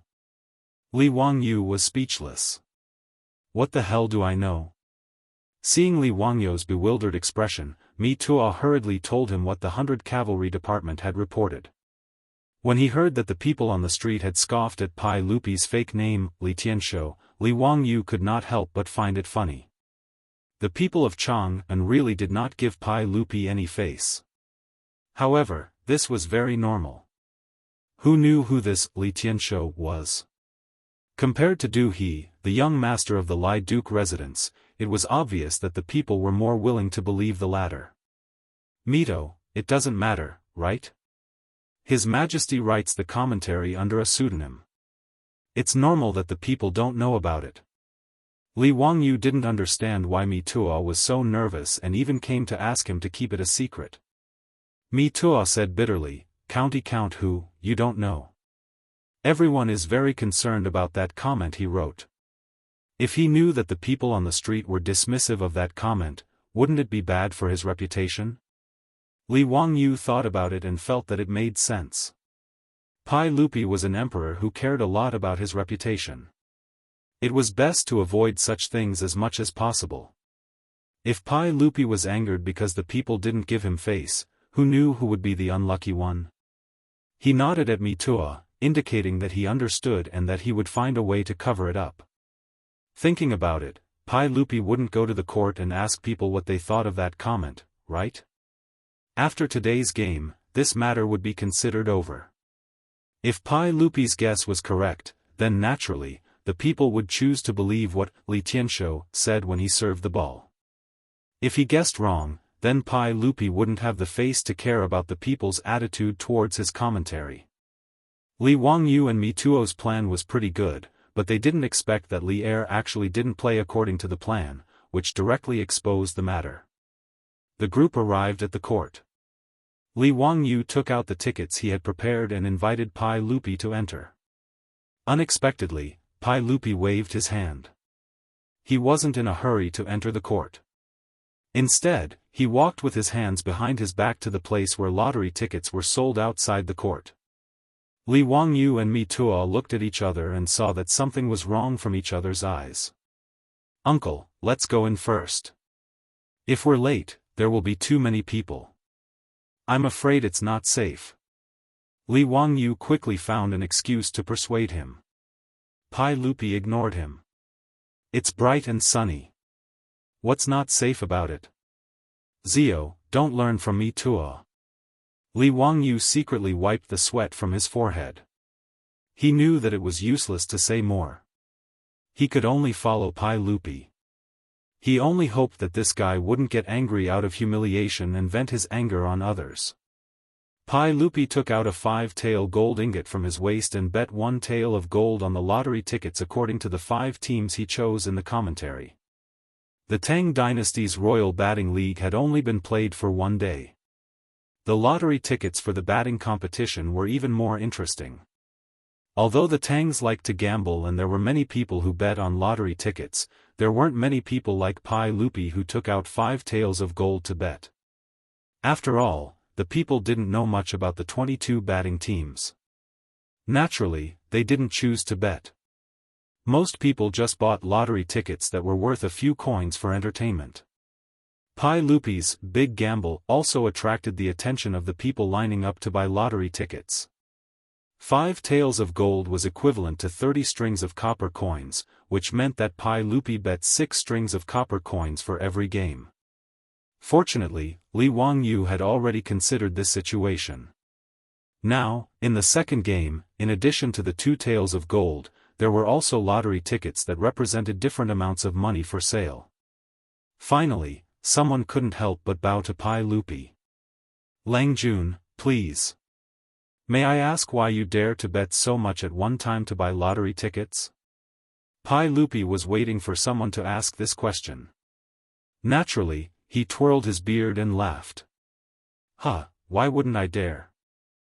On a certain newspaper, Li Tianshou's article was very reasonable. Based on his analysis, I bought the lottery ticket. What? Did you all not see the newspaper? His words caused the surrounding people to be stunned. Then, they all shook their heads. "Lang Jun, that's not appropriate." There were 2 articles in the newspaper that analyzed today's game. Duke Li's Duke Du He's views are different from Li Tianshou's. I think it's better to take Duke Du's analysis as a reference. That's right. Everyone knows that the Great Zhao Batting Field and the Royal Batting League are managed by Count Huxian. The 2 Duke Li's sons are good friends with Count Huxian. Naturally, his analysis is more trustworthy than Li Tianshou's article. That's right. I also plan to buy lottery tickets based on Duke Du's analysis. I don't know who Li Tianshou is, and why did the newspaper publish his article? Of all the officials and nobles of the Great Tang, who has ever heard of this Li Tianshou? Lang Jun, I think your 5 taels of gold are going to be wasted. Who is this Li Tianshou? No one knows.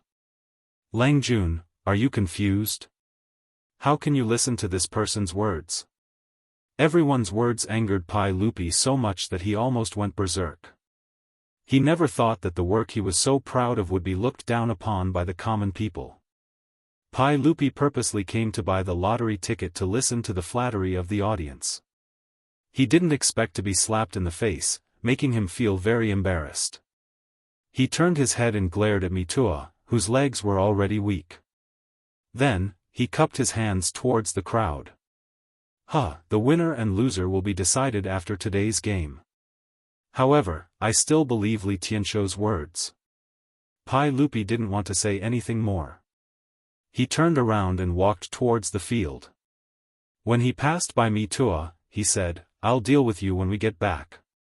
Mi Tuo was so scared that he almost kowtowed in front of everyone. Even Li Wangyu was glared at by Pai Lupi. Seeing Pai Lupi walk angrily towards the field, Li Wangyu was speechless. What the hell is this? How innocent am I? What does it have to do with me if the common people don't buy my story? Chapter 651. The last time Li Wangyu accompanied Pai Lupi to watch a polo match, he followed Pai Lupi's request and sat in the cheapest yellow section. It had to be said that nothing good came cheap. Even Li Wangyu despised himself for being a profiteer. The view in the yellow section was too bad. This time, he learned his lesson and asked someone to prepare the red section with the best view for him. Pai Lupi did not object to this. He just kept a straight face and sat in the audience with Mituo's careful help. Li Wangyu also hurriedly called the Niu brothers to help prepare hot drinks and snacks. They could not just sit here for the whole day to watch the match. After the first day of the match, Li Wangyu had already realized this point.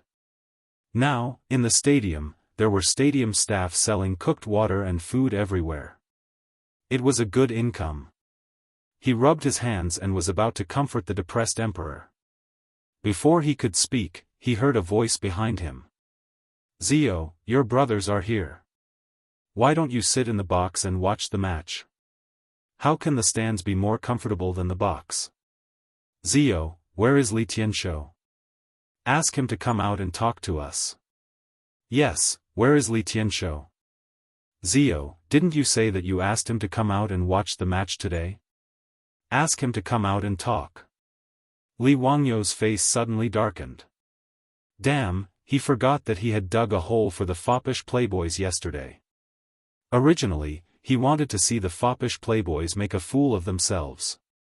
But at that time, he did not know that Pai Lupi would be dissed by the people of Chang, and because he used the alias, Li Tianshou, to write an article. Now that Pai Lupi was still sulking, the foppish playboys came to find trouble with Li Tianshou. Were they not looking for trouble? He quickly turned around and winked at the foppish playboys, signaling them to shut up. Cheng Chumo did not understand his meaning. Zio, what are you doing? Are your eyes twitching? Why are you blinking? Let me ask you, where is Li Tianshou? I'm going to have a good talk with him today. Li Wangyu let out a long sigh, speechless. Alright, if this guy wanted to court death, he couldn't stop him. As expected, the moment Cheng Chumo finished speaking, a very familiar voice came from behind Li Wangyu. We are Li Tianshou. Cheng Chumo, you bastard, what do you want to reason with us about? Cheng Chumo suddenly quivered, his knees giving way as he knelt down. Your Majesty, this subject does not know. The group of debauches were also dumbfounded, but their reactions were not slow. Without another word, they all followed Cheng Chumo and knelt down. Fortunately, these 500 copper coins tickets were located at the highest level of the viewing platform. In addition, the spectator stands were filled with spectators looking for their seats after entering the stadium. It was noisy everywhere. Pai Lupi and the others were surrounded by the palace guards in plain clothes, blocking the view of the surroundings. For a moment, no one noticed what was going on in the stands. Get up.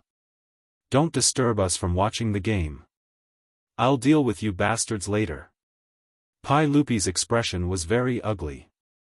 After angrily rebuking them, he couldn't be bothered to pay attention to the debauches. Hearing Pai Lupi's words, the debauches were about to cry. How could Li Tianshou be Pai Lupi? The debauches didn't dare to speak any more nonsense. One by one, they stammered as they stood up, looking at Li Wangyu with eyes full of hidden bitterness. Fang Yai moved to Li Wangyu's side, gritted his teeth, and asked in a low voice, Zio, you bastard, why didn't you say earlier that Li Tianshou was His Majesty's alias?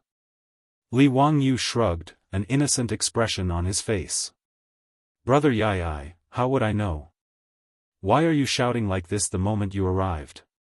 Your little brother was just joking with you. Can't you see the person clearly? His Majesty is sitting right here, and you can't see him. How can you blame me? The debauches were almost choked to death by his words. They knew that they had been tricked by this brat. They wanted to get even with him, but because Pai Lupi was here, no one dared to be presumptuous. The debauches sat down in the stands with worried expressions. They were all anxious and uneasy. They didn't know how they would be punished by Pai Lupi after the game. Especially Cheng Chumo, who had loudly shouted that he wanted to argue with Li Tianshou. His expression was as if he had eaten Chinese gold thread. The stadium was gradually filled with spectators, and the atmosphere in the stadium became more and more lively. Even though the two batter teams for the first game had yet to appear, the 100,000 spectators in the stadium were already shouting, "Rise," in unison. After the two batter teams warmed up in the stadium, a gong sounded, and the referee blew the copper whistle to signal the start of the game. The cheers in the stadium reached a climax. As the game progressed, the debauches temporarily forgot about Pai Lupi's threat and followed the crowd in shouting. The rumbling of the horses' hooves brought about a dance of speed and passion, as well as the fearless determination of the brave. This kind of blood-pumping sport was indeed more adrenaline rush than football in the future. It was difficult for other sports to compare with its confrontational, competitive, and entertaining nature. The reason why polo was unknown in the future was because it was too expensive to develop. Few ordinary people in the future had ever ridden a horse, let alone participated in something like polo. Perhaps most people's experience of riding a horse was at tourist attractions. They would pay a few dozen yuan and ride a dirty old horse around the fence a few times. As a result, no matter how beautiful polo was, there was no land for it to develop. In the Tang dynasty, although horses were more expensive, ordinary horses that cost around 10 strings of cash were not rare in the middle-income families of the Tang dynasty. The popularity of this car was not much worse than the family cars in the cities of the future. As a result, in the Tang dynasty, there were many officials and nobles. Polo was naturally their favorite sport. Even among the commoners, there were many people who were good at batting. There was enough of a foundation. Ever since the Tang Dynasty Royal Batting League appeared, there were already some batting teams among the commoners who tried to ask Zhou Kun if they could form a team and join the league. Regarding this, Li Wangyu asked Zhou Kun to keep the information of those who asked. When the time was right, it was necessary to bring in more batting teams to join the league. Otherwise, just relying on the 22 Imperial Army batting teams would not be able to create a strong atmosphere like the Football League in the future. Li Wangyu even began to think about whether or not to build 2 more batting stadiums. A regular batting match would take 2 hours, which was 2 hours. There was only one Dazhao batting stadium, and at most 5 matches could be arranged on a day. That was the limit. As a result, no one would be able to watch the matches of the other batting teams, and no one would be able to sell tickets to bet. This was a huge waste for a profiteer like Li Wangyu. In Li Wangyu's opinion, if 2 more batting stadiums could be built in or outside Chang'an City, it would be excellent. While he was thinking about these trivial things and absent-mindedly, he heard a tsunami of cheers coming from around him. Li Wangyu looked up and saw the cheers in the field. It was obvious that a goal had been scored on the field.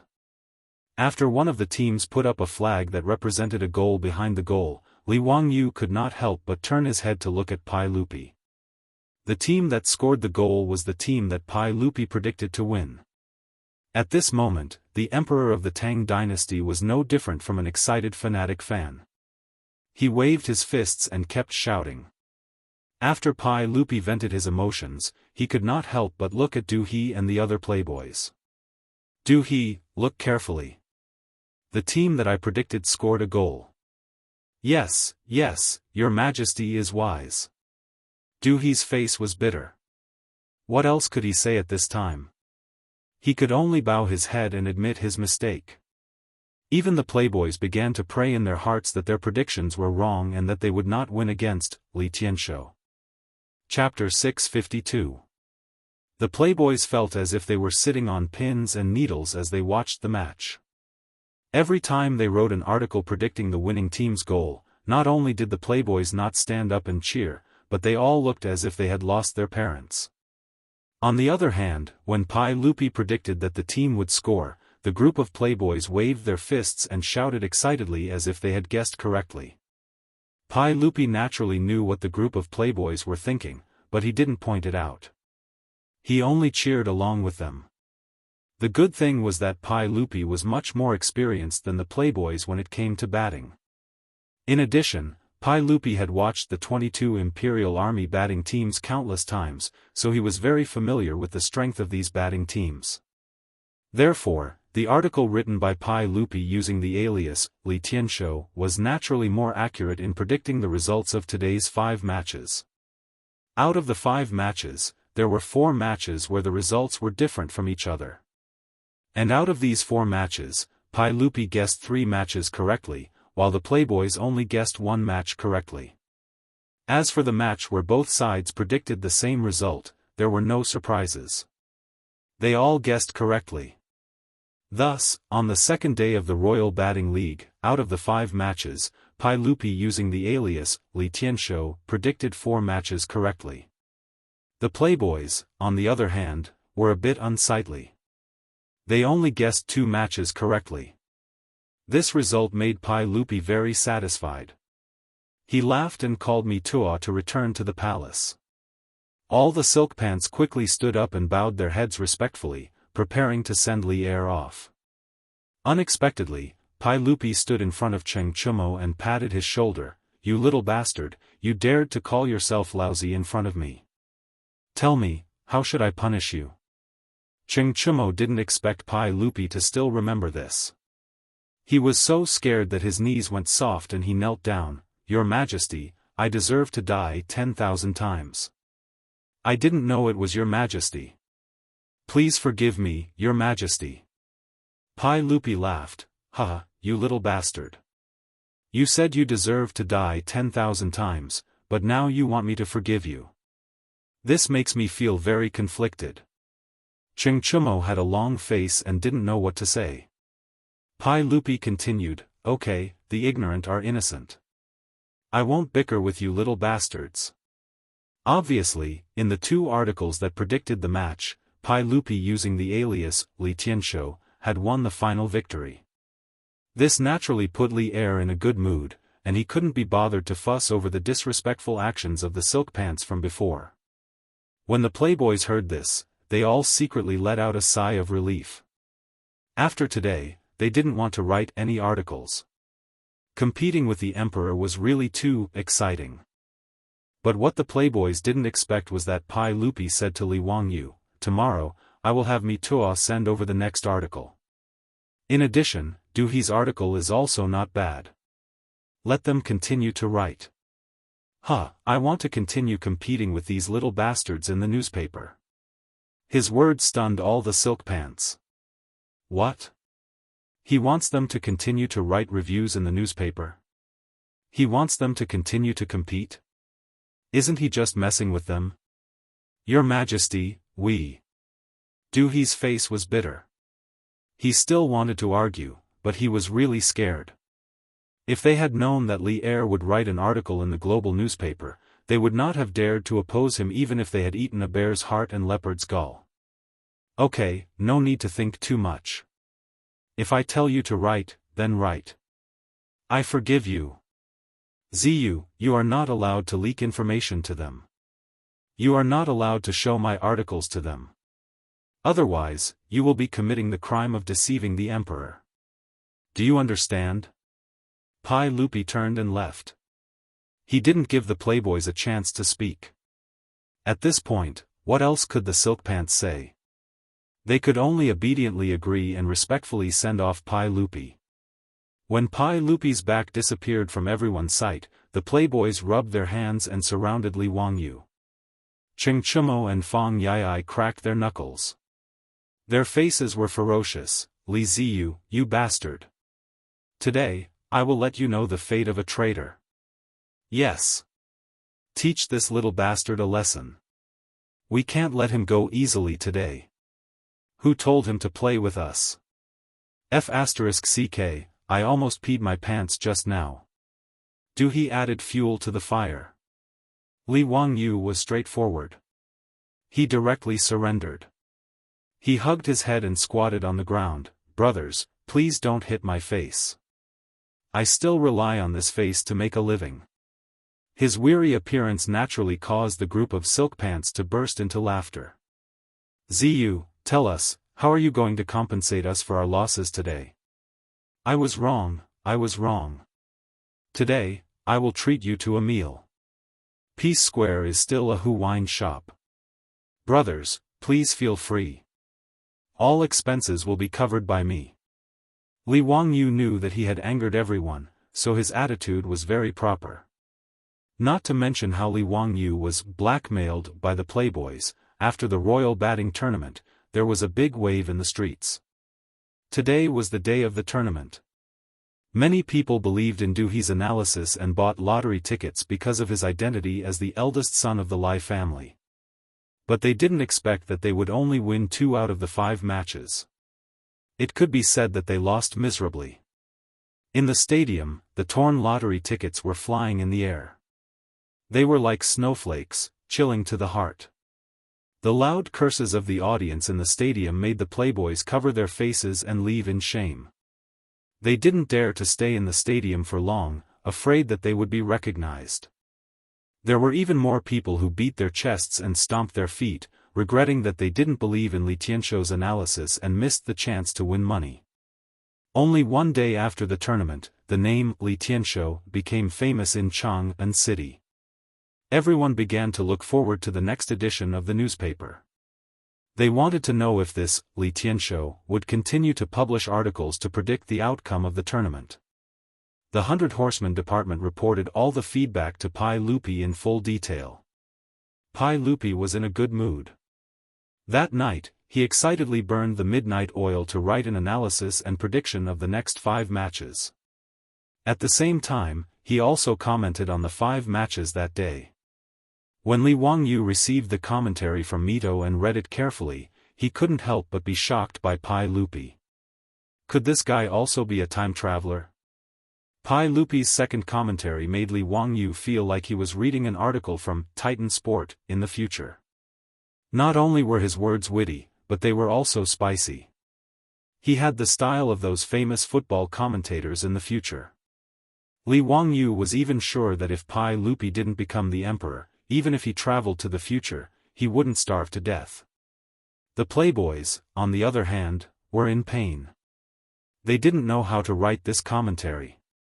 If the prediction wasn't accurate, they wouldn't be able to stand it if they were scolded by the people of Chang, and who lost every match. But if the prediction was accurate, where would Pai Lupi's face be? Originally, Cheng Chumo wanted to secretly ask Li Wangyu how Pai Lupi predicted. They just had to follow His Majesty's judgment. However, Li Wangyu naturally couldn't agree to their little schemes. What a joke. Pai Lupi said that if they leaked his article before the newspaper was printed, they would be committing the crime of deceiving the emperor. Li Wangyu's disloyal attitude naturally angered the playboys so much that they raised their middle fingers at him to show their disdain. He and the others regretted it now. Why did they have to listen to this bastard Li Wangyu's persuasion and write some *T newspaper article? Trap, it was really a trap. Chapter 653. After the Spring Lantern Festival, Pai Lupi, Fang Xianling, Du Ruhui, Zhangsun Wuji, and other courtiers discussed and accepted Li Wangyu's proposal. It was officially confirmed that the national games of the Tang dynasty would be held in Chang'an City in March of the 4th year of Zhengguan. Pai Lupi issued an imperial edict and announced it to the world. The envoys of various countries also sent messages to their respective countries, asking them to start recruiting people to participate in the games and prepare to leave for Chang'an. Now, more than 30 vassal countries had confirmed that they would participate in the games. In the first year of Zhengguan, Pai Lupi divided the country into 10 provinces based on the geography of the mountains and rivers. They were Guanyi Province, Hunan Province, Hedong Province, Hebei Province, Shannan Province, Longyu Province, Huainan Province, Jiangnan Province, Jiannan Province, and Lingnan Province. Pai Lupi also issued an imperial edict to these 10 provinces for the games, asking them to select their participants and gather in the capital in March of next year to participate in the games. Chang'an City, Wanyan City, Chang'an City, Chang'an City, and Chang and County formed their own teams. There were also the Imperial Army of the Southern Government and the Imperial Army of the Northern Government. A total of 14 teams would participate in the national games of the Tang dynasty. Including the vassal countries' teams, there would be 40 to 50 teams competing for the championship. The competition was quite fierce. As for the games, in addition to the 5 that Li Wangyu proposed in the imperial court that day, which were batting, long-distance running, archery, horse racing, and weightlifting, Pai Lupi and the courtiers discussed and added the games of Kuju, Jiaodong, Chuiyuan, wooden archery, and tug of war. Li Wangyu did not expect that the Tang dynasty would have so many games. Needless to say, Kuju was the predecessor of modern football. In addition, there were many games of Kuju in the Tang dynasty, including 2 types of goals and 1 type of goal. One type of goal was a bit like volleyball in the modern era, but much more difficult. The 2 sides each stood on 2 sides of a goal. In front of the goal, they used their feet to pass the ball back and forth. The ball could not fall to the ground. If the ball passed through the round hole called the eye of the wind, hanging high above the goal, it would score a point. The 2 type of goal was not much different from modern football, similar to the popular polo of the Tang dynasty. It was just that shooting was more difficult. Similarly, one needed to shoot the ball into the eye of the wind above the opponent's goal to score. Kakujitsu was wrestling, and Japanese sumo was learned from the Tang dynasty. From Li Wangyu's point of view, Chuiyuan was a bit like a combination of modern golf and the gateball played by the old people. The rule was to hit the ball into the hole with a club. The wooden arrow was almost the prototype of the bowling ball of the later generations. 10 wooden pillars were written with red pen: benevolence, righteousness, propriety, wisdom, faith, warmth, kindness, respect, thrift, yield. The other 5 wooden pillars were written with black pen: slow, arrogant, mischievous, greedy, promiscuous. During the match, the wooden ball would roll out. If it hit the red wooden pole, it would win, and if it hit the black wooden pole, it would lose. Needless to say, the tug of war was the same as the rules of the later generations. The only difference was that the tug of war in the Tang dynasty was too spectacular. The rope was more than 1,000 feet long. Thousands of strong men were involved in the tug of war. Tens of thousands of people were watching at the scene. A row of bare-chested warriors were beating drums to cheer them on. The scene was full of smoke and dust, like a landslide. According to the records of the Feng family, this kind of scene once made the yamen guests, scholars, and commoners at the scene, so much so that the Xiongnu people lost their tendons and bowed again, saying, "If the monarch is here, his country will perish." The tug of war could scare the Xiongnu envoy to pee his pants, which showed how powerful it was. The national games of the Tang dynasty naturally attracted a lot of discussion among the people in Chang'an. Games was a new term that had never been heard of before. It sounded very interesting. In this era, there was no concept of national fitness. It was a prosperous era to let the people eat and not starve, not to mention the concept of nutrition and fitness. This was the so-called, the poor study and the rich practice martial arts. Without enough food, or even a large amount of meat, it was impossible to train a body of muscles. As for studying, it was relatively cheap. At least eating porridge and starving did not affect one's studies. The people wanted to have fun. After all, there were too few entertainment activities in the Tang dynasty. Although the people had never seen the national games of the Tang dynasty, it did not affect the people's yearning and expectations. Li Wangyu took this opportunity to apply to the Pai Lupi for a new baseball stadium, but he did not expect to be directly rejected. It was not that the Pai Lupi was reluctant to give the land to Li Wangyu, but that the civil and military officials in the imperial court were jealous. When Li Wangyu wanted to spend 20,000 taels of gold to build a baseball stadium, he was mocked by the people of Chang and for being a spendthrift, and the officials in the imperial court also secretly made fun of him. But when the baseball stadium, which cost 20,000 taels of gold, was completed and put into use, the profits it generated in just 2 short days shocked the officials. For 2 consecutive days, the Dazhao baseball stadium was filled to the brim. After the officials from the Ministry of Civil Affairs did some calculations, they were shocked to find that the Huxian County Count Li Wangyu had earned no less than 10,000 strings of cash just from selling tickets. Needless to say, there was also the income from the lottery tickets and the cooked water and food in the stadium.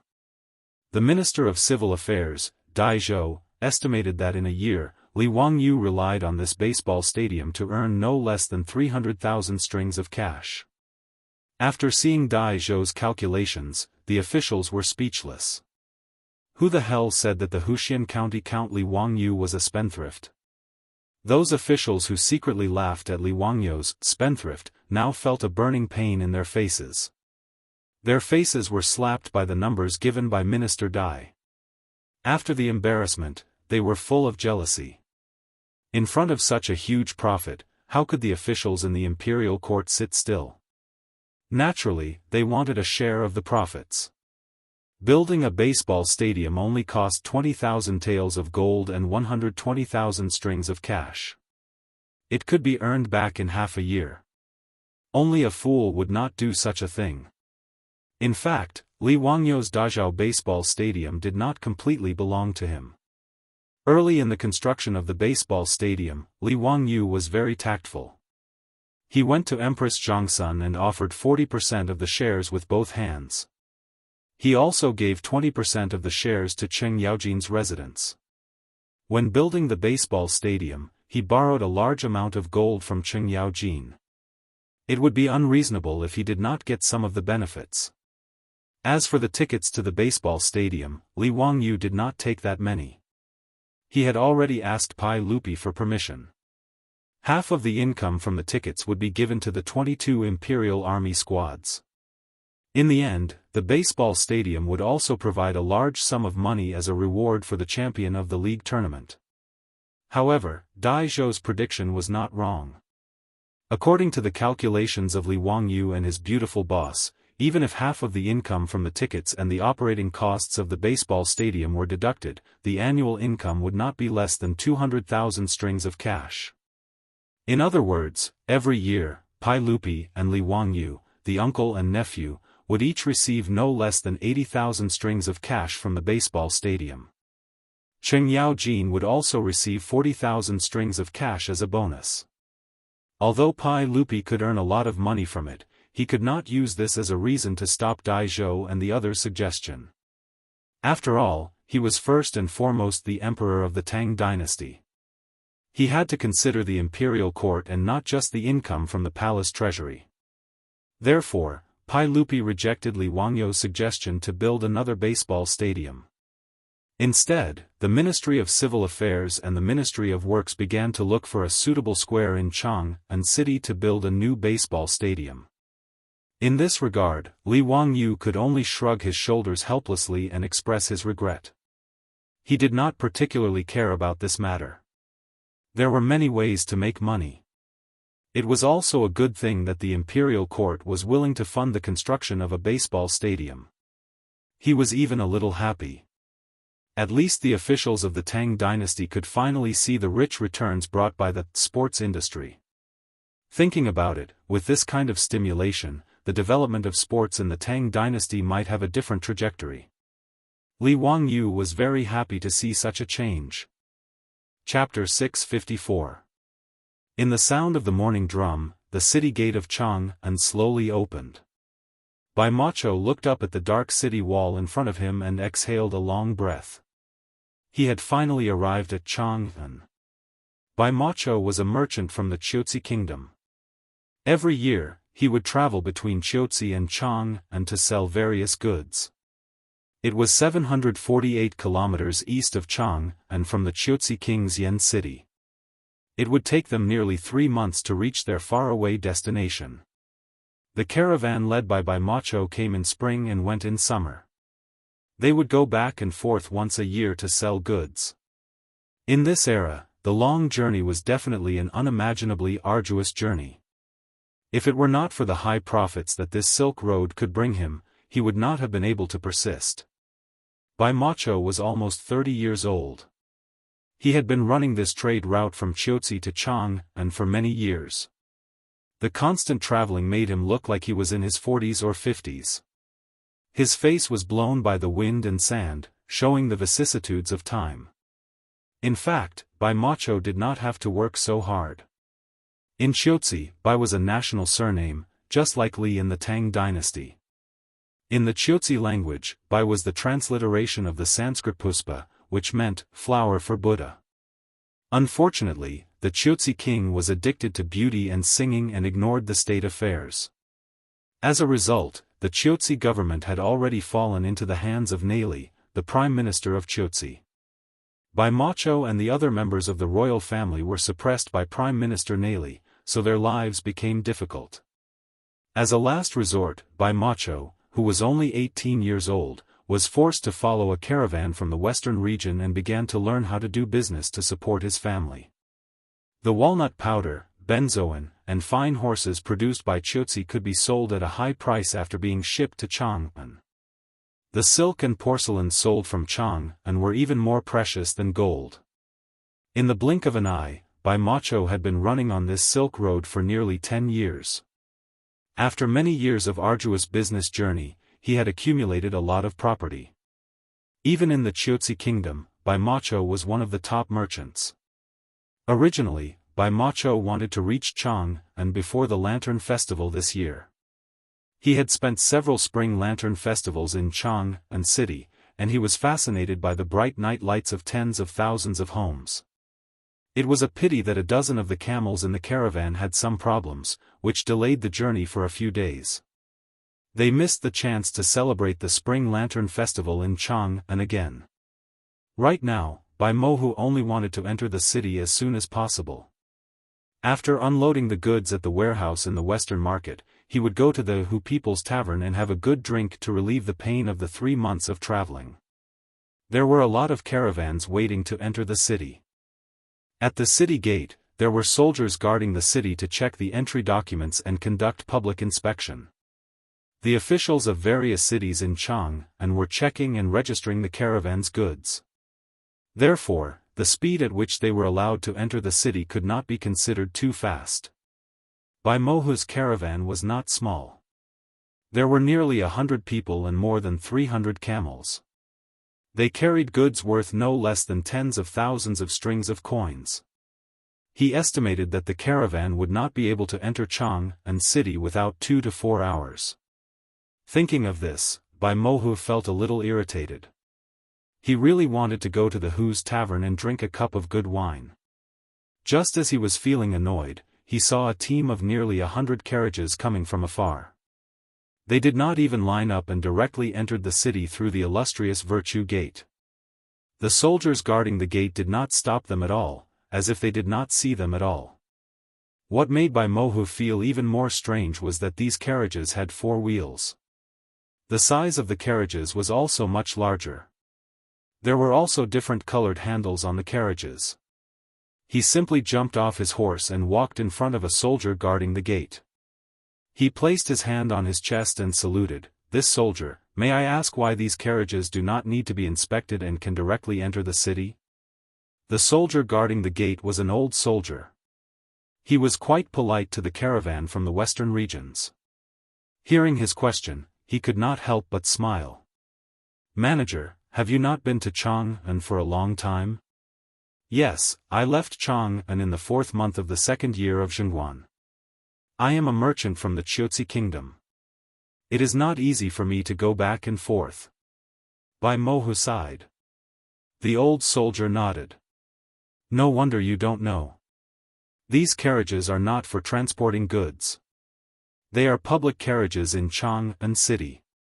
Therefore, there is no need to inspect them. May I ask what is the meaning of public carriages?" Bai Mohu asked hurriedly. The old soldier explained, I think you also know that Chang'an city is big and it is not easy to live there. In such a big city like Chang'an, it is not easy to travel without a horse.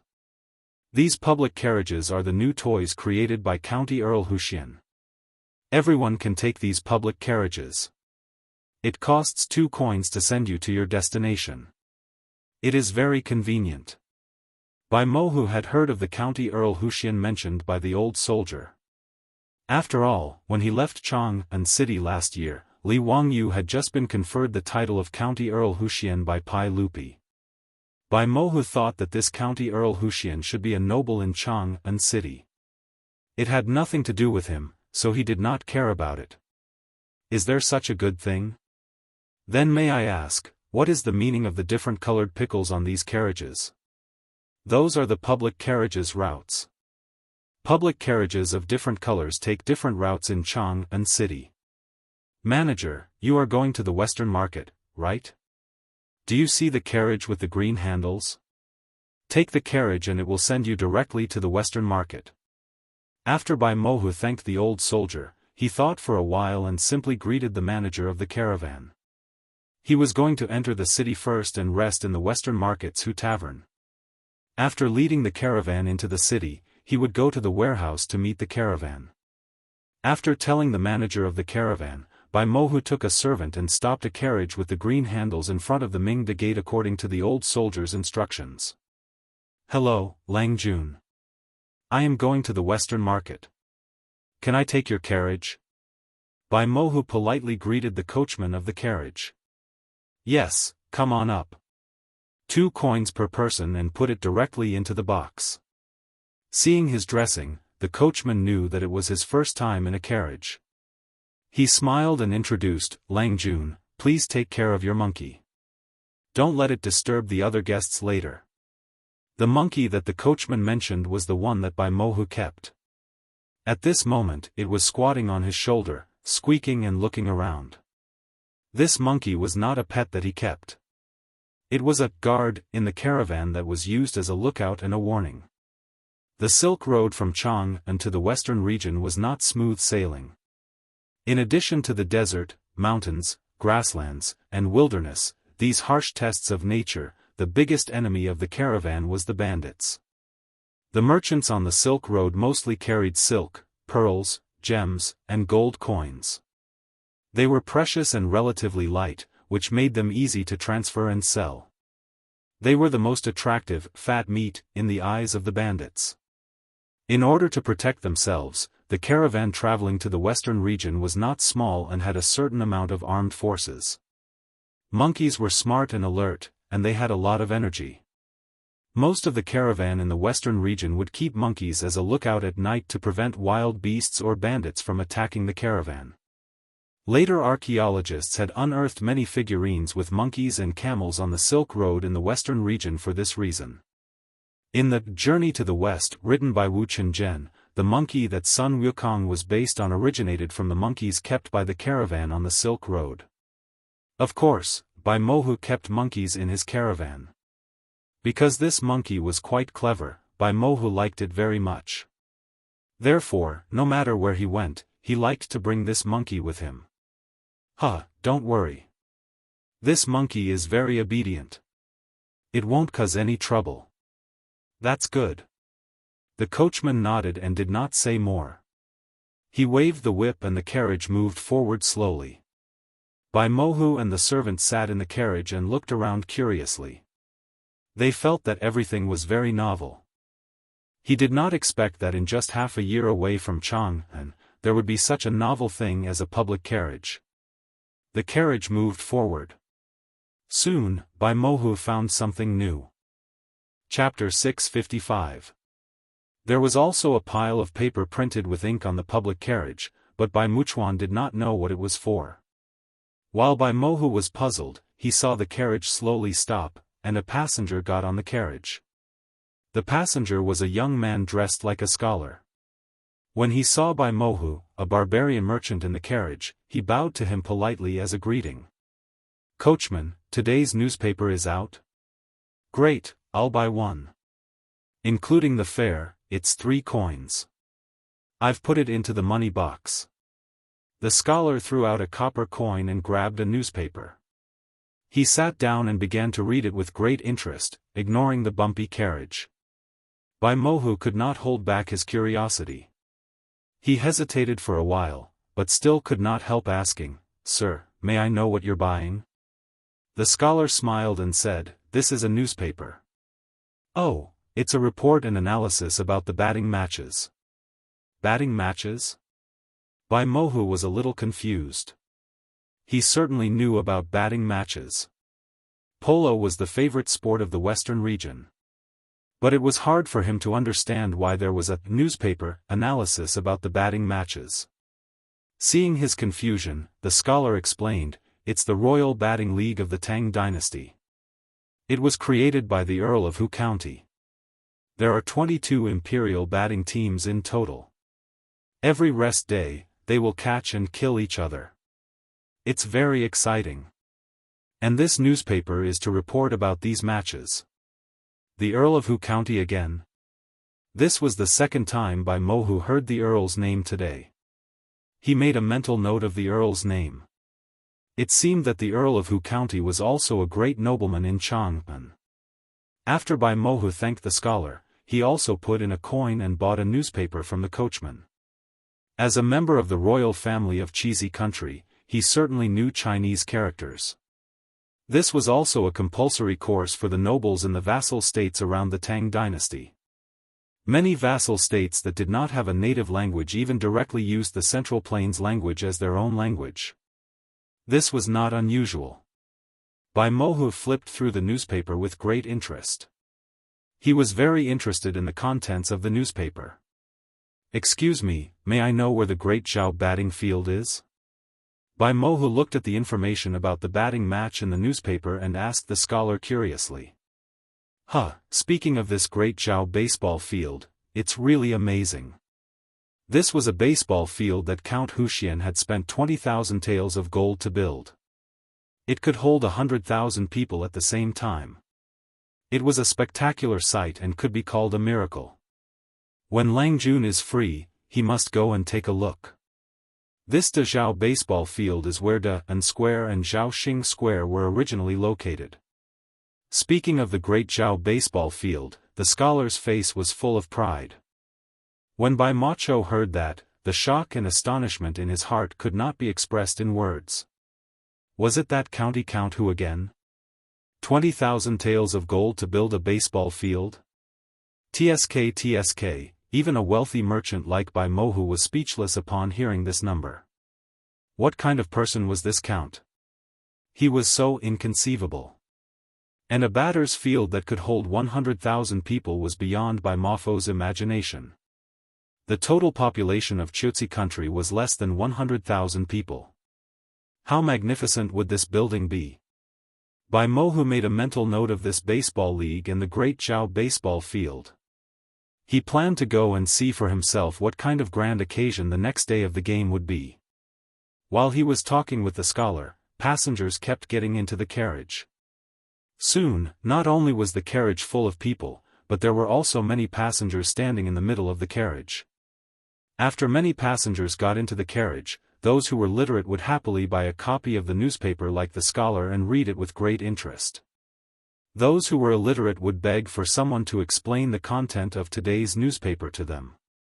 Bai Mohu looked at the people in the carriage who were talking about the game. It was very lively.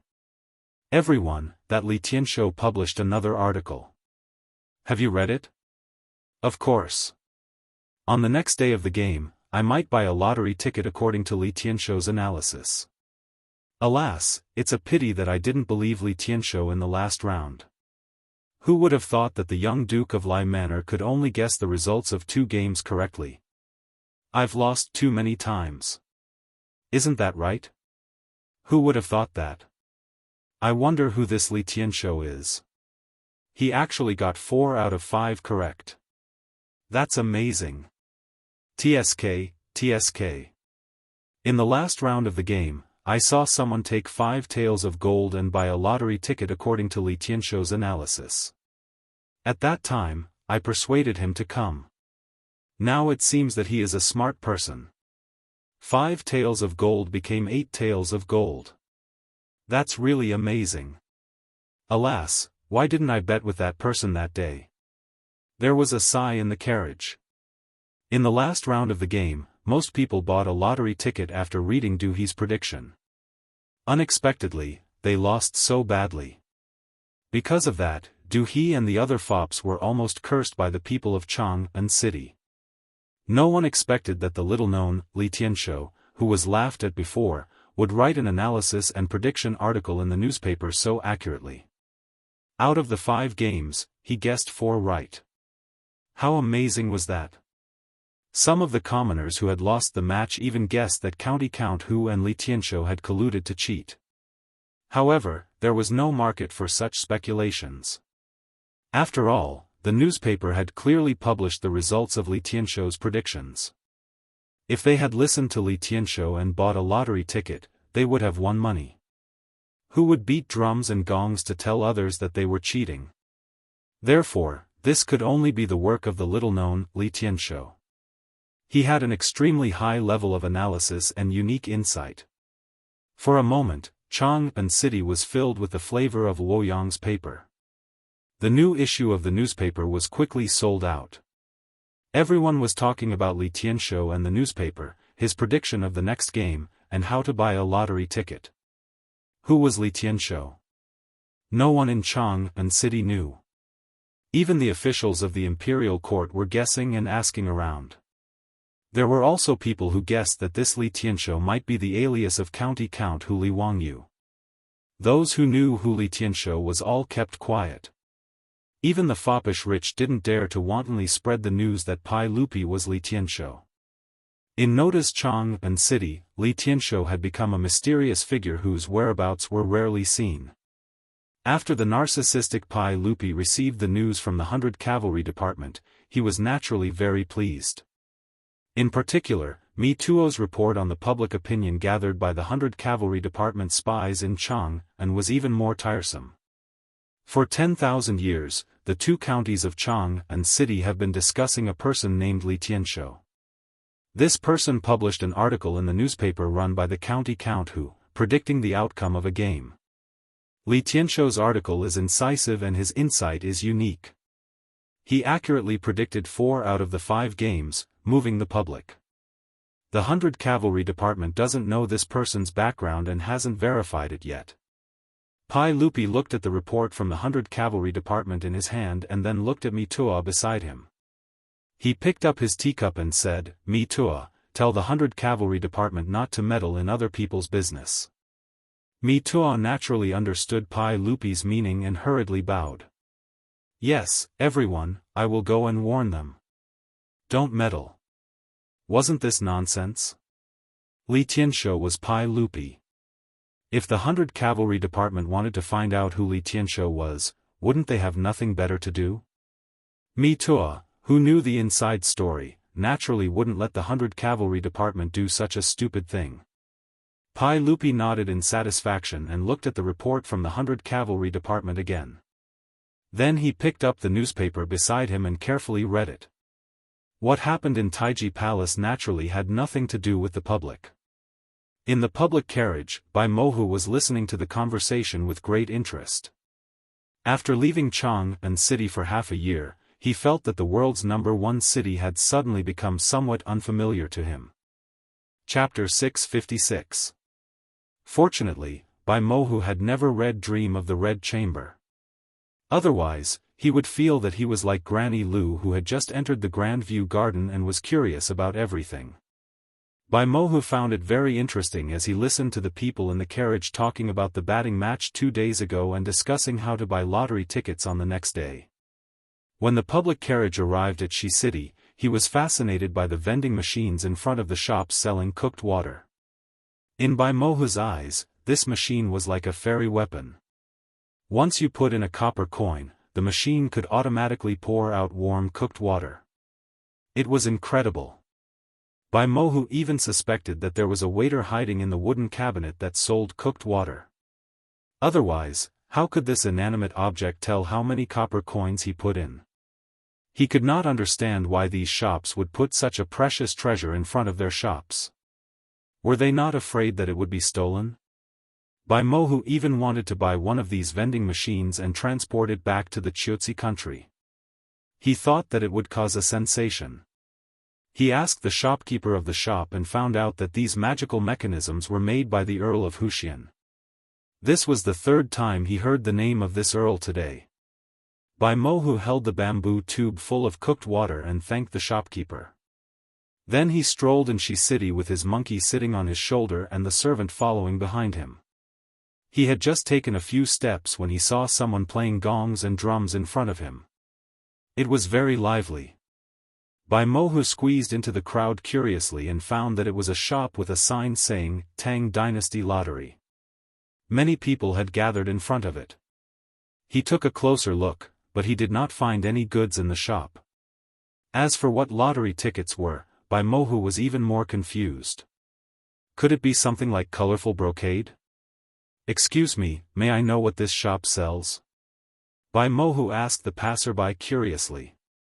This is a shop selling lottery tickets. Of course, it sells lottery tickets. The passerby looked at him in confusion and then looked at his clothes. He suddenly realized something. You just arrived in Chang'an, Langjun? Hehe, this lottery ticket is also a kind of gambling. One bet only costs 2 copper coins. If you bet on a set of numbers, you can win 200 taels of gold at most.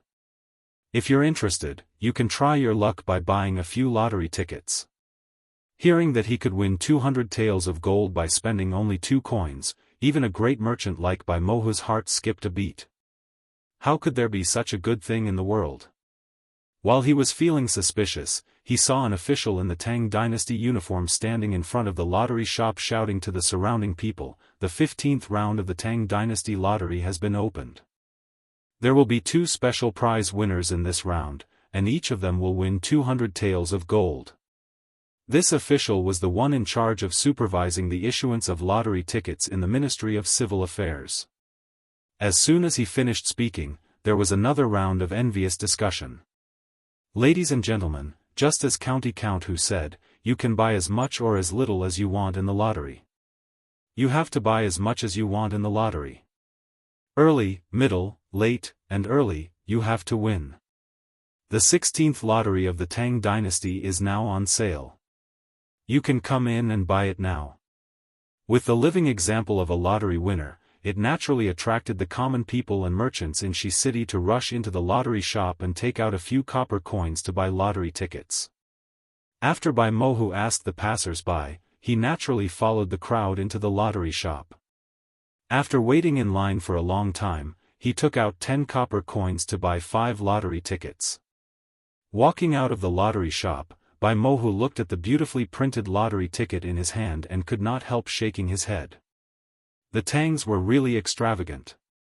They printed such beautiful paper just for gambling. And this lottery ticket was created by the Count of Hu County. This was the 4th time he had heard this name today. After watching the fun and trying to buy the lottery ticket, Bai Mohu continued to stroll in Shi City to see if there were any fresh goods worth selling to the Chutzi country. After drinking the boiled water in the bamboo tube, he could not help but feel a little urgent to pee. So he turned around and walked to an alley in Shi City to find a corner to relieve himself. Unexpectedly, before Bai Mohu untied the belt on his robe, he was caught red-handed by Wu Ho, who was patrolling the street. Hey, that barbarian merchant, you are so strict that you drown wherever you go.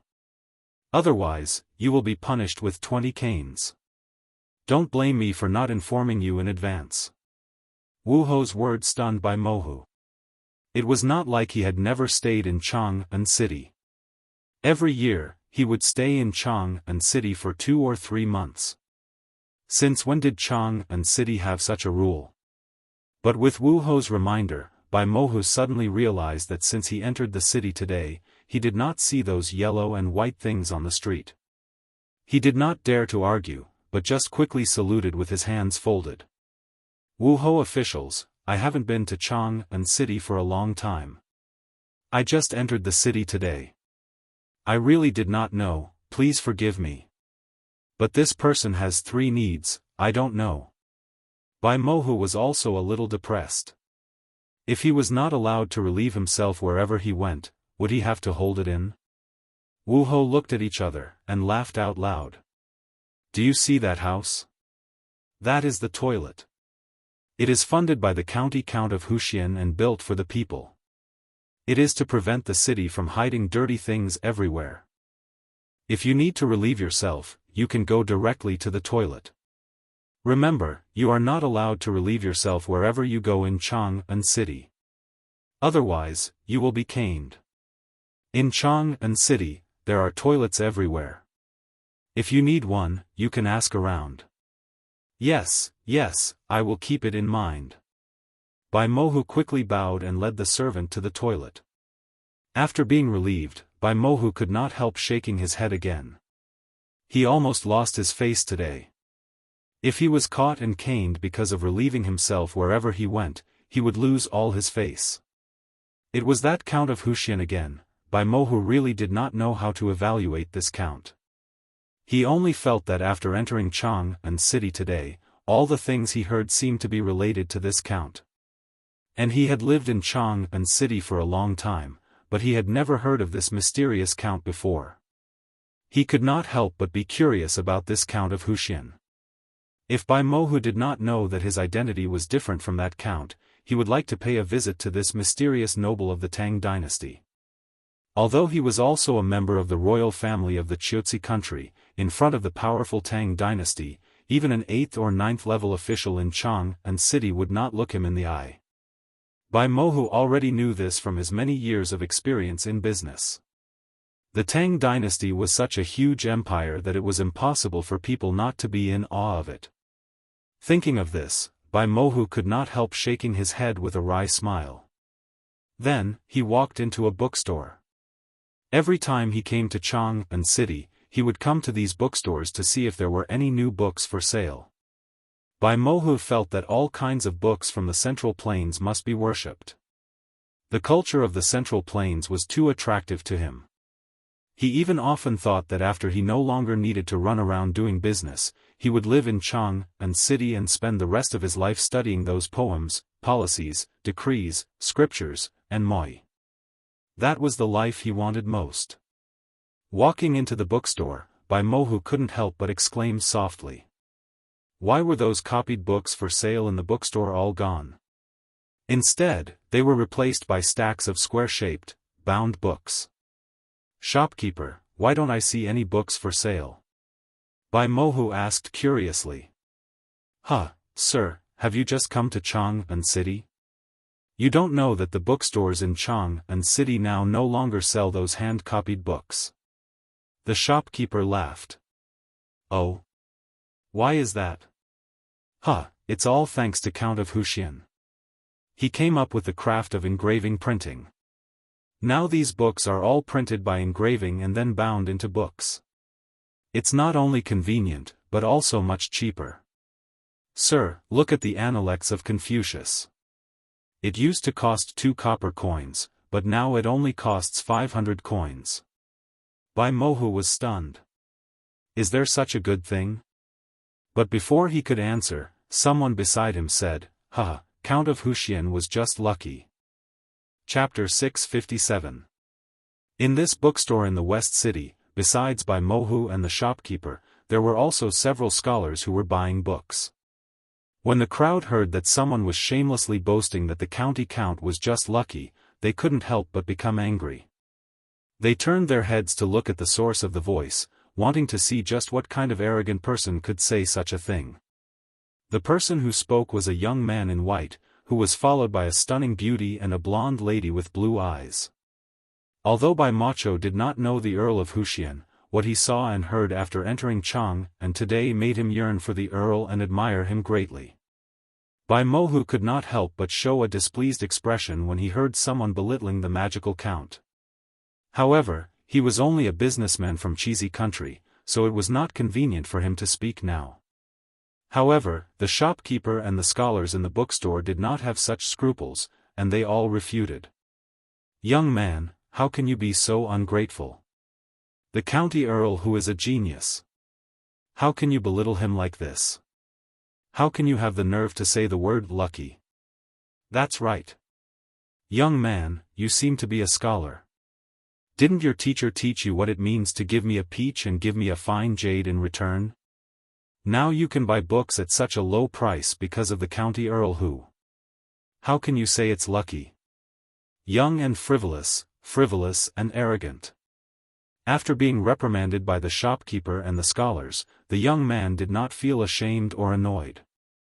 Instead, he looked embarrassed and touched his nose, as if he did not know what to say. However, the stunning beauty beside him covered her mouth and chuckled when she heard what he said. The Hu lady widened her eyes and looked like she could not believe it. Everyone is right, it was a slip of the tongue. That county earl who, well, he is definitely a peerless genius. He is blessed by God and is a distinguished person. The young man in white realized what he said had angered the crowd, so he quickly corrected himself.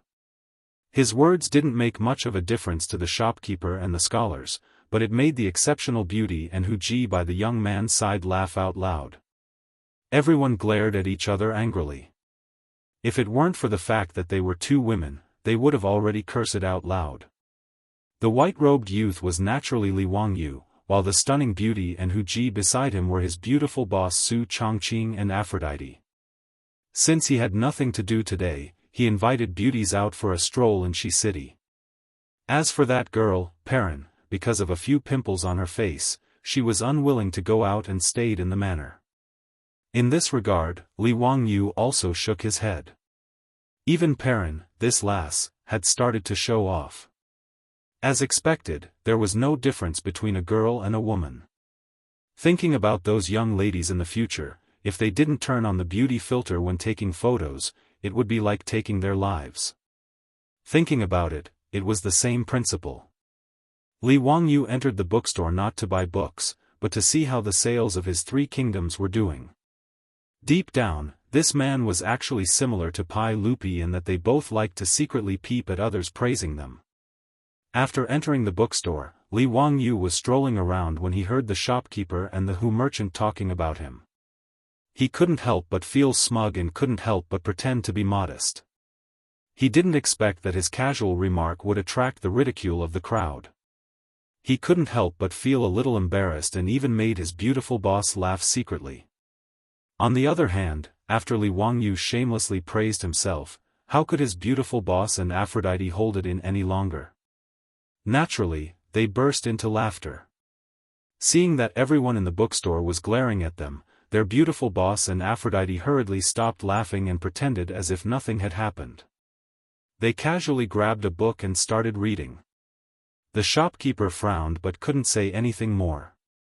He could only ignore the young man and his group and continue to say to Bai Macho, "Sir, do you want to buy a book? There is a set of the Romance of the Three Kingdoms, which is definitely a good book that you can't miss. This book was written by the Count of Hu County and it talks about the struggle for hegemony in the Wei, Shu, and Wu kingdoms at the end of the Han dynasty. This book is the most amazing book in the world." Bai Macho was naturally interested to hear that it was written by the Count of Hu County. Since it was written by the Count of Hu County, I must read it. Shopkeeper, please give me a copy. Sir, the Three Kingdoms is a set of 24 books. Do you want to buy a set or a book first? If you buy a set, it will be 12 strings of copper coins. Bai Macho was stunned when he heard that. He really didn't expect that there would be so many books in the Romance of the Three Kingdoms. However, 12 strings of copper coins wasn't a problem for him. Since he was going to buy a set, he naturally had to buy a set.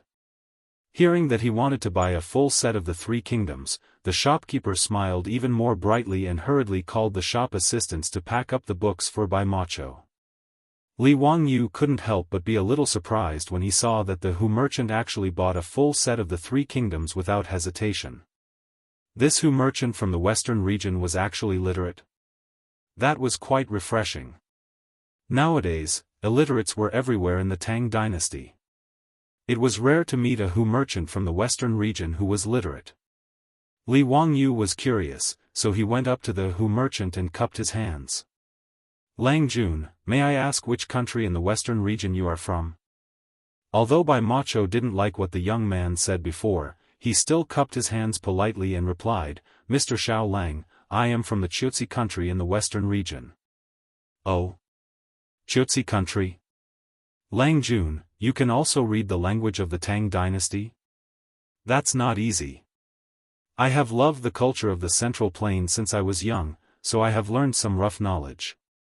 I can barely read and write, Bai Macho replied politely. In fact, learning the language and culture of the Central Plains was a compulsory course for the Jianghu royal family. However, Bai Macho did have the talent. Although the other Jianghu royal family also had the basic knowledge of the royal family, it was just so. There were very few who were as proficient as him. In fact, this situation was not rare in the countries around the Tang dynasty. Almost all the aristocrats in the countries had to learn the language of the Tang dynasty. If they didn't, they would be laughed at. Li Wangyu saw that the Jianghu merchant had an extraordinary way of talking, so he wanted to make friends with him. He was also interested in the Jianghu culture. After all, in the future, the Jianghu civilization had disappeared in the long river of history. It was one of the 22 ancient countries that disappeared in the history of Wuxia. Today, he met a Jianghu merchant who was ready to read the Three Kingdoms. It was worth chatting with him. Thinking of this, Li Wangyu cupped his hands again and said to Bai Macho, Langjun, if you are free, how about I treat you to a drink? I am interested in the Jianghu culture, so I would like to ask for your advice. Well. Bai Macho was a little hesitant about Li Wangyu's invitation. After all, he didn't have a good first impression of this young man. He felt that this young man was young and frivolous, so he didn't want to get close to him. While Bai Macho was thinking about how to decline, he heard a noise outside the bookstore. He and the others couldn't help but look to the side to find the source of the noise. Chapter 658. The street outside the bookstore was in an uproar at the moment. The matter was not complicated. It was just a dispute caused by a few well-dressed young men on horseback who knocked over the wicker basket of a roadside peddler. However, the well-dressed young men who were obviously in the wrong did not apologize. Instead, they signaled the troops behind them to beat up the peddler. The peddler was badly battered and his goods were all overturned and trampled. You blind thing, you broke my precious horse. Even if I beat you to death, you won't be able to compensate me. Bah, continue to beat him. The arrogant attitude of this group of people annoyed the onlookers in the West Market. However, looking at the well-dressed young men and the deterrence of the strong troops, no one dared to speak up for the peddler who was beaten. Everyone was angry but did not dare to speak up.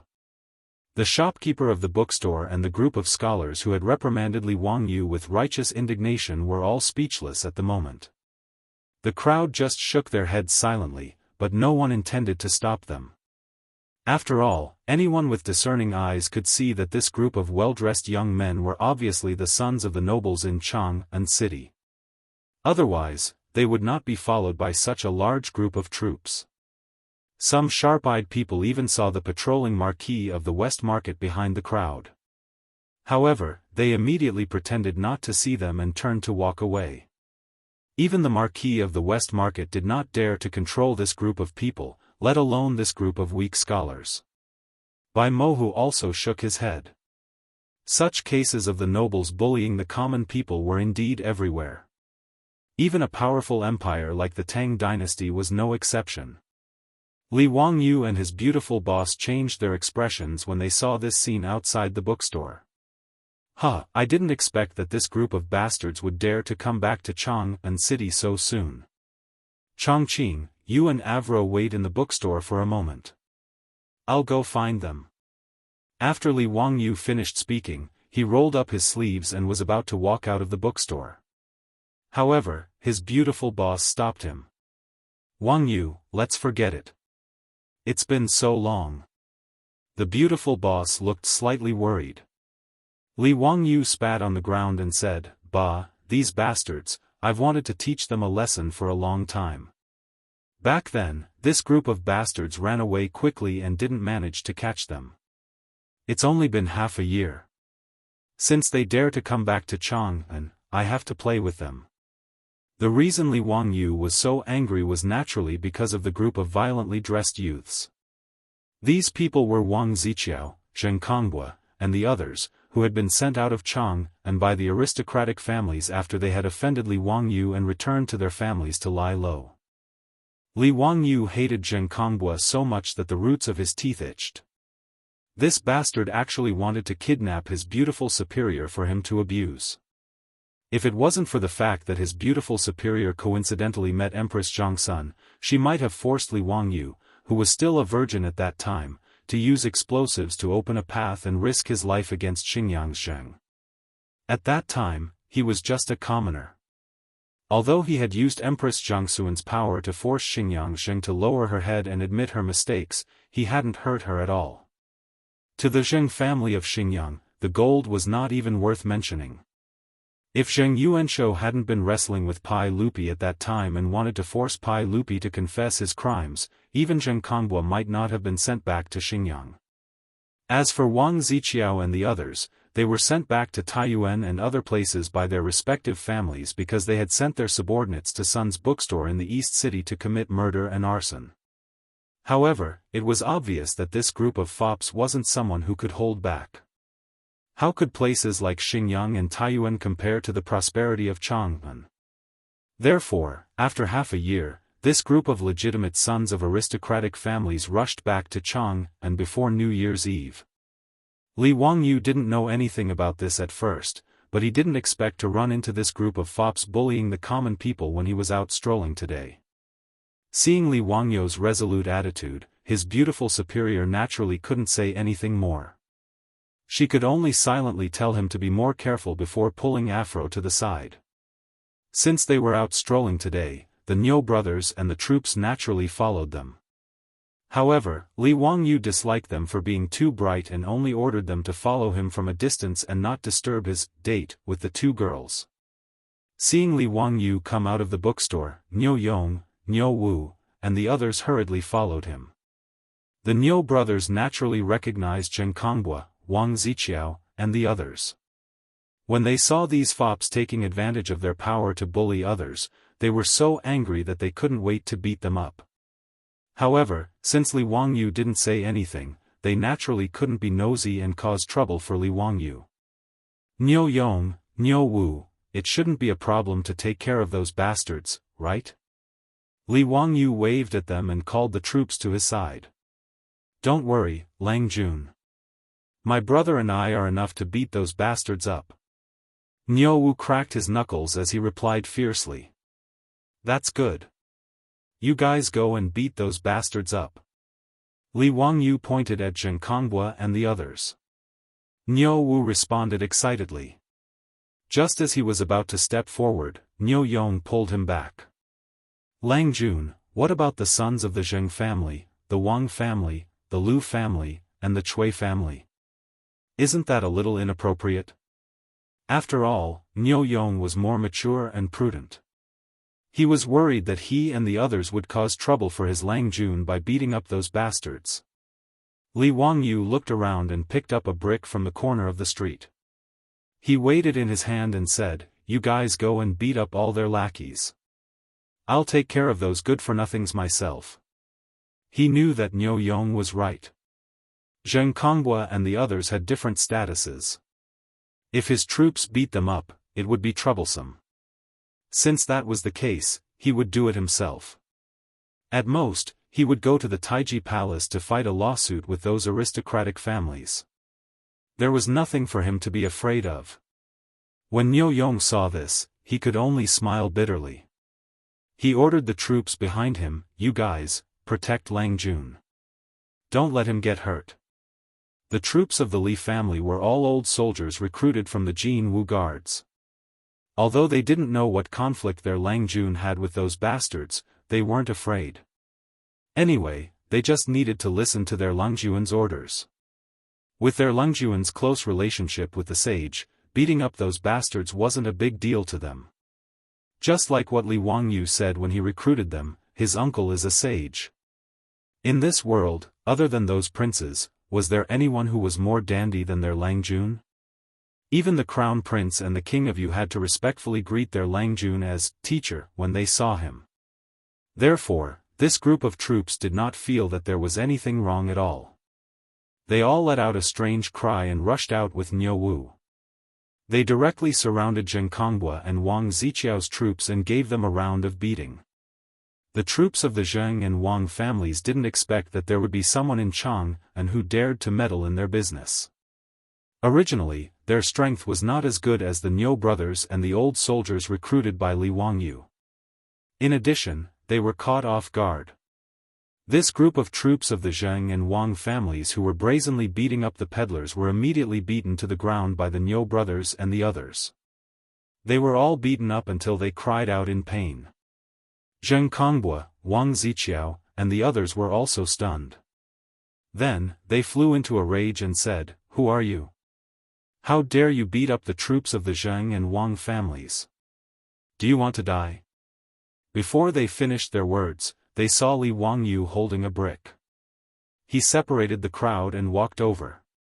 "Child Zheng, child Wang, child Lu, child Shui, long time no see. I miss you very much." Chapter 659. Li Wangyu's appearance caused Wang Ziqiao, Cui Daogu, Lu Xiyang, and Cui Hong to stare blankly for a moment before quickly reacting. "Li Wangyu, did you order the prefectural troops to commit murder? What do you want to do? Do you want to become enemies with the 5 families and 7 hopes? Surnamed Li, you've got guts.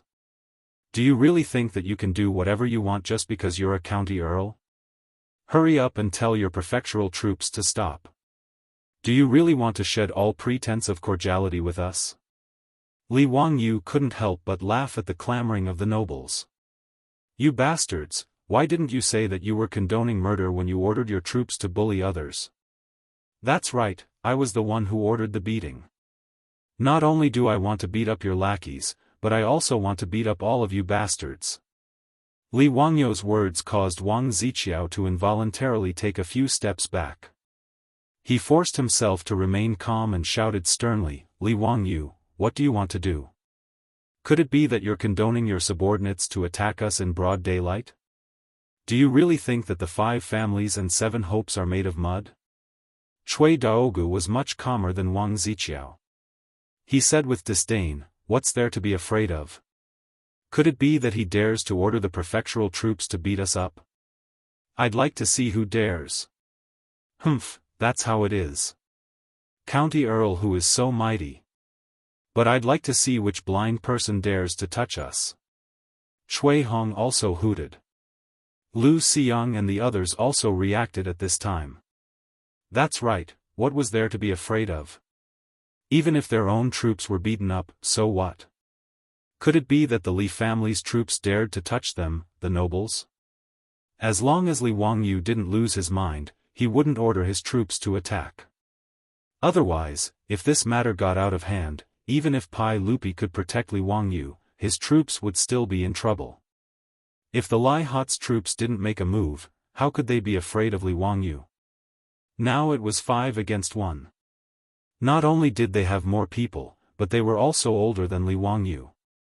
Why should they be afraid of this young man? Wang Ziqiao and the others' words made Zheng Kongbua glare fiercely at Li Wangyu. Li Wangyu recognized Zheng Kongbua, but it was Zheng Kongbua's first time seeing Li Wangyu. Back then, Li Wangyu only hid in the dark and dug a hole for Zheng Kongbua. The two of them didn't meet face to face. However, Zheng Kongbua was not a stranger to Li Wangyu, who had cheated the Zheng family of Xinjiang several times. Hearing this person's name, Zheng Kongbua was almost sick of it. "This bastard Tian Shenu is Li Wangyu?"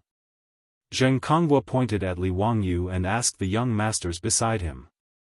Wang Ziqiao and the others immediately nodded and didn't forget to add fuel to the fire. "Yes, it's him. Brother Kongbua, I'm afraid you don't know that you were forced to leave Chang, and because of this person. The young lady in the carriage is one of Lai Hot's people." Hearing this, Zheng Kongbua's eyes suddenly turned red. "So your Tian Shenu is Li Wangyu? That stinky woman that day is one of your people? Was the gambling house of the Zheng family cheated by your Tian Shenu? I'll kill you today."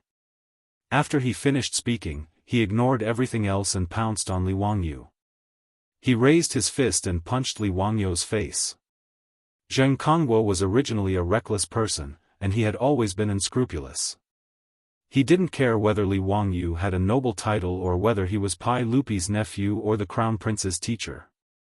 Right now, all he could think of was how to beat Li Wangyu up to vent his anger. This guy had a good idea, but he neglected two things. First, Zheng Kongguo's body had been hollowed out by wine and women. Although he was much older than Li Wangyu, he was very weak. That seemingly ferocious fist appeared to be weak and powerless in the eyes of the bystanders. Second, he completely ignored the deterrent power of the brick in Li Wangyu's hand. Therefore, Zheng Kongguo suffered a tragedy. Li Wangyu leaned to one side to avoid Zheng Kongguo's fist. Then, without hesitation, he raised the brick in his hand and slammed it on Zheng Kongguo's face. If I don't beat his face until it blossoms, he won't know why the flowers are so red. Li Wangyu succeeded in one hit, and he was very happy. He couldn't help but think of the classic line of Sun Wukong in the lotus lamp. When Wang Ziqiao and the rest saw that Li Wangyu really dared to hit Zheng Kongguo, and with one hit, he made Zheng Kongguo's nose and mouth spurt out blood, they were scared out of their wits and screamed. Zheng Kongguo was hit by Li Wangyu's brick, and almost fainted. He only felt his vision go black, and then came the sharp pain. His head was buzzing, and he saw stars. His body went soft and fell to the ground. He was stunned for a while, and then he screamed like a pig being slaughtered. Li Wangyu still felt that it wasn't enough. When he thought that his beautiful boss was almost harmed by this scum in front of him, his heart was burning with anger. Li Wangyu didn't care about Zheng Kongguo's continuous screams, and directly raised his leg to kick him, making him roll on the ground like a rubber ball. Wang Ziqiao and the others were all intimidated by Li Wangyu's ferocious and fierce actions. Not only did they not dare to stop him, but they also retreated. Their bodies were shaking like sieves, and they covered their mouths with their hands. They didn't even dare to breathe. The two brothers, Niu Yong and Niu Wu, were afraid that Li Wangyu would kick Zheng Kongguo to death and cause a lot of trouble, so they hurried over to hold the furious Li Wangyu. Lang Jun, don't hit him, Niu Yong whispered in Li Wangyu's ear. Li Wangyu was happy to hit him, and he also vented the anger in his heart. When he heard Niu Yong's words, he calmed down. He spat at Zheng Kongguo, who was howling on the ground, and then turned his head to glare at Wang Ziqiao and the rest. Count who, what do you want to do? This is Chang'an City, there are laws. Don't mess around. Wang Ziqiao was so scared that he couldn't speak clearly. Zheng Kongguo, the eldest son of the Zheng family in Xinjiang, and the son of Zheng Yuanshou, was beaten by Li Wangyu until his face was covered in blood and he couldn't get up. How could they not be afraid? Wang Ziqiao, Cui Daogu, and the rest didn't expect that Li Wangyu, this young man, would be so fierce, and so ruthless. Even though they used to fight with Cheng Chumo and his group of playboys, they had never seen someone like Li Wangyu, who directly hit his face with a brick. Li Wangyu threw the brick in his hand to the ground, and patted the dust off his hands. Pay up. Pay what money? Wang Ziqiao and the rest were dumbfounded. Li Wangyu beat up his own troops, beat Zheng Kongguo until his face was covered in blood, and still asked them to pay up. Was there any law? Li Wangyu pointed at the peddler who was being helped up by his troops. You beat him up and kicked over his goods, so you naturally have to pay up. What? But if you don't want to pay up, do you want me to argue with you? Seeing that he was about to pick up the brick on the ground, which was still covered in Zheng Kongguo's blood, Wang Ziqiao and the rest immediately screamed, Pay, we will pay. After saying that, Wang Ziqiao hurriedly took out 5 taels of gold from his waist, and signaled his troops who had struggled to get up to give it to the beaten peddler. The peddler was a little submissive. He waved his hands and didn't dare to accept. I don't want so much, I don't want it, these things are not worth so much money. Li Wangyu glared at him. I told you to take it, so take it. Why are you talking so much nonsense? I'll take the extra money for your medicine. Hearing Li Wangyu's words, the merchant who was beaten received the gold ingot gratefully and bowed to Li Wangyu. He didn't even bother to pick up the goods on the ground. Instead, he turned around and dived into the crowd of onlookers, disappearing without a trace. Li Wangyu wasn't angry. This kind of commoner didn't dare to cause trouble. They were afraid of the revenge of the noble families. This was common sense. He didn't bother to pay attention to Wang Ziqiao and the rest. He patted the dust off his clothes and walked back to the bookstore. He smiled at the barbarian merchant. "This gentleman, how about it? Do you have time to let me treat you to a drink?" The bookstore was deathly silent. They had all seen the scene just now. No one would have thought that this white-clothed youth was the Hu County Count that everyone had been talking about. Chapter 660. The shopkeeper of the bookstore and the few scholars all had awkward expressions on their faces. They were actually reprimanding County Count Hua and asking him to admit that he was a genius. It was simply comical no matter how one thought about it. Amidst his shock, Bai Macho bowed deeply to Li Wangyu. "I wouldn't dare to disobey a noble's invitation." Li Wangyu smiled. "In that case, please. I know of a Hu tavern in Shi City that's rather peaceful." Just as he finished speaking, he suddenly felt that something was amiss. He seemed to have said something wrong. Sure enough, the look from his beautiful boss made him feel uneasy. Li Wangyu hurriedly turned to explain to his beautiful boss. "Heh, actually, I've only been there once. It was Cheng Chumo and the other bastards who insisted on dragging me there. You can ask Afro if you don't believe me. I only went to the Hu tavern that time to save her." As he spoke, he kept shooting glances at Afro, hoping that she would defend him. However, Afro covered her mouth and snickered. "Sister Chongqing, Lang Jun did save me from that Hu tavern, but I don't know if he went there again after that." Li Wangyu almost vomited blood and died after hearing Afro's words. This lass was really going to get beaten up. He glared hatefully at Afro's round buttocks. If it weren't for the time and place, Li Wangyu would definitely let her know the consequences of slandering Lang Jun. His beautiful boss cast him aside. "All right, I didn't say anything. What are you feeling guilty about? I've never been to a Hu tavern before. You don't mind Afro and I taking a look, do you?" "Heh, of course not, of course not." Li Wangyu chuckled awkwardly while cursing himself for being such a busybody. Why did he have to bring up some Hu tavern of all places? He really had nothing better to do. Outside the bookstore, Wang Ziqiao and the others were long gone. Li Wangyu couldn't be bothered with them either. He gestured to Bai Macho and led the way to the Hu tavern not far away. They were headed to the Hu tavern where they had rescued Afro. The Hu tavern owner naturally remembered Li Wangyu, and Afro, who was behind him, was still fresh in his mind. Although the Hu shopkeeper did not know Li Wangyu's true identity, he knew that he was a noble and quickly came out to welcome him. "Noble lady, please come in. Are you not traveling with the young duke and the others today? Prepare an elegant room for me. Pick some good wine and dishes and send them up. Also, arrange for a few Hu girls to sing and dance to liven things up." Li Wangyu nodded slightly and instructed the Hu shopkeeper, "Prepare a table of wine for my subordinates." The Hu shopkeeper acknowledged and personally led Li Wangyu's group of 4 into an elegant room. Then, he immediately went to arrange for a banquet and Hu concubines to serve them. This was the first time Su Chongqing had come to a Hu wine shop. He didn't find this place repulsive, only curious.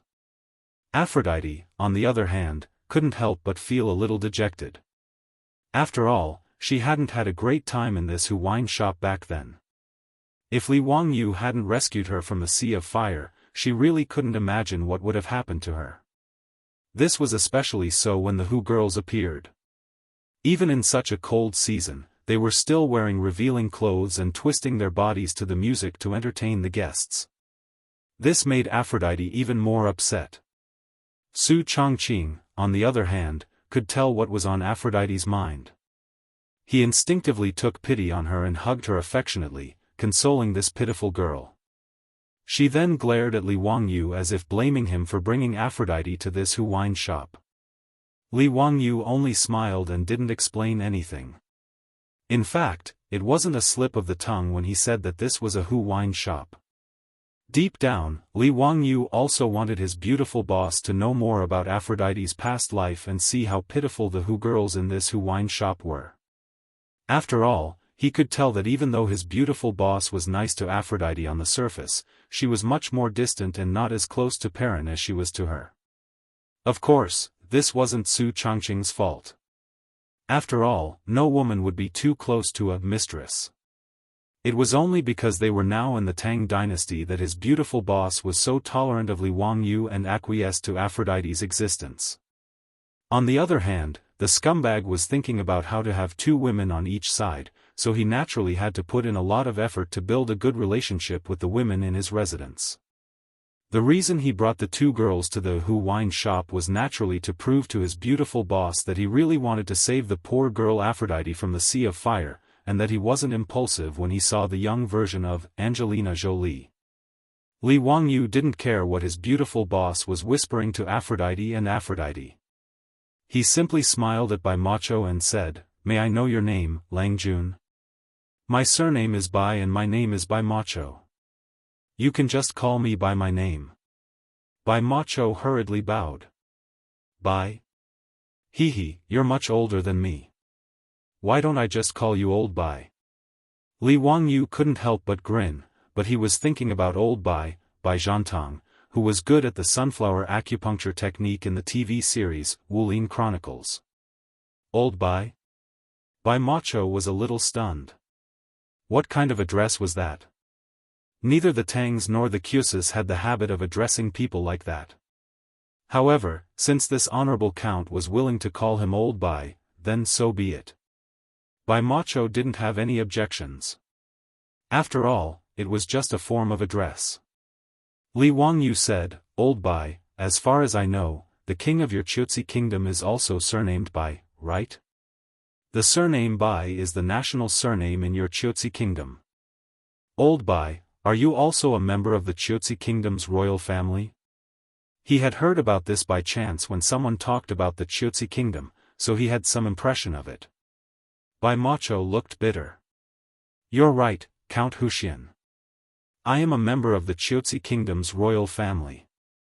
However, the Chutsi kingdom's politics are now controlled by Minister Nali. My royal family's lives are also difficult, so I can only go to Chang and to make a living as a traveling merchant." Li Wangyu was a little stunned. There was such a thing in the Chutsi kingdom? It seemed that the Chutsi king was really a good-for-nothing. He was actually usurped by the minister, and even the royal family's lives were difficult. It was really hard to understand. "Old Bai, you speak the Han language so well. Do you come to Chang'an often?" "Yes. Every year, I lead the caravan on this silk road and return from spring to summer." "It has been more than 10 years since then," Bai Macho replied respectfully.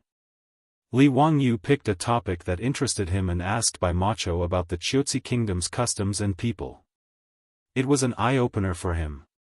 He suddenly thought of something and asked, "Oh right, Old Bai, what kind of goods do your caravan mainly sell from Chang and back to Chutsi?" "Mainly silk, brocade, porcelain, and bronze ware." Hearing this, Li Wangyu couldn't help but smile. "I have something good to recommend to you. If you sell it to the western regions, you'll definitely make a lot of money. Old Bai, are you interested?" Naturally, Bai Macho nodded repeatedly.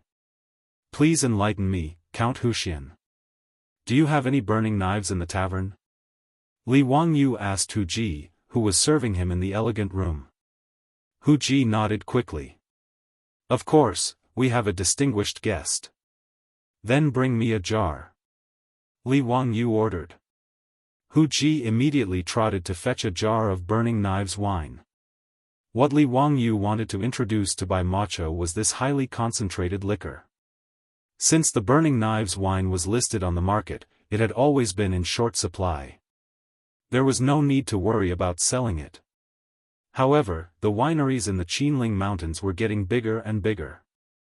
Li Wangyu thought that with the harvest at the end of autumn this year, the output of the wine would definitely reach a higher level. With so much wine, it was natural that they should export it to the western regions through the Silk Road and earn more gold for the Tang dynasty. After Hu Ji brought the wine, Bai Macho quickly got up and took the jar. He respectfully poured wine for Li Wangyu and filled a bowl for himself.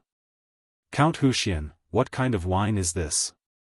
I've never smelled such a strong wine aroma." "It's good wine." Bai Macho sniffed the wine in the bowl and praised.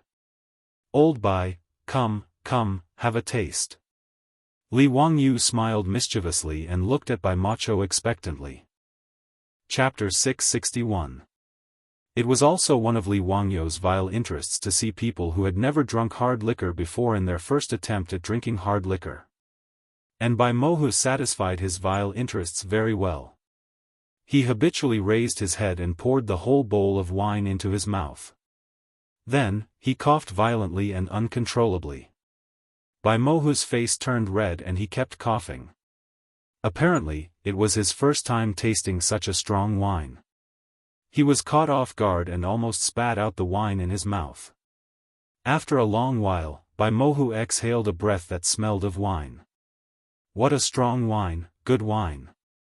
It's my first time tasting such a strong wine. May I ask you, what's the name of this wine? Why haven't I tasted it since I came to Chang'an?" The name of this wine is Burning Knife. It means that when you drink it, it feels like a hot knife scraping through your throat. It's the strongest wine. Old Bai, it's normal that you haven't tasted it.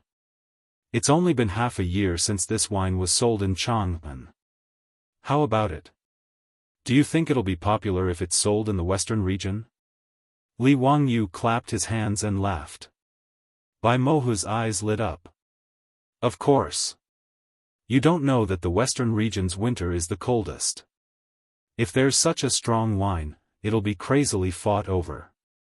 If it's sold to the western region, it'll be at least 100 times more profitable. But where can I buy this wine and how much is it? Li Wangyu smiled and pointed at himself. In the whole Tang dynasty, I'm the only one who has Burning Knife wine. This is the wine I made. Old Bai, if you want to sell this wine, you'll have to come to me. In fact, since the Burning Knife wine was sold in Chang'an, there were already some insightful merchants who started to sell it to the western region. It was just that they didn't sell it in large quantities. If the production of this wine didn't increase, it would be difficult to satisfy the drunkards in Chang'an, let alone export it to the outside world. Li Wangyu was preparing for a rainy day. Considering that the production of Burning Knife wine would increase greatly, he naturally had to find a market in advance. Moreover, he did not intend to simply sell these drinks to the Hu merchants in Chang'an. That kind of profit would not satisfy Li Wangyu. Today, he met Bai Mohu by chance and invited him to drink. Firstly, he felt that this person was interesting and had an affinity with him. Secondly, he wanted to see if his new idea was feasible. Count Hu, I would like to buy some Shaodao wine and sell it to the western region. Is that possible? Bai Mohu asked. There's no rush. Let me ask you something first. Li Wangyu dipped his finger into the wine and drew a diagram on the table. Lao Bai, look, if this place is Chang'an, then from here to the west, all the way to Dunhuang County, Shazhou of the Tang dynasty's Longyu circuit, there are official roads passing through, right? Bai Mohu didn't quite understand what Li Wangyu meant. He just nodded to show his approval. Your caravans from the western regions usually rest and reorganize in Dunhuang County before entering the desert. Then, they are divided into 3 directions, the North Road, the Middle Road, and the South Road, respectively, heading to different countries in the western regions. Is that right? Exactly. Bai Mohu continued to nod. Li Wangyu smiled and said, it's a long journey from Chang'an to Dunhuang County. It's about 4,000 miles. Lao Bai, let me ask you. If you can buy enough goods in Dunhuang County, but the price is 5 or 6 times higher than in Chang'an, would you be willing? Of course, you can also sell the goods from the western regions in Dunhuang County. The price will satisfy you. His words immediately made Bai Mohu so excited that his eyes widened. County Count Hu, how is that possible? Is this true? If so, of course we're willing. Even if the profits will be a little lower if we trade in Dunhuang County, the journey will be shortened by half. If so, we can only go back and forth once a year, but we can go back and forth twice from Dunhuang County. The profit will be increased a lot. Li Wangyu nodded. I think so too. I still need to report to the sage to see if this is feasible.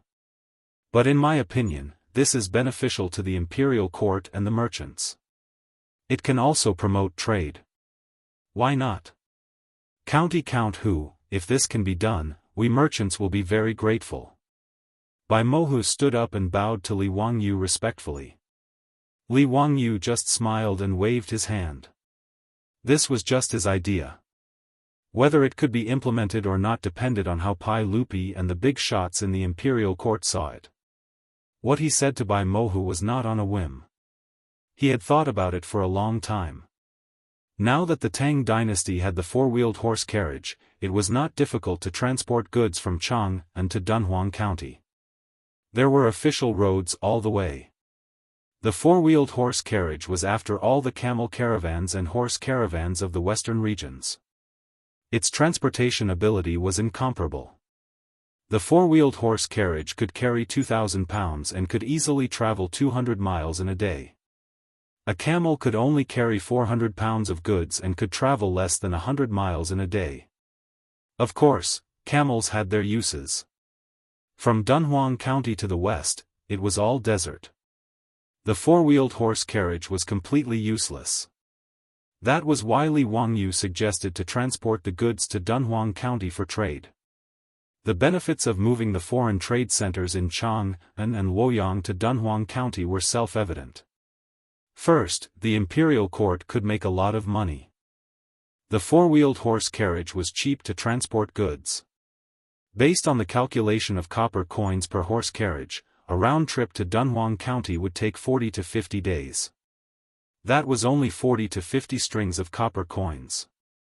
Even with the high number of shadaozi as an example, the price of a bucket of wine in Chang'an was 10 strings of copper coins, which was 10 strings of copper coins. If it was transported to Dunhuang County, it would be 50 strings of copper coins, which was a difference of 40 strings of copper coins. A four-wheeled horse carriage could transport close to 100 buckets of wine in a single trip. The benefits could be imagined. Moreover, the horse carriage could also transport goods on the return trip. There was a lot of profit to be made. As long as the imperial court monopolized the four-wheeled horse carriage, the profits they could make every year were so huge that Li Wangyu could not calculate it clearly. Another benefit was that the foreign trade center would be moved from Chang'an to Dunhuang County. Through the huge benefits, Pai Lupi and the imperial court officials could focus their attention and power on it. Once Dunhuang County prospered because of trade, the Tang dynasty would have to invest a huge amount of military power to control the western regions and continue to expand the development of the Silk Road. Li Wangyu felt that the Tang dynasty should not be as closed off as the Ming and Qing dynasties. They should communicate with the western regions and even the European countries. Only then could the Chinese civilization absorb more nutrients and grow stronger. With the current technology, it was not realistic to trade through the sea. Therefore, the Silk Road on the road had to be used and developed. Li Wangyu did not notice that the longer he stayed in the Tang dynasty, the more his thoughts were subtly changing. Originally, he only wanted to be a small landlord with beautiful wives and concubines, thousands of acres of fertile land, countless cows, horses, pigs, and sheep, and servants. Now, he began to unconsciously think about how to benefit the Tang dynasty and the people. After asking Bai Mohu's attitude on this matter, Li Wangyu was more confident that he could persuade Pai Lupi. He and Bai Mohu drank and chatted happily until the evening drum sounded. Li Wangyu left Bai Mohu's contact information and then went their separate ways. It was late. Li Wangyu and his beautiful boss were too lazy to go back to Zhou village. They still stayed in the mansion in Huifang. However, early the next morning, there was a knock on the door of Lai Hot's mansion. The eunuch from the palace came to inform him that the sage summoned the county count to the Taiji palace. He was impeached again. Chapter 662. Li Wangyu was not surprised that he would be impeached. After all, in Shi City yesterday, he had given Zheng Kongbua a good beating, and it had been quite a miserable beating. It would be strange if the Zheng family of Xinjiang did not retaliate against him. If the Zheng family of Xinjiang wanted to retaliate against him, what else could they do except impeach him in the imperial court and complain to Pai Lupi? Could they let their own troops kill him? As for the censorate to impeach him, it was a reasonable thing. In this regard, Li Wangyu was not worried at all. Since he dared to fight yesterday, he naturally knew what the result would be. At most, Pai Lupi would reprimand him and then fine him with copper coins. Spending some copper coins to beat up Zheng Kongbua, Li Wangyu naturally felt that it was quite worth it. Following the eunuch, Li Wangyu entered Taiji Palace and respectfully bowed to Pai Lupi. However, the way the officials looked at him in the hall was clearly different. Cheng Yaojin and the other old men all had smiles in their eyes. Obviously, they did not think that it was a big deal that Li Wangyu beat up Zheng Kongbua. Instead, they all gloated and looked at him as if they were watching a good show. Fang Xianling and the others also had smiles in their eyes. It seemed that they did not think it was troublesome. Young men were full of youthful vigor. Fighting with others was no big deal. If it were not for the Zheng family of Xinjiang and the 5 families, this kind of thing would be very shameful in Taiji Palace. As for the officials from the aristocratic families, they naturally looked at Li Wangyu with extreme displeasure. Especially the Zheng family of Xinjiang, they stared at Li Wangyu with eyes that could not wait to immediately crush his bones and scatter his ashes to relieve the hatred in their hearts. It should be known that for the aristocratic families, in Shi City yesterday, Li Wangyu did not beat up Zheng Kongbua, the legitimate son of the Zheng family, but the face of the aristocratic families. It could be said that from the founding of the Great Tang until the 3rd year of Zhenguan, only Li Wangyu had dared to viciously slap the faces of the great clans. Li Wangyu, yesterday in Shi City, did you have a conflict with Zheng Kongbua, the legitimate son of the Zheng family of Xinjiang? Pai Lupi directly asked, but his words made Zheng Yuanshou and the others frown. What did he mean by a conflict? Didn't that mean that both sides were responsible? The one who was beaten yesterday was his eldest son, and he was beaten quite miserably. Because of this matter, Zheng Yuanshou's wife, Zheng Lushi, who was from the Lu family of Fanyang, when she saw her son, whose face was covered in blood. Had it not been for Zheng Yuanshou's intervention, Madame Zhenglushi, who loved her son dearly, would have led the Zheng estate's troops to fight Li Wangyu to the death. Although Zheng Yuanshou was not as impulsive as his wife, he naturally could not tolerate this. Therefore, it was reasonable for him to impeach Li Wangyu today. Of course, this matter could not be hidden from Pai Lupi. Yesterday, after Li Wangyu beat up Zheng Kongbua in Shi City, a secret agent of the 100 Cavalry Department reported this matter to the palace. Pai Lupi's attitude towards this matter was only to laugh and scold, and then he ignored it. It was not a big deal anyway. Even if he handled it impartially, at most he would be fined a certain amount of copper coins, which was not painful at all.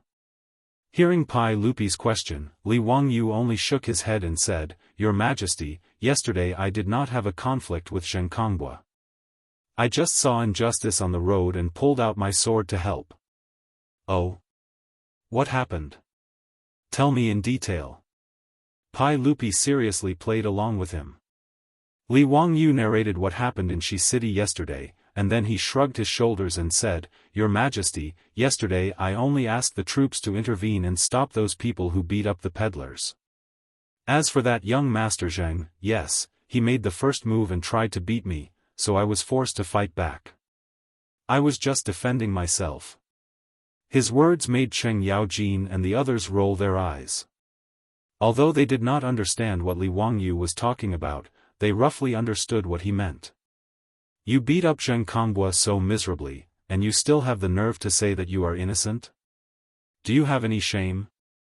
Moreover, the Tang dynasty had detailed rules for fighting between two parties.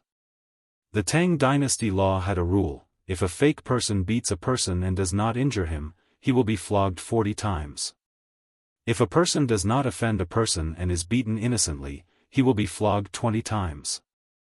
In other words, even if Li Wangyu did not make the first move and resisted the beating, according to the Tang dynasty law, he would still be flogged 20 times.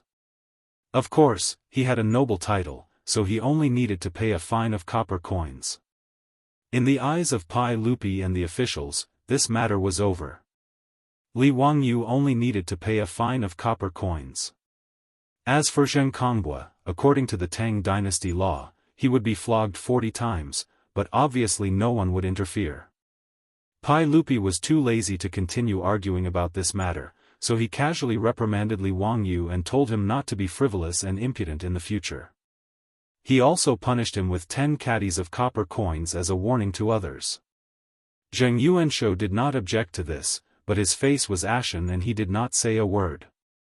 Pai Lupi, Li Wangyu, and the officials all thought that Zheng Yuanshou had tacitly agreed with Pai Lupi's punishment. When the matter was over, someone stood up. Your Majesty, I have something to report. The person who spoke was the Assistant Minister of the Ministry of Justice, Wang Shizhong. He was the second in command of the Ministry of Justice and also a member of the Wang clan of Taiyuan. Pai Lupi looked at the shocked Li Daozong in the hall. Obviously, his cousin did not know why Assistant Minister Wang had stood up. Report. Pai Lupi's face darkened, and he felt that something was wrong, but he still let Wang Shizhong continue. Your Majesty, last night, the bad people of the Ministry of Justice arrested a Hu merchant in a hostel in Likenfang. From his luggage, they found a map of Chang'an City, as well as the maps of the defense forces of Dunhuang County, Jiuquan County, Jianghu County, Wuwei County, and other counties. I think that this person must be a spy of the Turks who spied on the military intelligence of the Tang dynasty in the name of business. The bad people Wang Shizhong mentioned were the officers in charge of investigating and arresting in the Tang dynasty. Their leader was the bad marshal.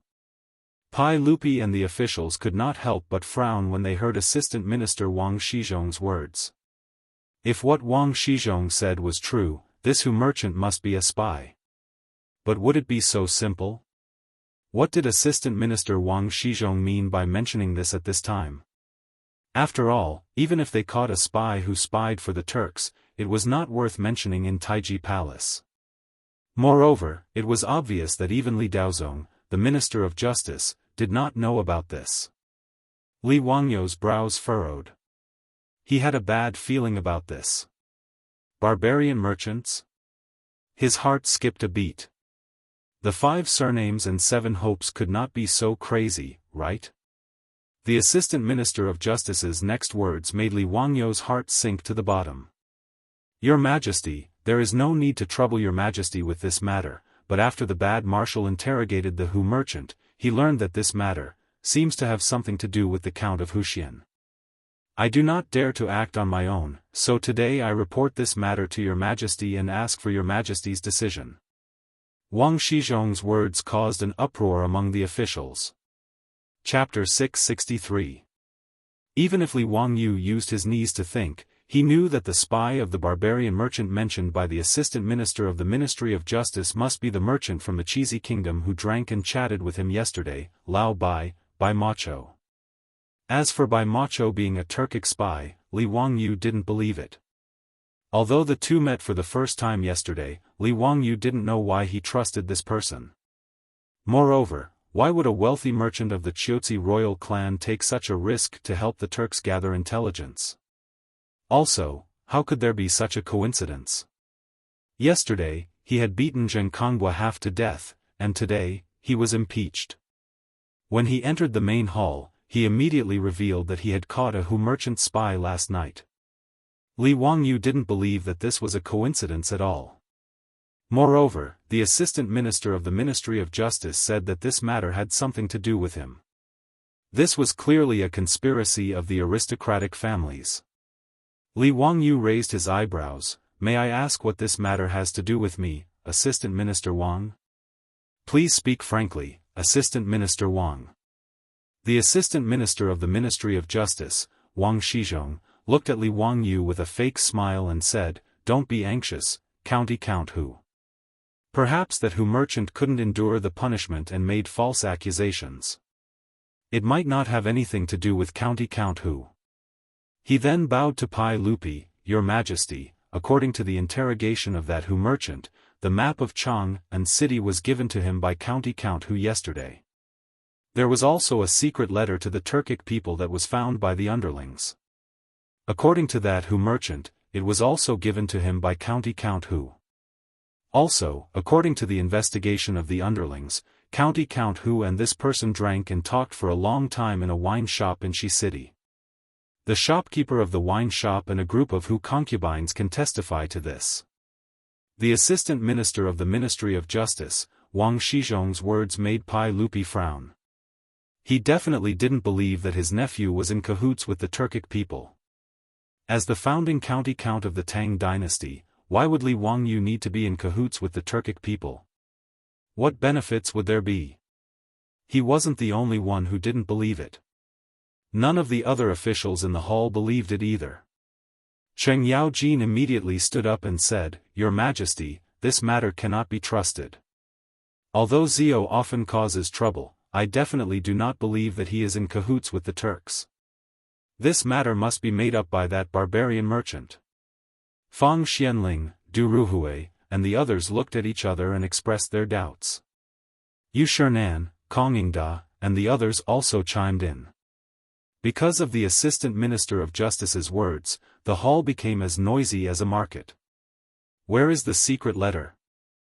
Pai Lupi didn't believe it, but he could only ask Wang Shizhong. The Assistant Minister of the Ministry of Justice, Wang Shizhong, took out a letter from his waist pouch and handed it to Mitua for Pai Lupi to read. Pai Lupi opened the letter, and the content made him frown even more. On the paper was Li Wangyu's unique thin and muscular body. It was undoubtedly his nephew's handwriting. And the content clearly stated that Li Wangyu had expressed his loyalty to Xieli Khan of the Turkic people and asked the barbarian merchant to pass on the message for him. He was a spy of Xieli Khan in the Tang dynasty and hoped that Xieli Khan would go down south and capture Chang'an as soon as possible. The more Pai Lupi read, the more livid his face became. He read the letter over and over again. It was undoubtedly Li Wangyu's handwriting. "Li Wangyu, how do you explain this secret letter?" Pai Lupi's voice also became cold. The truth was right in front of him.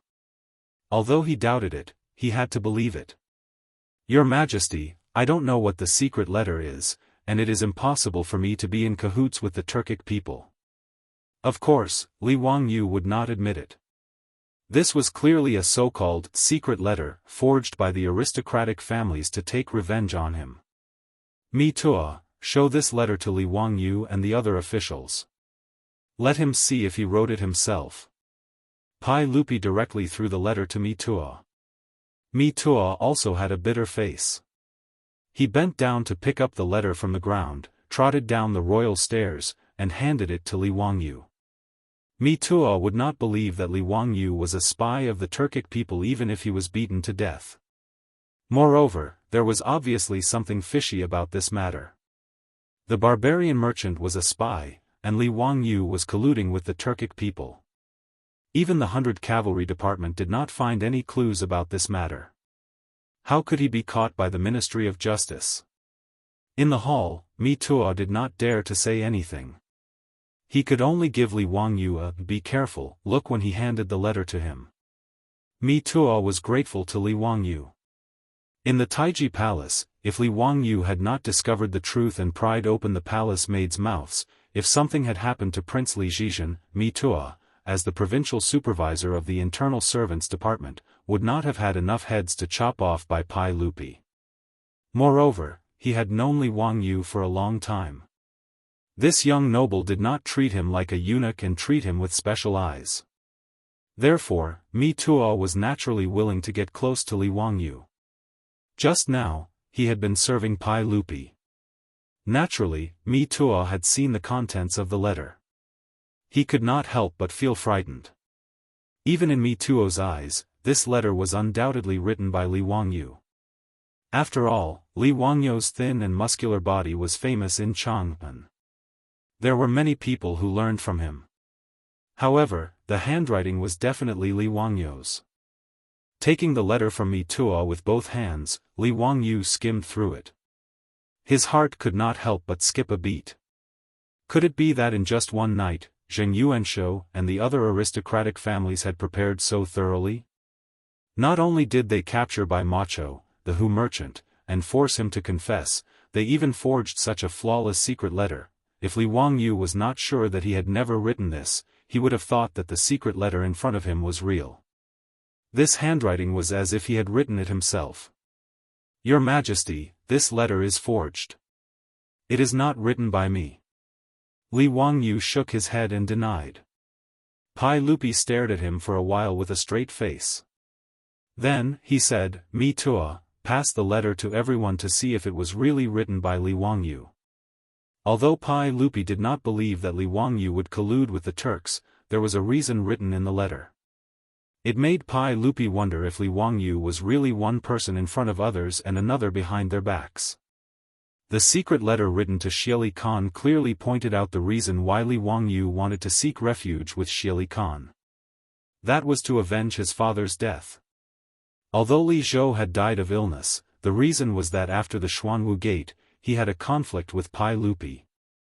As a result, he was demoted.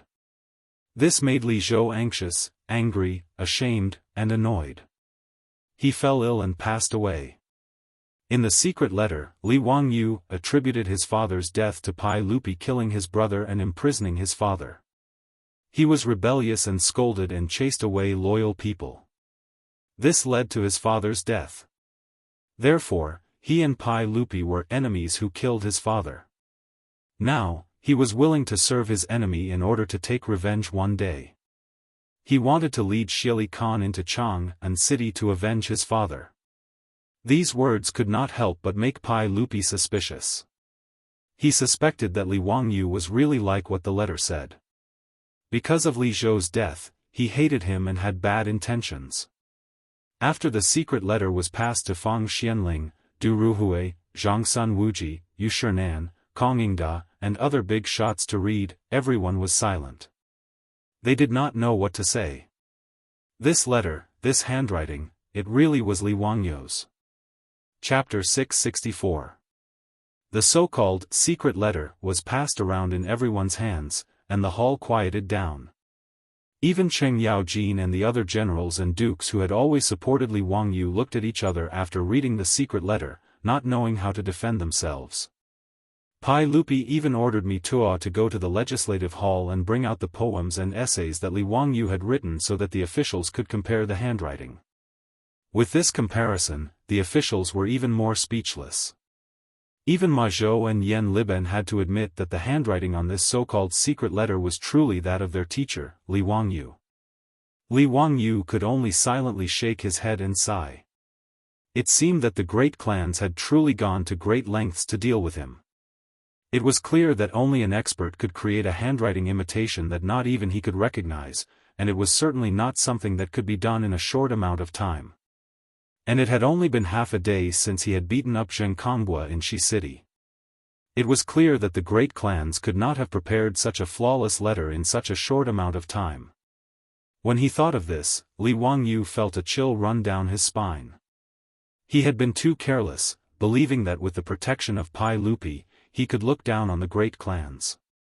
He had not expected that the other party had already begun to plan how to deal with him. This meticulously prepared secret letter was proof of this. Although the officials from the great clans said nothing, they couldn't help but rejoice.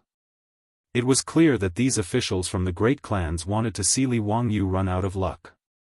As for the previously ashen-faced Zheng Yuanshou, who had not said a word, he finally spoke, "Your Majesty, regardless of whether or not this secret letter was written by County Count Hu, we should investigate it thoroughly and give the court and County Count Hu an explanation.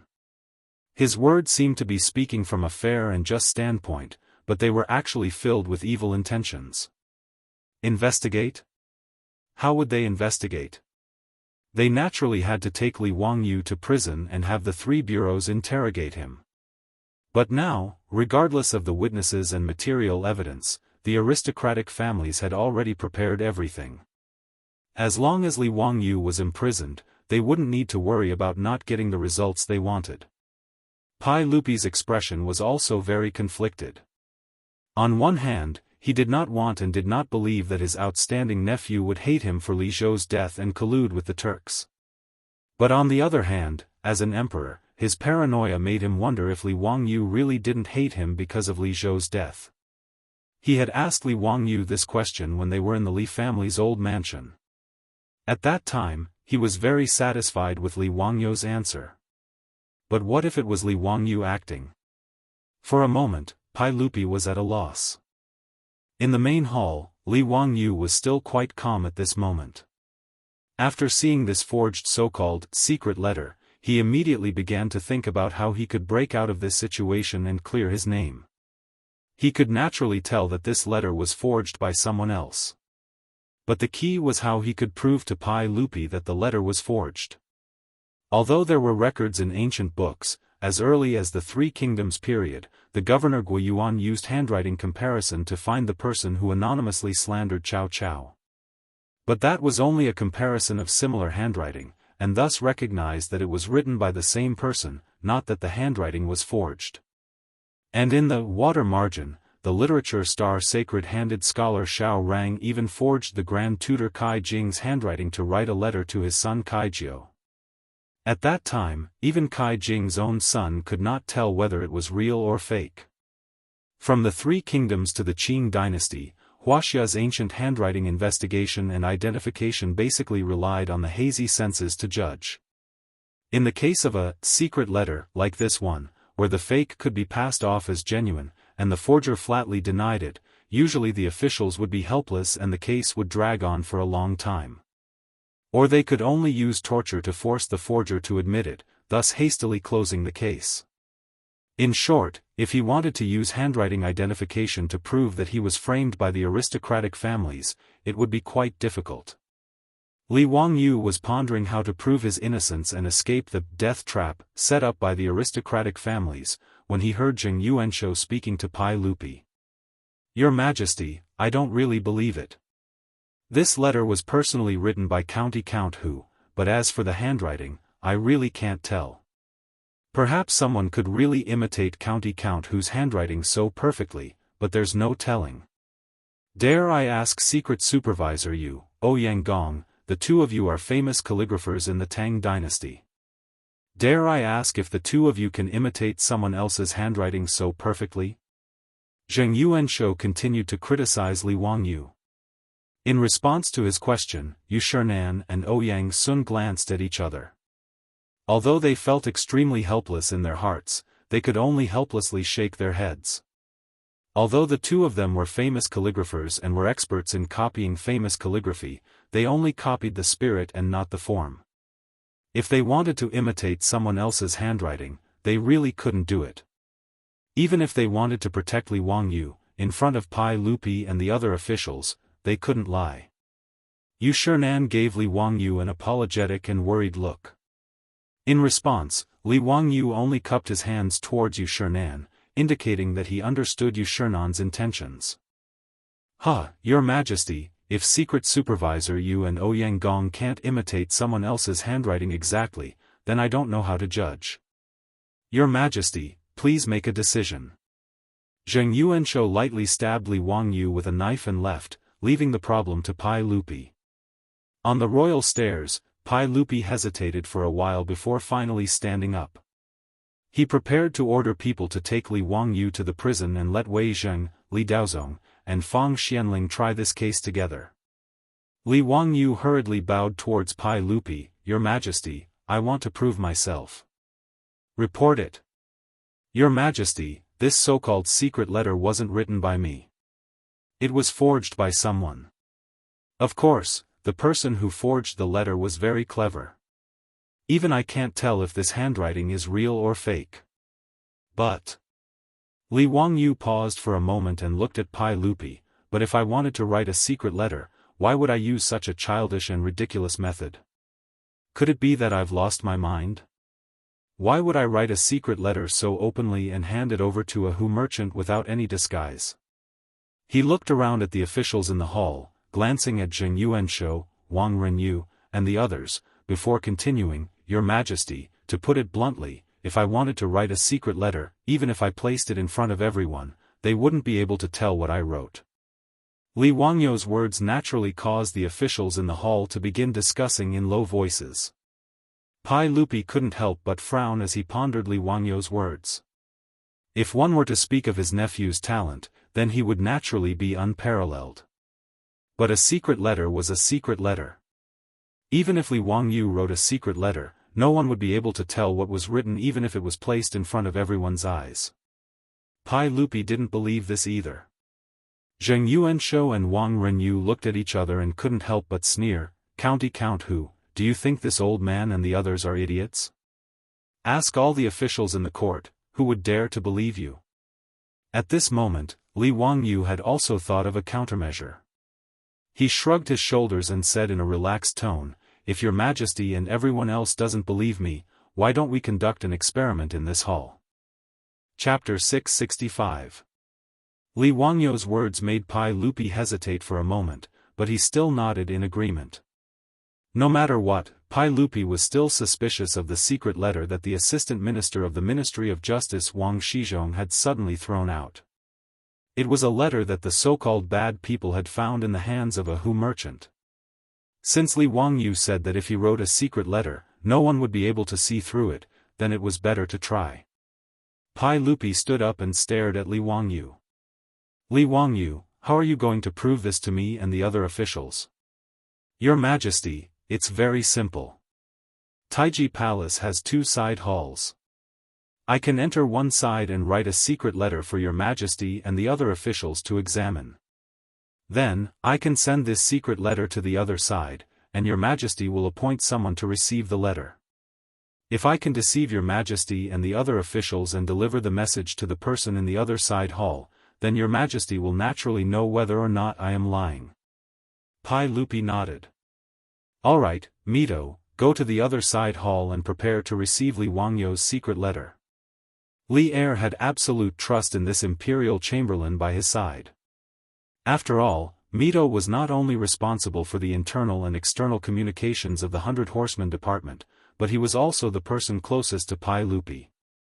Your Majesty, I need to first explain to Provincial Supervisor Mito how to receive the secret letter. Is that all right? Li Wangyu bowed again. All right. Pai Lupi nodded again, indicating for Mito to listen to what Li Wangyu had to say. Mito quickly walked to Li Wangyu's side. Under the gaze of Pai Lupi and the other officials, the two of them whispered a few words in each other's ears. The more Mito listened, the more suspicious he became. His expression was one of bewilderment. In the end, he nodded seriously, indicating that he understood. In the main hall, the officials were also whispering to each other, discussing in low voices. Wang Renyu suddenly stepped forward and clasped his hands toward Pai Lupi. Your Majesty, if Count Hu and Provincial Supervisor Mito are in cahoots and have already agreed on what to write, then wouldn't it be meaningless? When the officials heard this, they all nodded. That's right. If Li Wangyu told Mituo what he was going to write, and Mituo knew what Li Wangyu was going to write on the letter, it wouldn't prove anything. Li Wangyu smiled when he heard this. Your Majesty, this matter is simple. After Provincial Supervisor Mito and I enter the left and right side halls, I ask Your Majesty to write the letter. Then, I will send it to Provincial Supervisor Mito in the other side hall. If I can deceive Your Majesty and the other officials and pass the information to the Provincial Supervisor, it will be enough to prove the truth of what I said just now. Pai Lupi thought about it for a moment, and it made sense. If Li Wangyu really was a spy, then he naturally had to choose the most secretive way to send the message. If he could really pass the message to Mitua without him and the civil and military officials, then this so-called secret letter was worth discussing. Seeing Li Wangyu so certain, Wang Renyu and Zheng Yuanshou looked at each other. They all saw a trace of worry in each other's eyes. But now that things had gotten to this point, there was no point in saying anything more. They could only wait and see. Moreover, Wang Renyu, Zheng Yuanshou, and the others didn't believe Li Wangyu's words at all. To be able to send the message in front of all the officials without anyone knowing, this matter was too legendary. After Li Wangyu and Mito finished talking, they had the eunuchs in the hall prepare some things for the two of them and put them in the side hall. Everything was ready. "Your Majesty, I and Mito are ready. We can start," Li Wangyu said. Pai Lupi nodded, "Good. Li Wangyu, you go to the left side hall. Mito, you go to the right side hall." Li Wangyu and Mito immediately nodded and went to the left and right side halls. After the two of them entered, the doors of the two side halls were tightly shut. At the same time, there were palace guards arranged by Pai Lupi to guard in front of the hall to prevent someone from secretly sending messages for them. After everything was ready, Pai Lupi picked up a pen and paper. After thinking for a while, he wrote a paragraph. After folding the paper, he signaled the eunuchs to send it to Li Wangyu in the left side hall. After a short while, the door of the left side hall opened. The eunuch sent a letter and handed it to Pai Lupi. Pai Lupi curiously opened the letter, but couldn't help but be stunned. He was holding a piece of white paper in his hand. There was no writing on it. "Did you take out the wrong letter? Why is it a piece of white paper?" Pai Lupi glared at the eunuch in charge of delivering the letter. In Pai Lupi's opinion, the eunuchs must have made a mistake and accidentally sent out a piece of white paper. The eunuch quickly knelt, in reply to everyone, "I definitely did not make a mistake. This letter was personally given to me by County Count Hu to be delivered to the Mito provincial supervisor." Hearing this, Pai Lupi became even more curious. He repeatedly read the letter in his hand and carefully examined it against the light. In the end, he could only confirm that it was a normal piece of white paper. Seeing that he couldn't see any problems, he could only signal for the eunuchs to take the secret letter to the officials in the hall. Wang Renyu, Zheng Yuanshou, and the others rushed to take the secret letter. They also repeatedly read it, but they couldn't see any problems. A piece of white paper without any writing was passed around in the hands of everyone. No one could see anything wrong with it. Your Majesty, it can't be a piece of white paper, right? That County Count whose so-called secret letter is just purposely mystifying." Zheng Yuanshou laughed coldly. Wang Renyu also twirled his beard and smiled. "I think that County Count Hu and the Mito provincial supervisor didn't use this piece of white paper to send messages, right? Your Majesty, please search the eunuch just now. I think that the real secret letter should be hidden on him. This piece of white paper is just a smokescreen." Pai Lupi felt that Wang Renyu's words made sense. He immediately waved his hand at the palace guards, indicating for them to search the eunuch in charge of delivering the message. The eunuch didn't dare to argue. With a long face, he was searched from head to toe by the palace guards. Even his hair wasn't spared. However, it was clear that they didn't find anything hidden. Zheng Yuanshou was still worried and said to Pai Lupi, "Your Majesty, why don't you give this paper to me and let me personally deliver it to the Mito provincial supervisor?" "Okay." Pai Lupi naturally nodded his head in agreement. Under the gaze of Pai Lupi and the officials, Zheng Yuanshou took the piece of white paper and walked to the right side hall. He knocked on the tightly shut door and handed the piece of white paper to Mito. The door of the hall closed and opened again very quickly. Mitua walked out from the middle and walked to the front of the imperial stairs with a sad face. He knelt down in front of Li Er and said, "Everyone, this servant is not a spy." When Pai Lupi heard this, he suddenly stood up from the throne. "Mito, what did you say?" What was the content of my handwritten letter? Did Li Wangyu really write a secret letter to you? Mito nodded. The secret letter that county count who wrote to me was, "There is a spy in the palace, and it has been found to be Mito."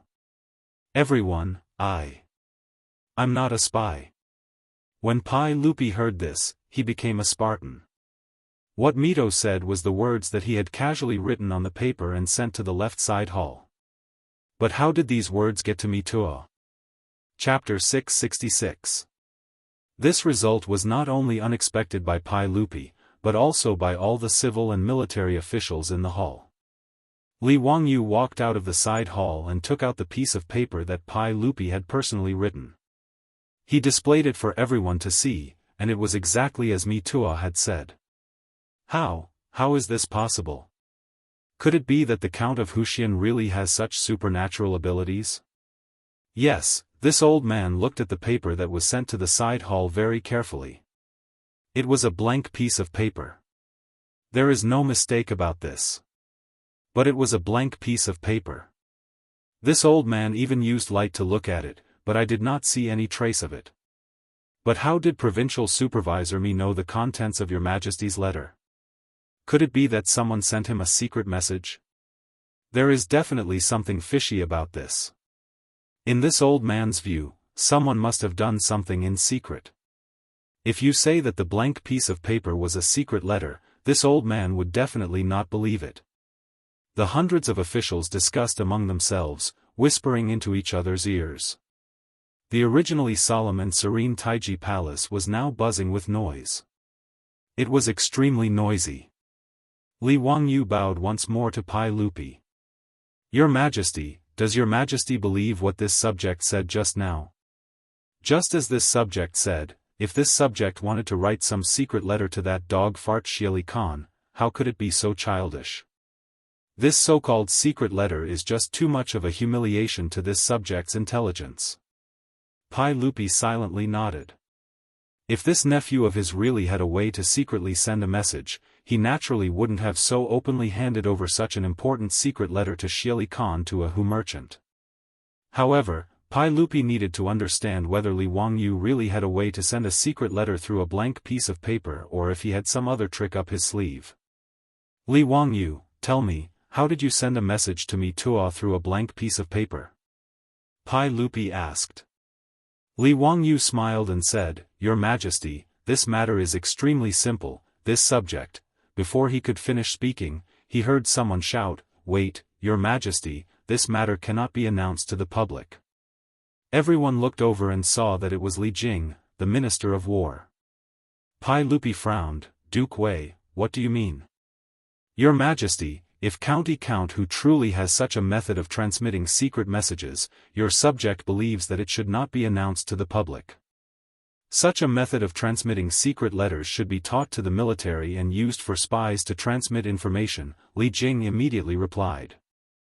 With his explanation, Li Er immediately reacted. That was indeed the case.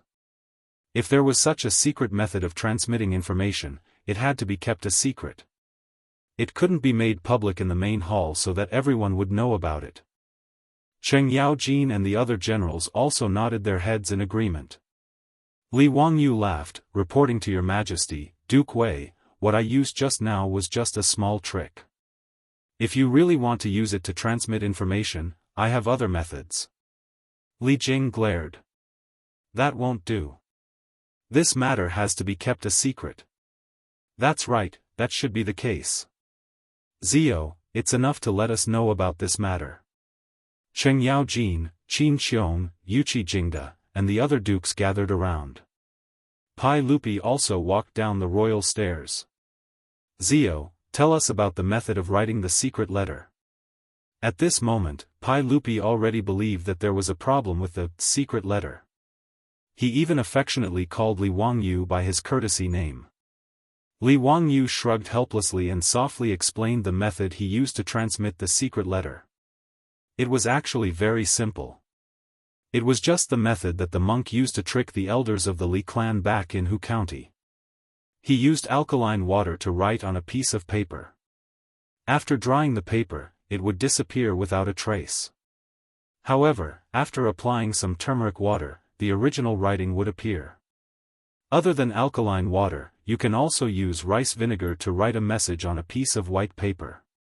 After drying it, it still won't show a trace. However, if you put it over a fire, the writing will appear, Li Wangyu added. This was just common knowledge of chemistry in the future. It was just a small trick. However, in the ears of Pai Lupi, Li Jing, and the others, it was like thunder. It shocked them so much that they all looked at each other in dismay. Kid, don't joke around.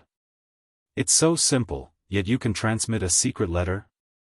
Cheng Yaojin grinned with an expression of disbelief. How could this little nephew dare to deceive you all?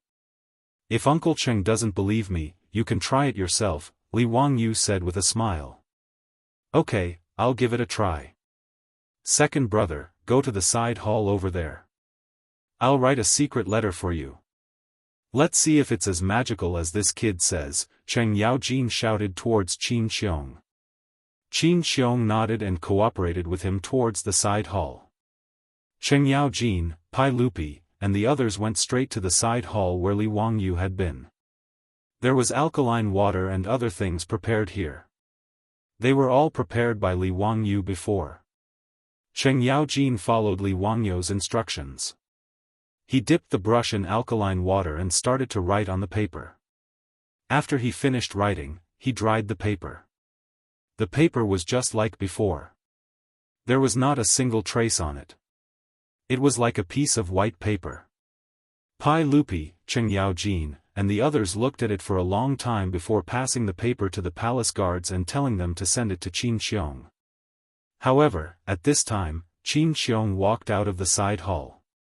He pointed at Cheng Yaojin and scolded with a smile, Cheng Yaojin, it's fine if you say bad things about me, but you actually drew a face. Pai Lupi, Li Jing, and the others looked at each other and laughed. Wasn't what Cheng Yaojin wrote on the paper just now a joke about Qin Xiong? Moreover, Cheng Yaojin, this old fellow, drew a face on the paper. Pai Lupi no longer had any doubts. He smiled and patted Li Wangyu's shoulder. He walked back to the throne and slapped the armrest. He shouted at the dumbfounded assistant minister of the Ministry of Justice, Wang Shizhong, tell me honestly. Where did this secret letter come from? What is the matter with the barbarian merchant? Cold sweat dripped down Wang Shizhong's back. This secret letter to falsely accuse Li Wangyu was naturally prepared by an aristocratic family. To be more precise, it was prepared by the Zheng family of Xinjiang. Yesterday, after Zheng Kongbo was beaten up by Li Wangyu, Zheng Yuanshou immediately found the heads of the aristocratic families. After some discussion, they decided on today's matter. The Zheng family of Xinjiang had actually prepared the secret letter to slander Li Wangyu for colluding with the Turks for a period of time.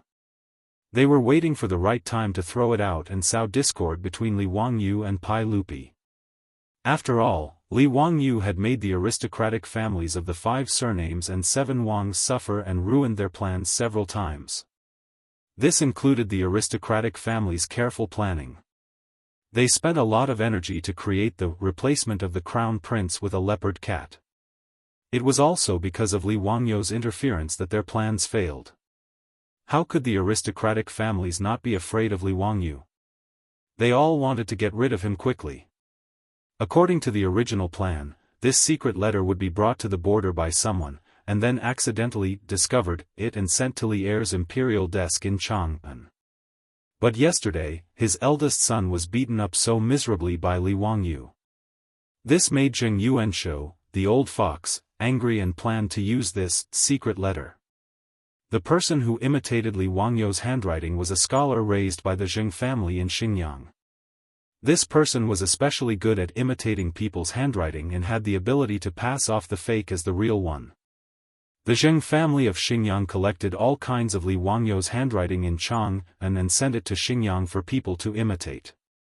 It took more than a month to create such a secret letter that was almost impossible to distinguish between the real one and the fake one.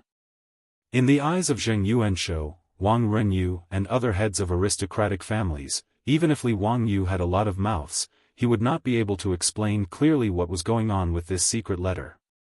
Even if Pai Lupi had doubts, he had to believe it in the face of the ironclad facts. Even if Li Wangyu would not be punished, he would at least have to suffer a little. And Pai Lupi would have a thorn in his heart. But neither Zheng Yuanshou nor Wang Renyu had expected Li Wangyu to use this method to clear himself of suspicion. In the face of Pai Lupi's criticism, Wang Shizhong opened his mouth and could only push the blame to the bad person. Your Majesty, I was probably deceived by that bad commander. I was guilty. I was careless and was deceived by that bad commander. I almost hurt County Count Hu. Please forgive me, Your Majesty. Pai Lupi naturally did not believe Wang Shizhong's explanation. Humph, what a good excuse of being deceived. Men, go and summon that bad marshal to the palace. Today, we want to know who instigated this matter.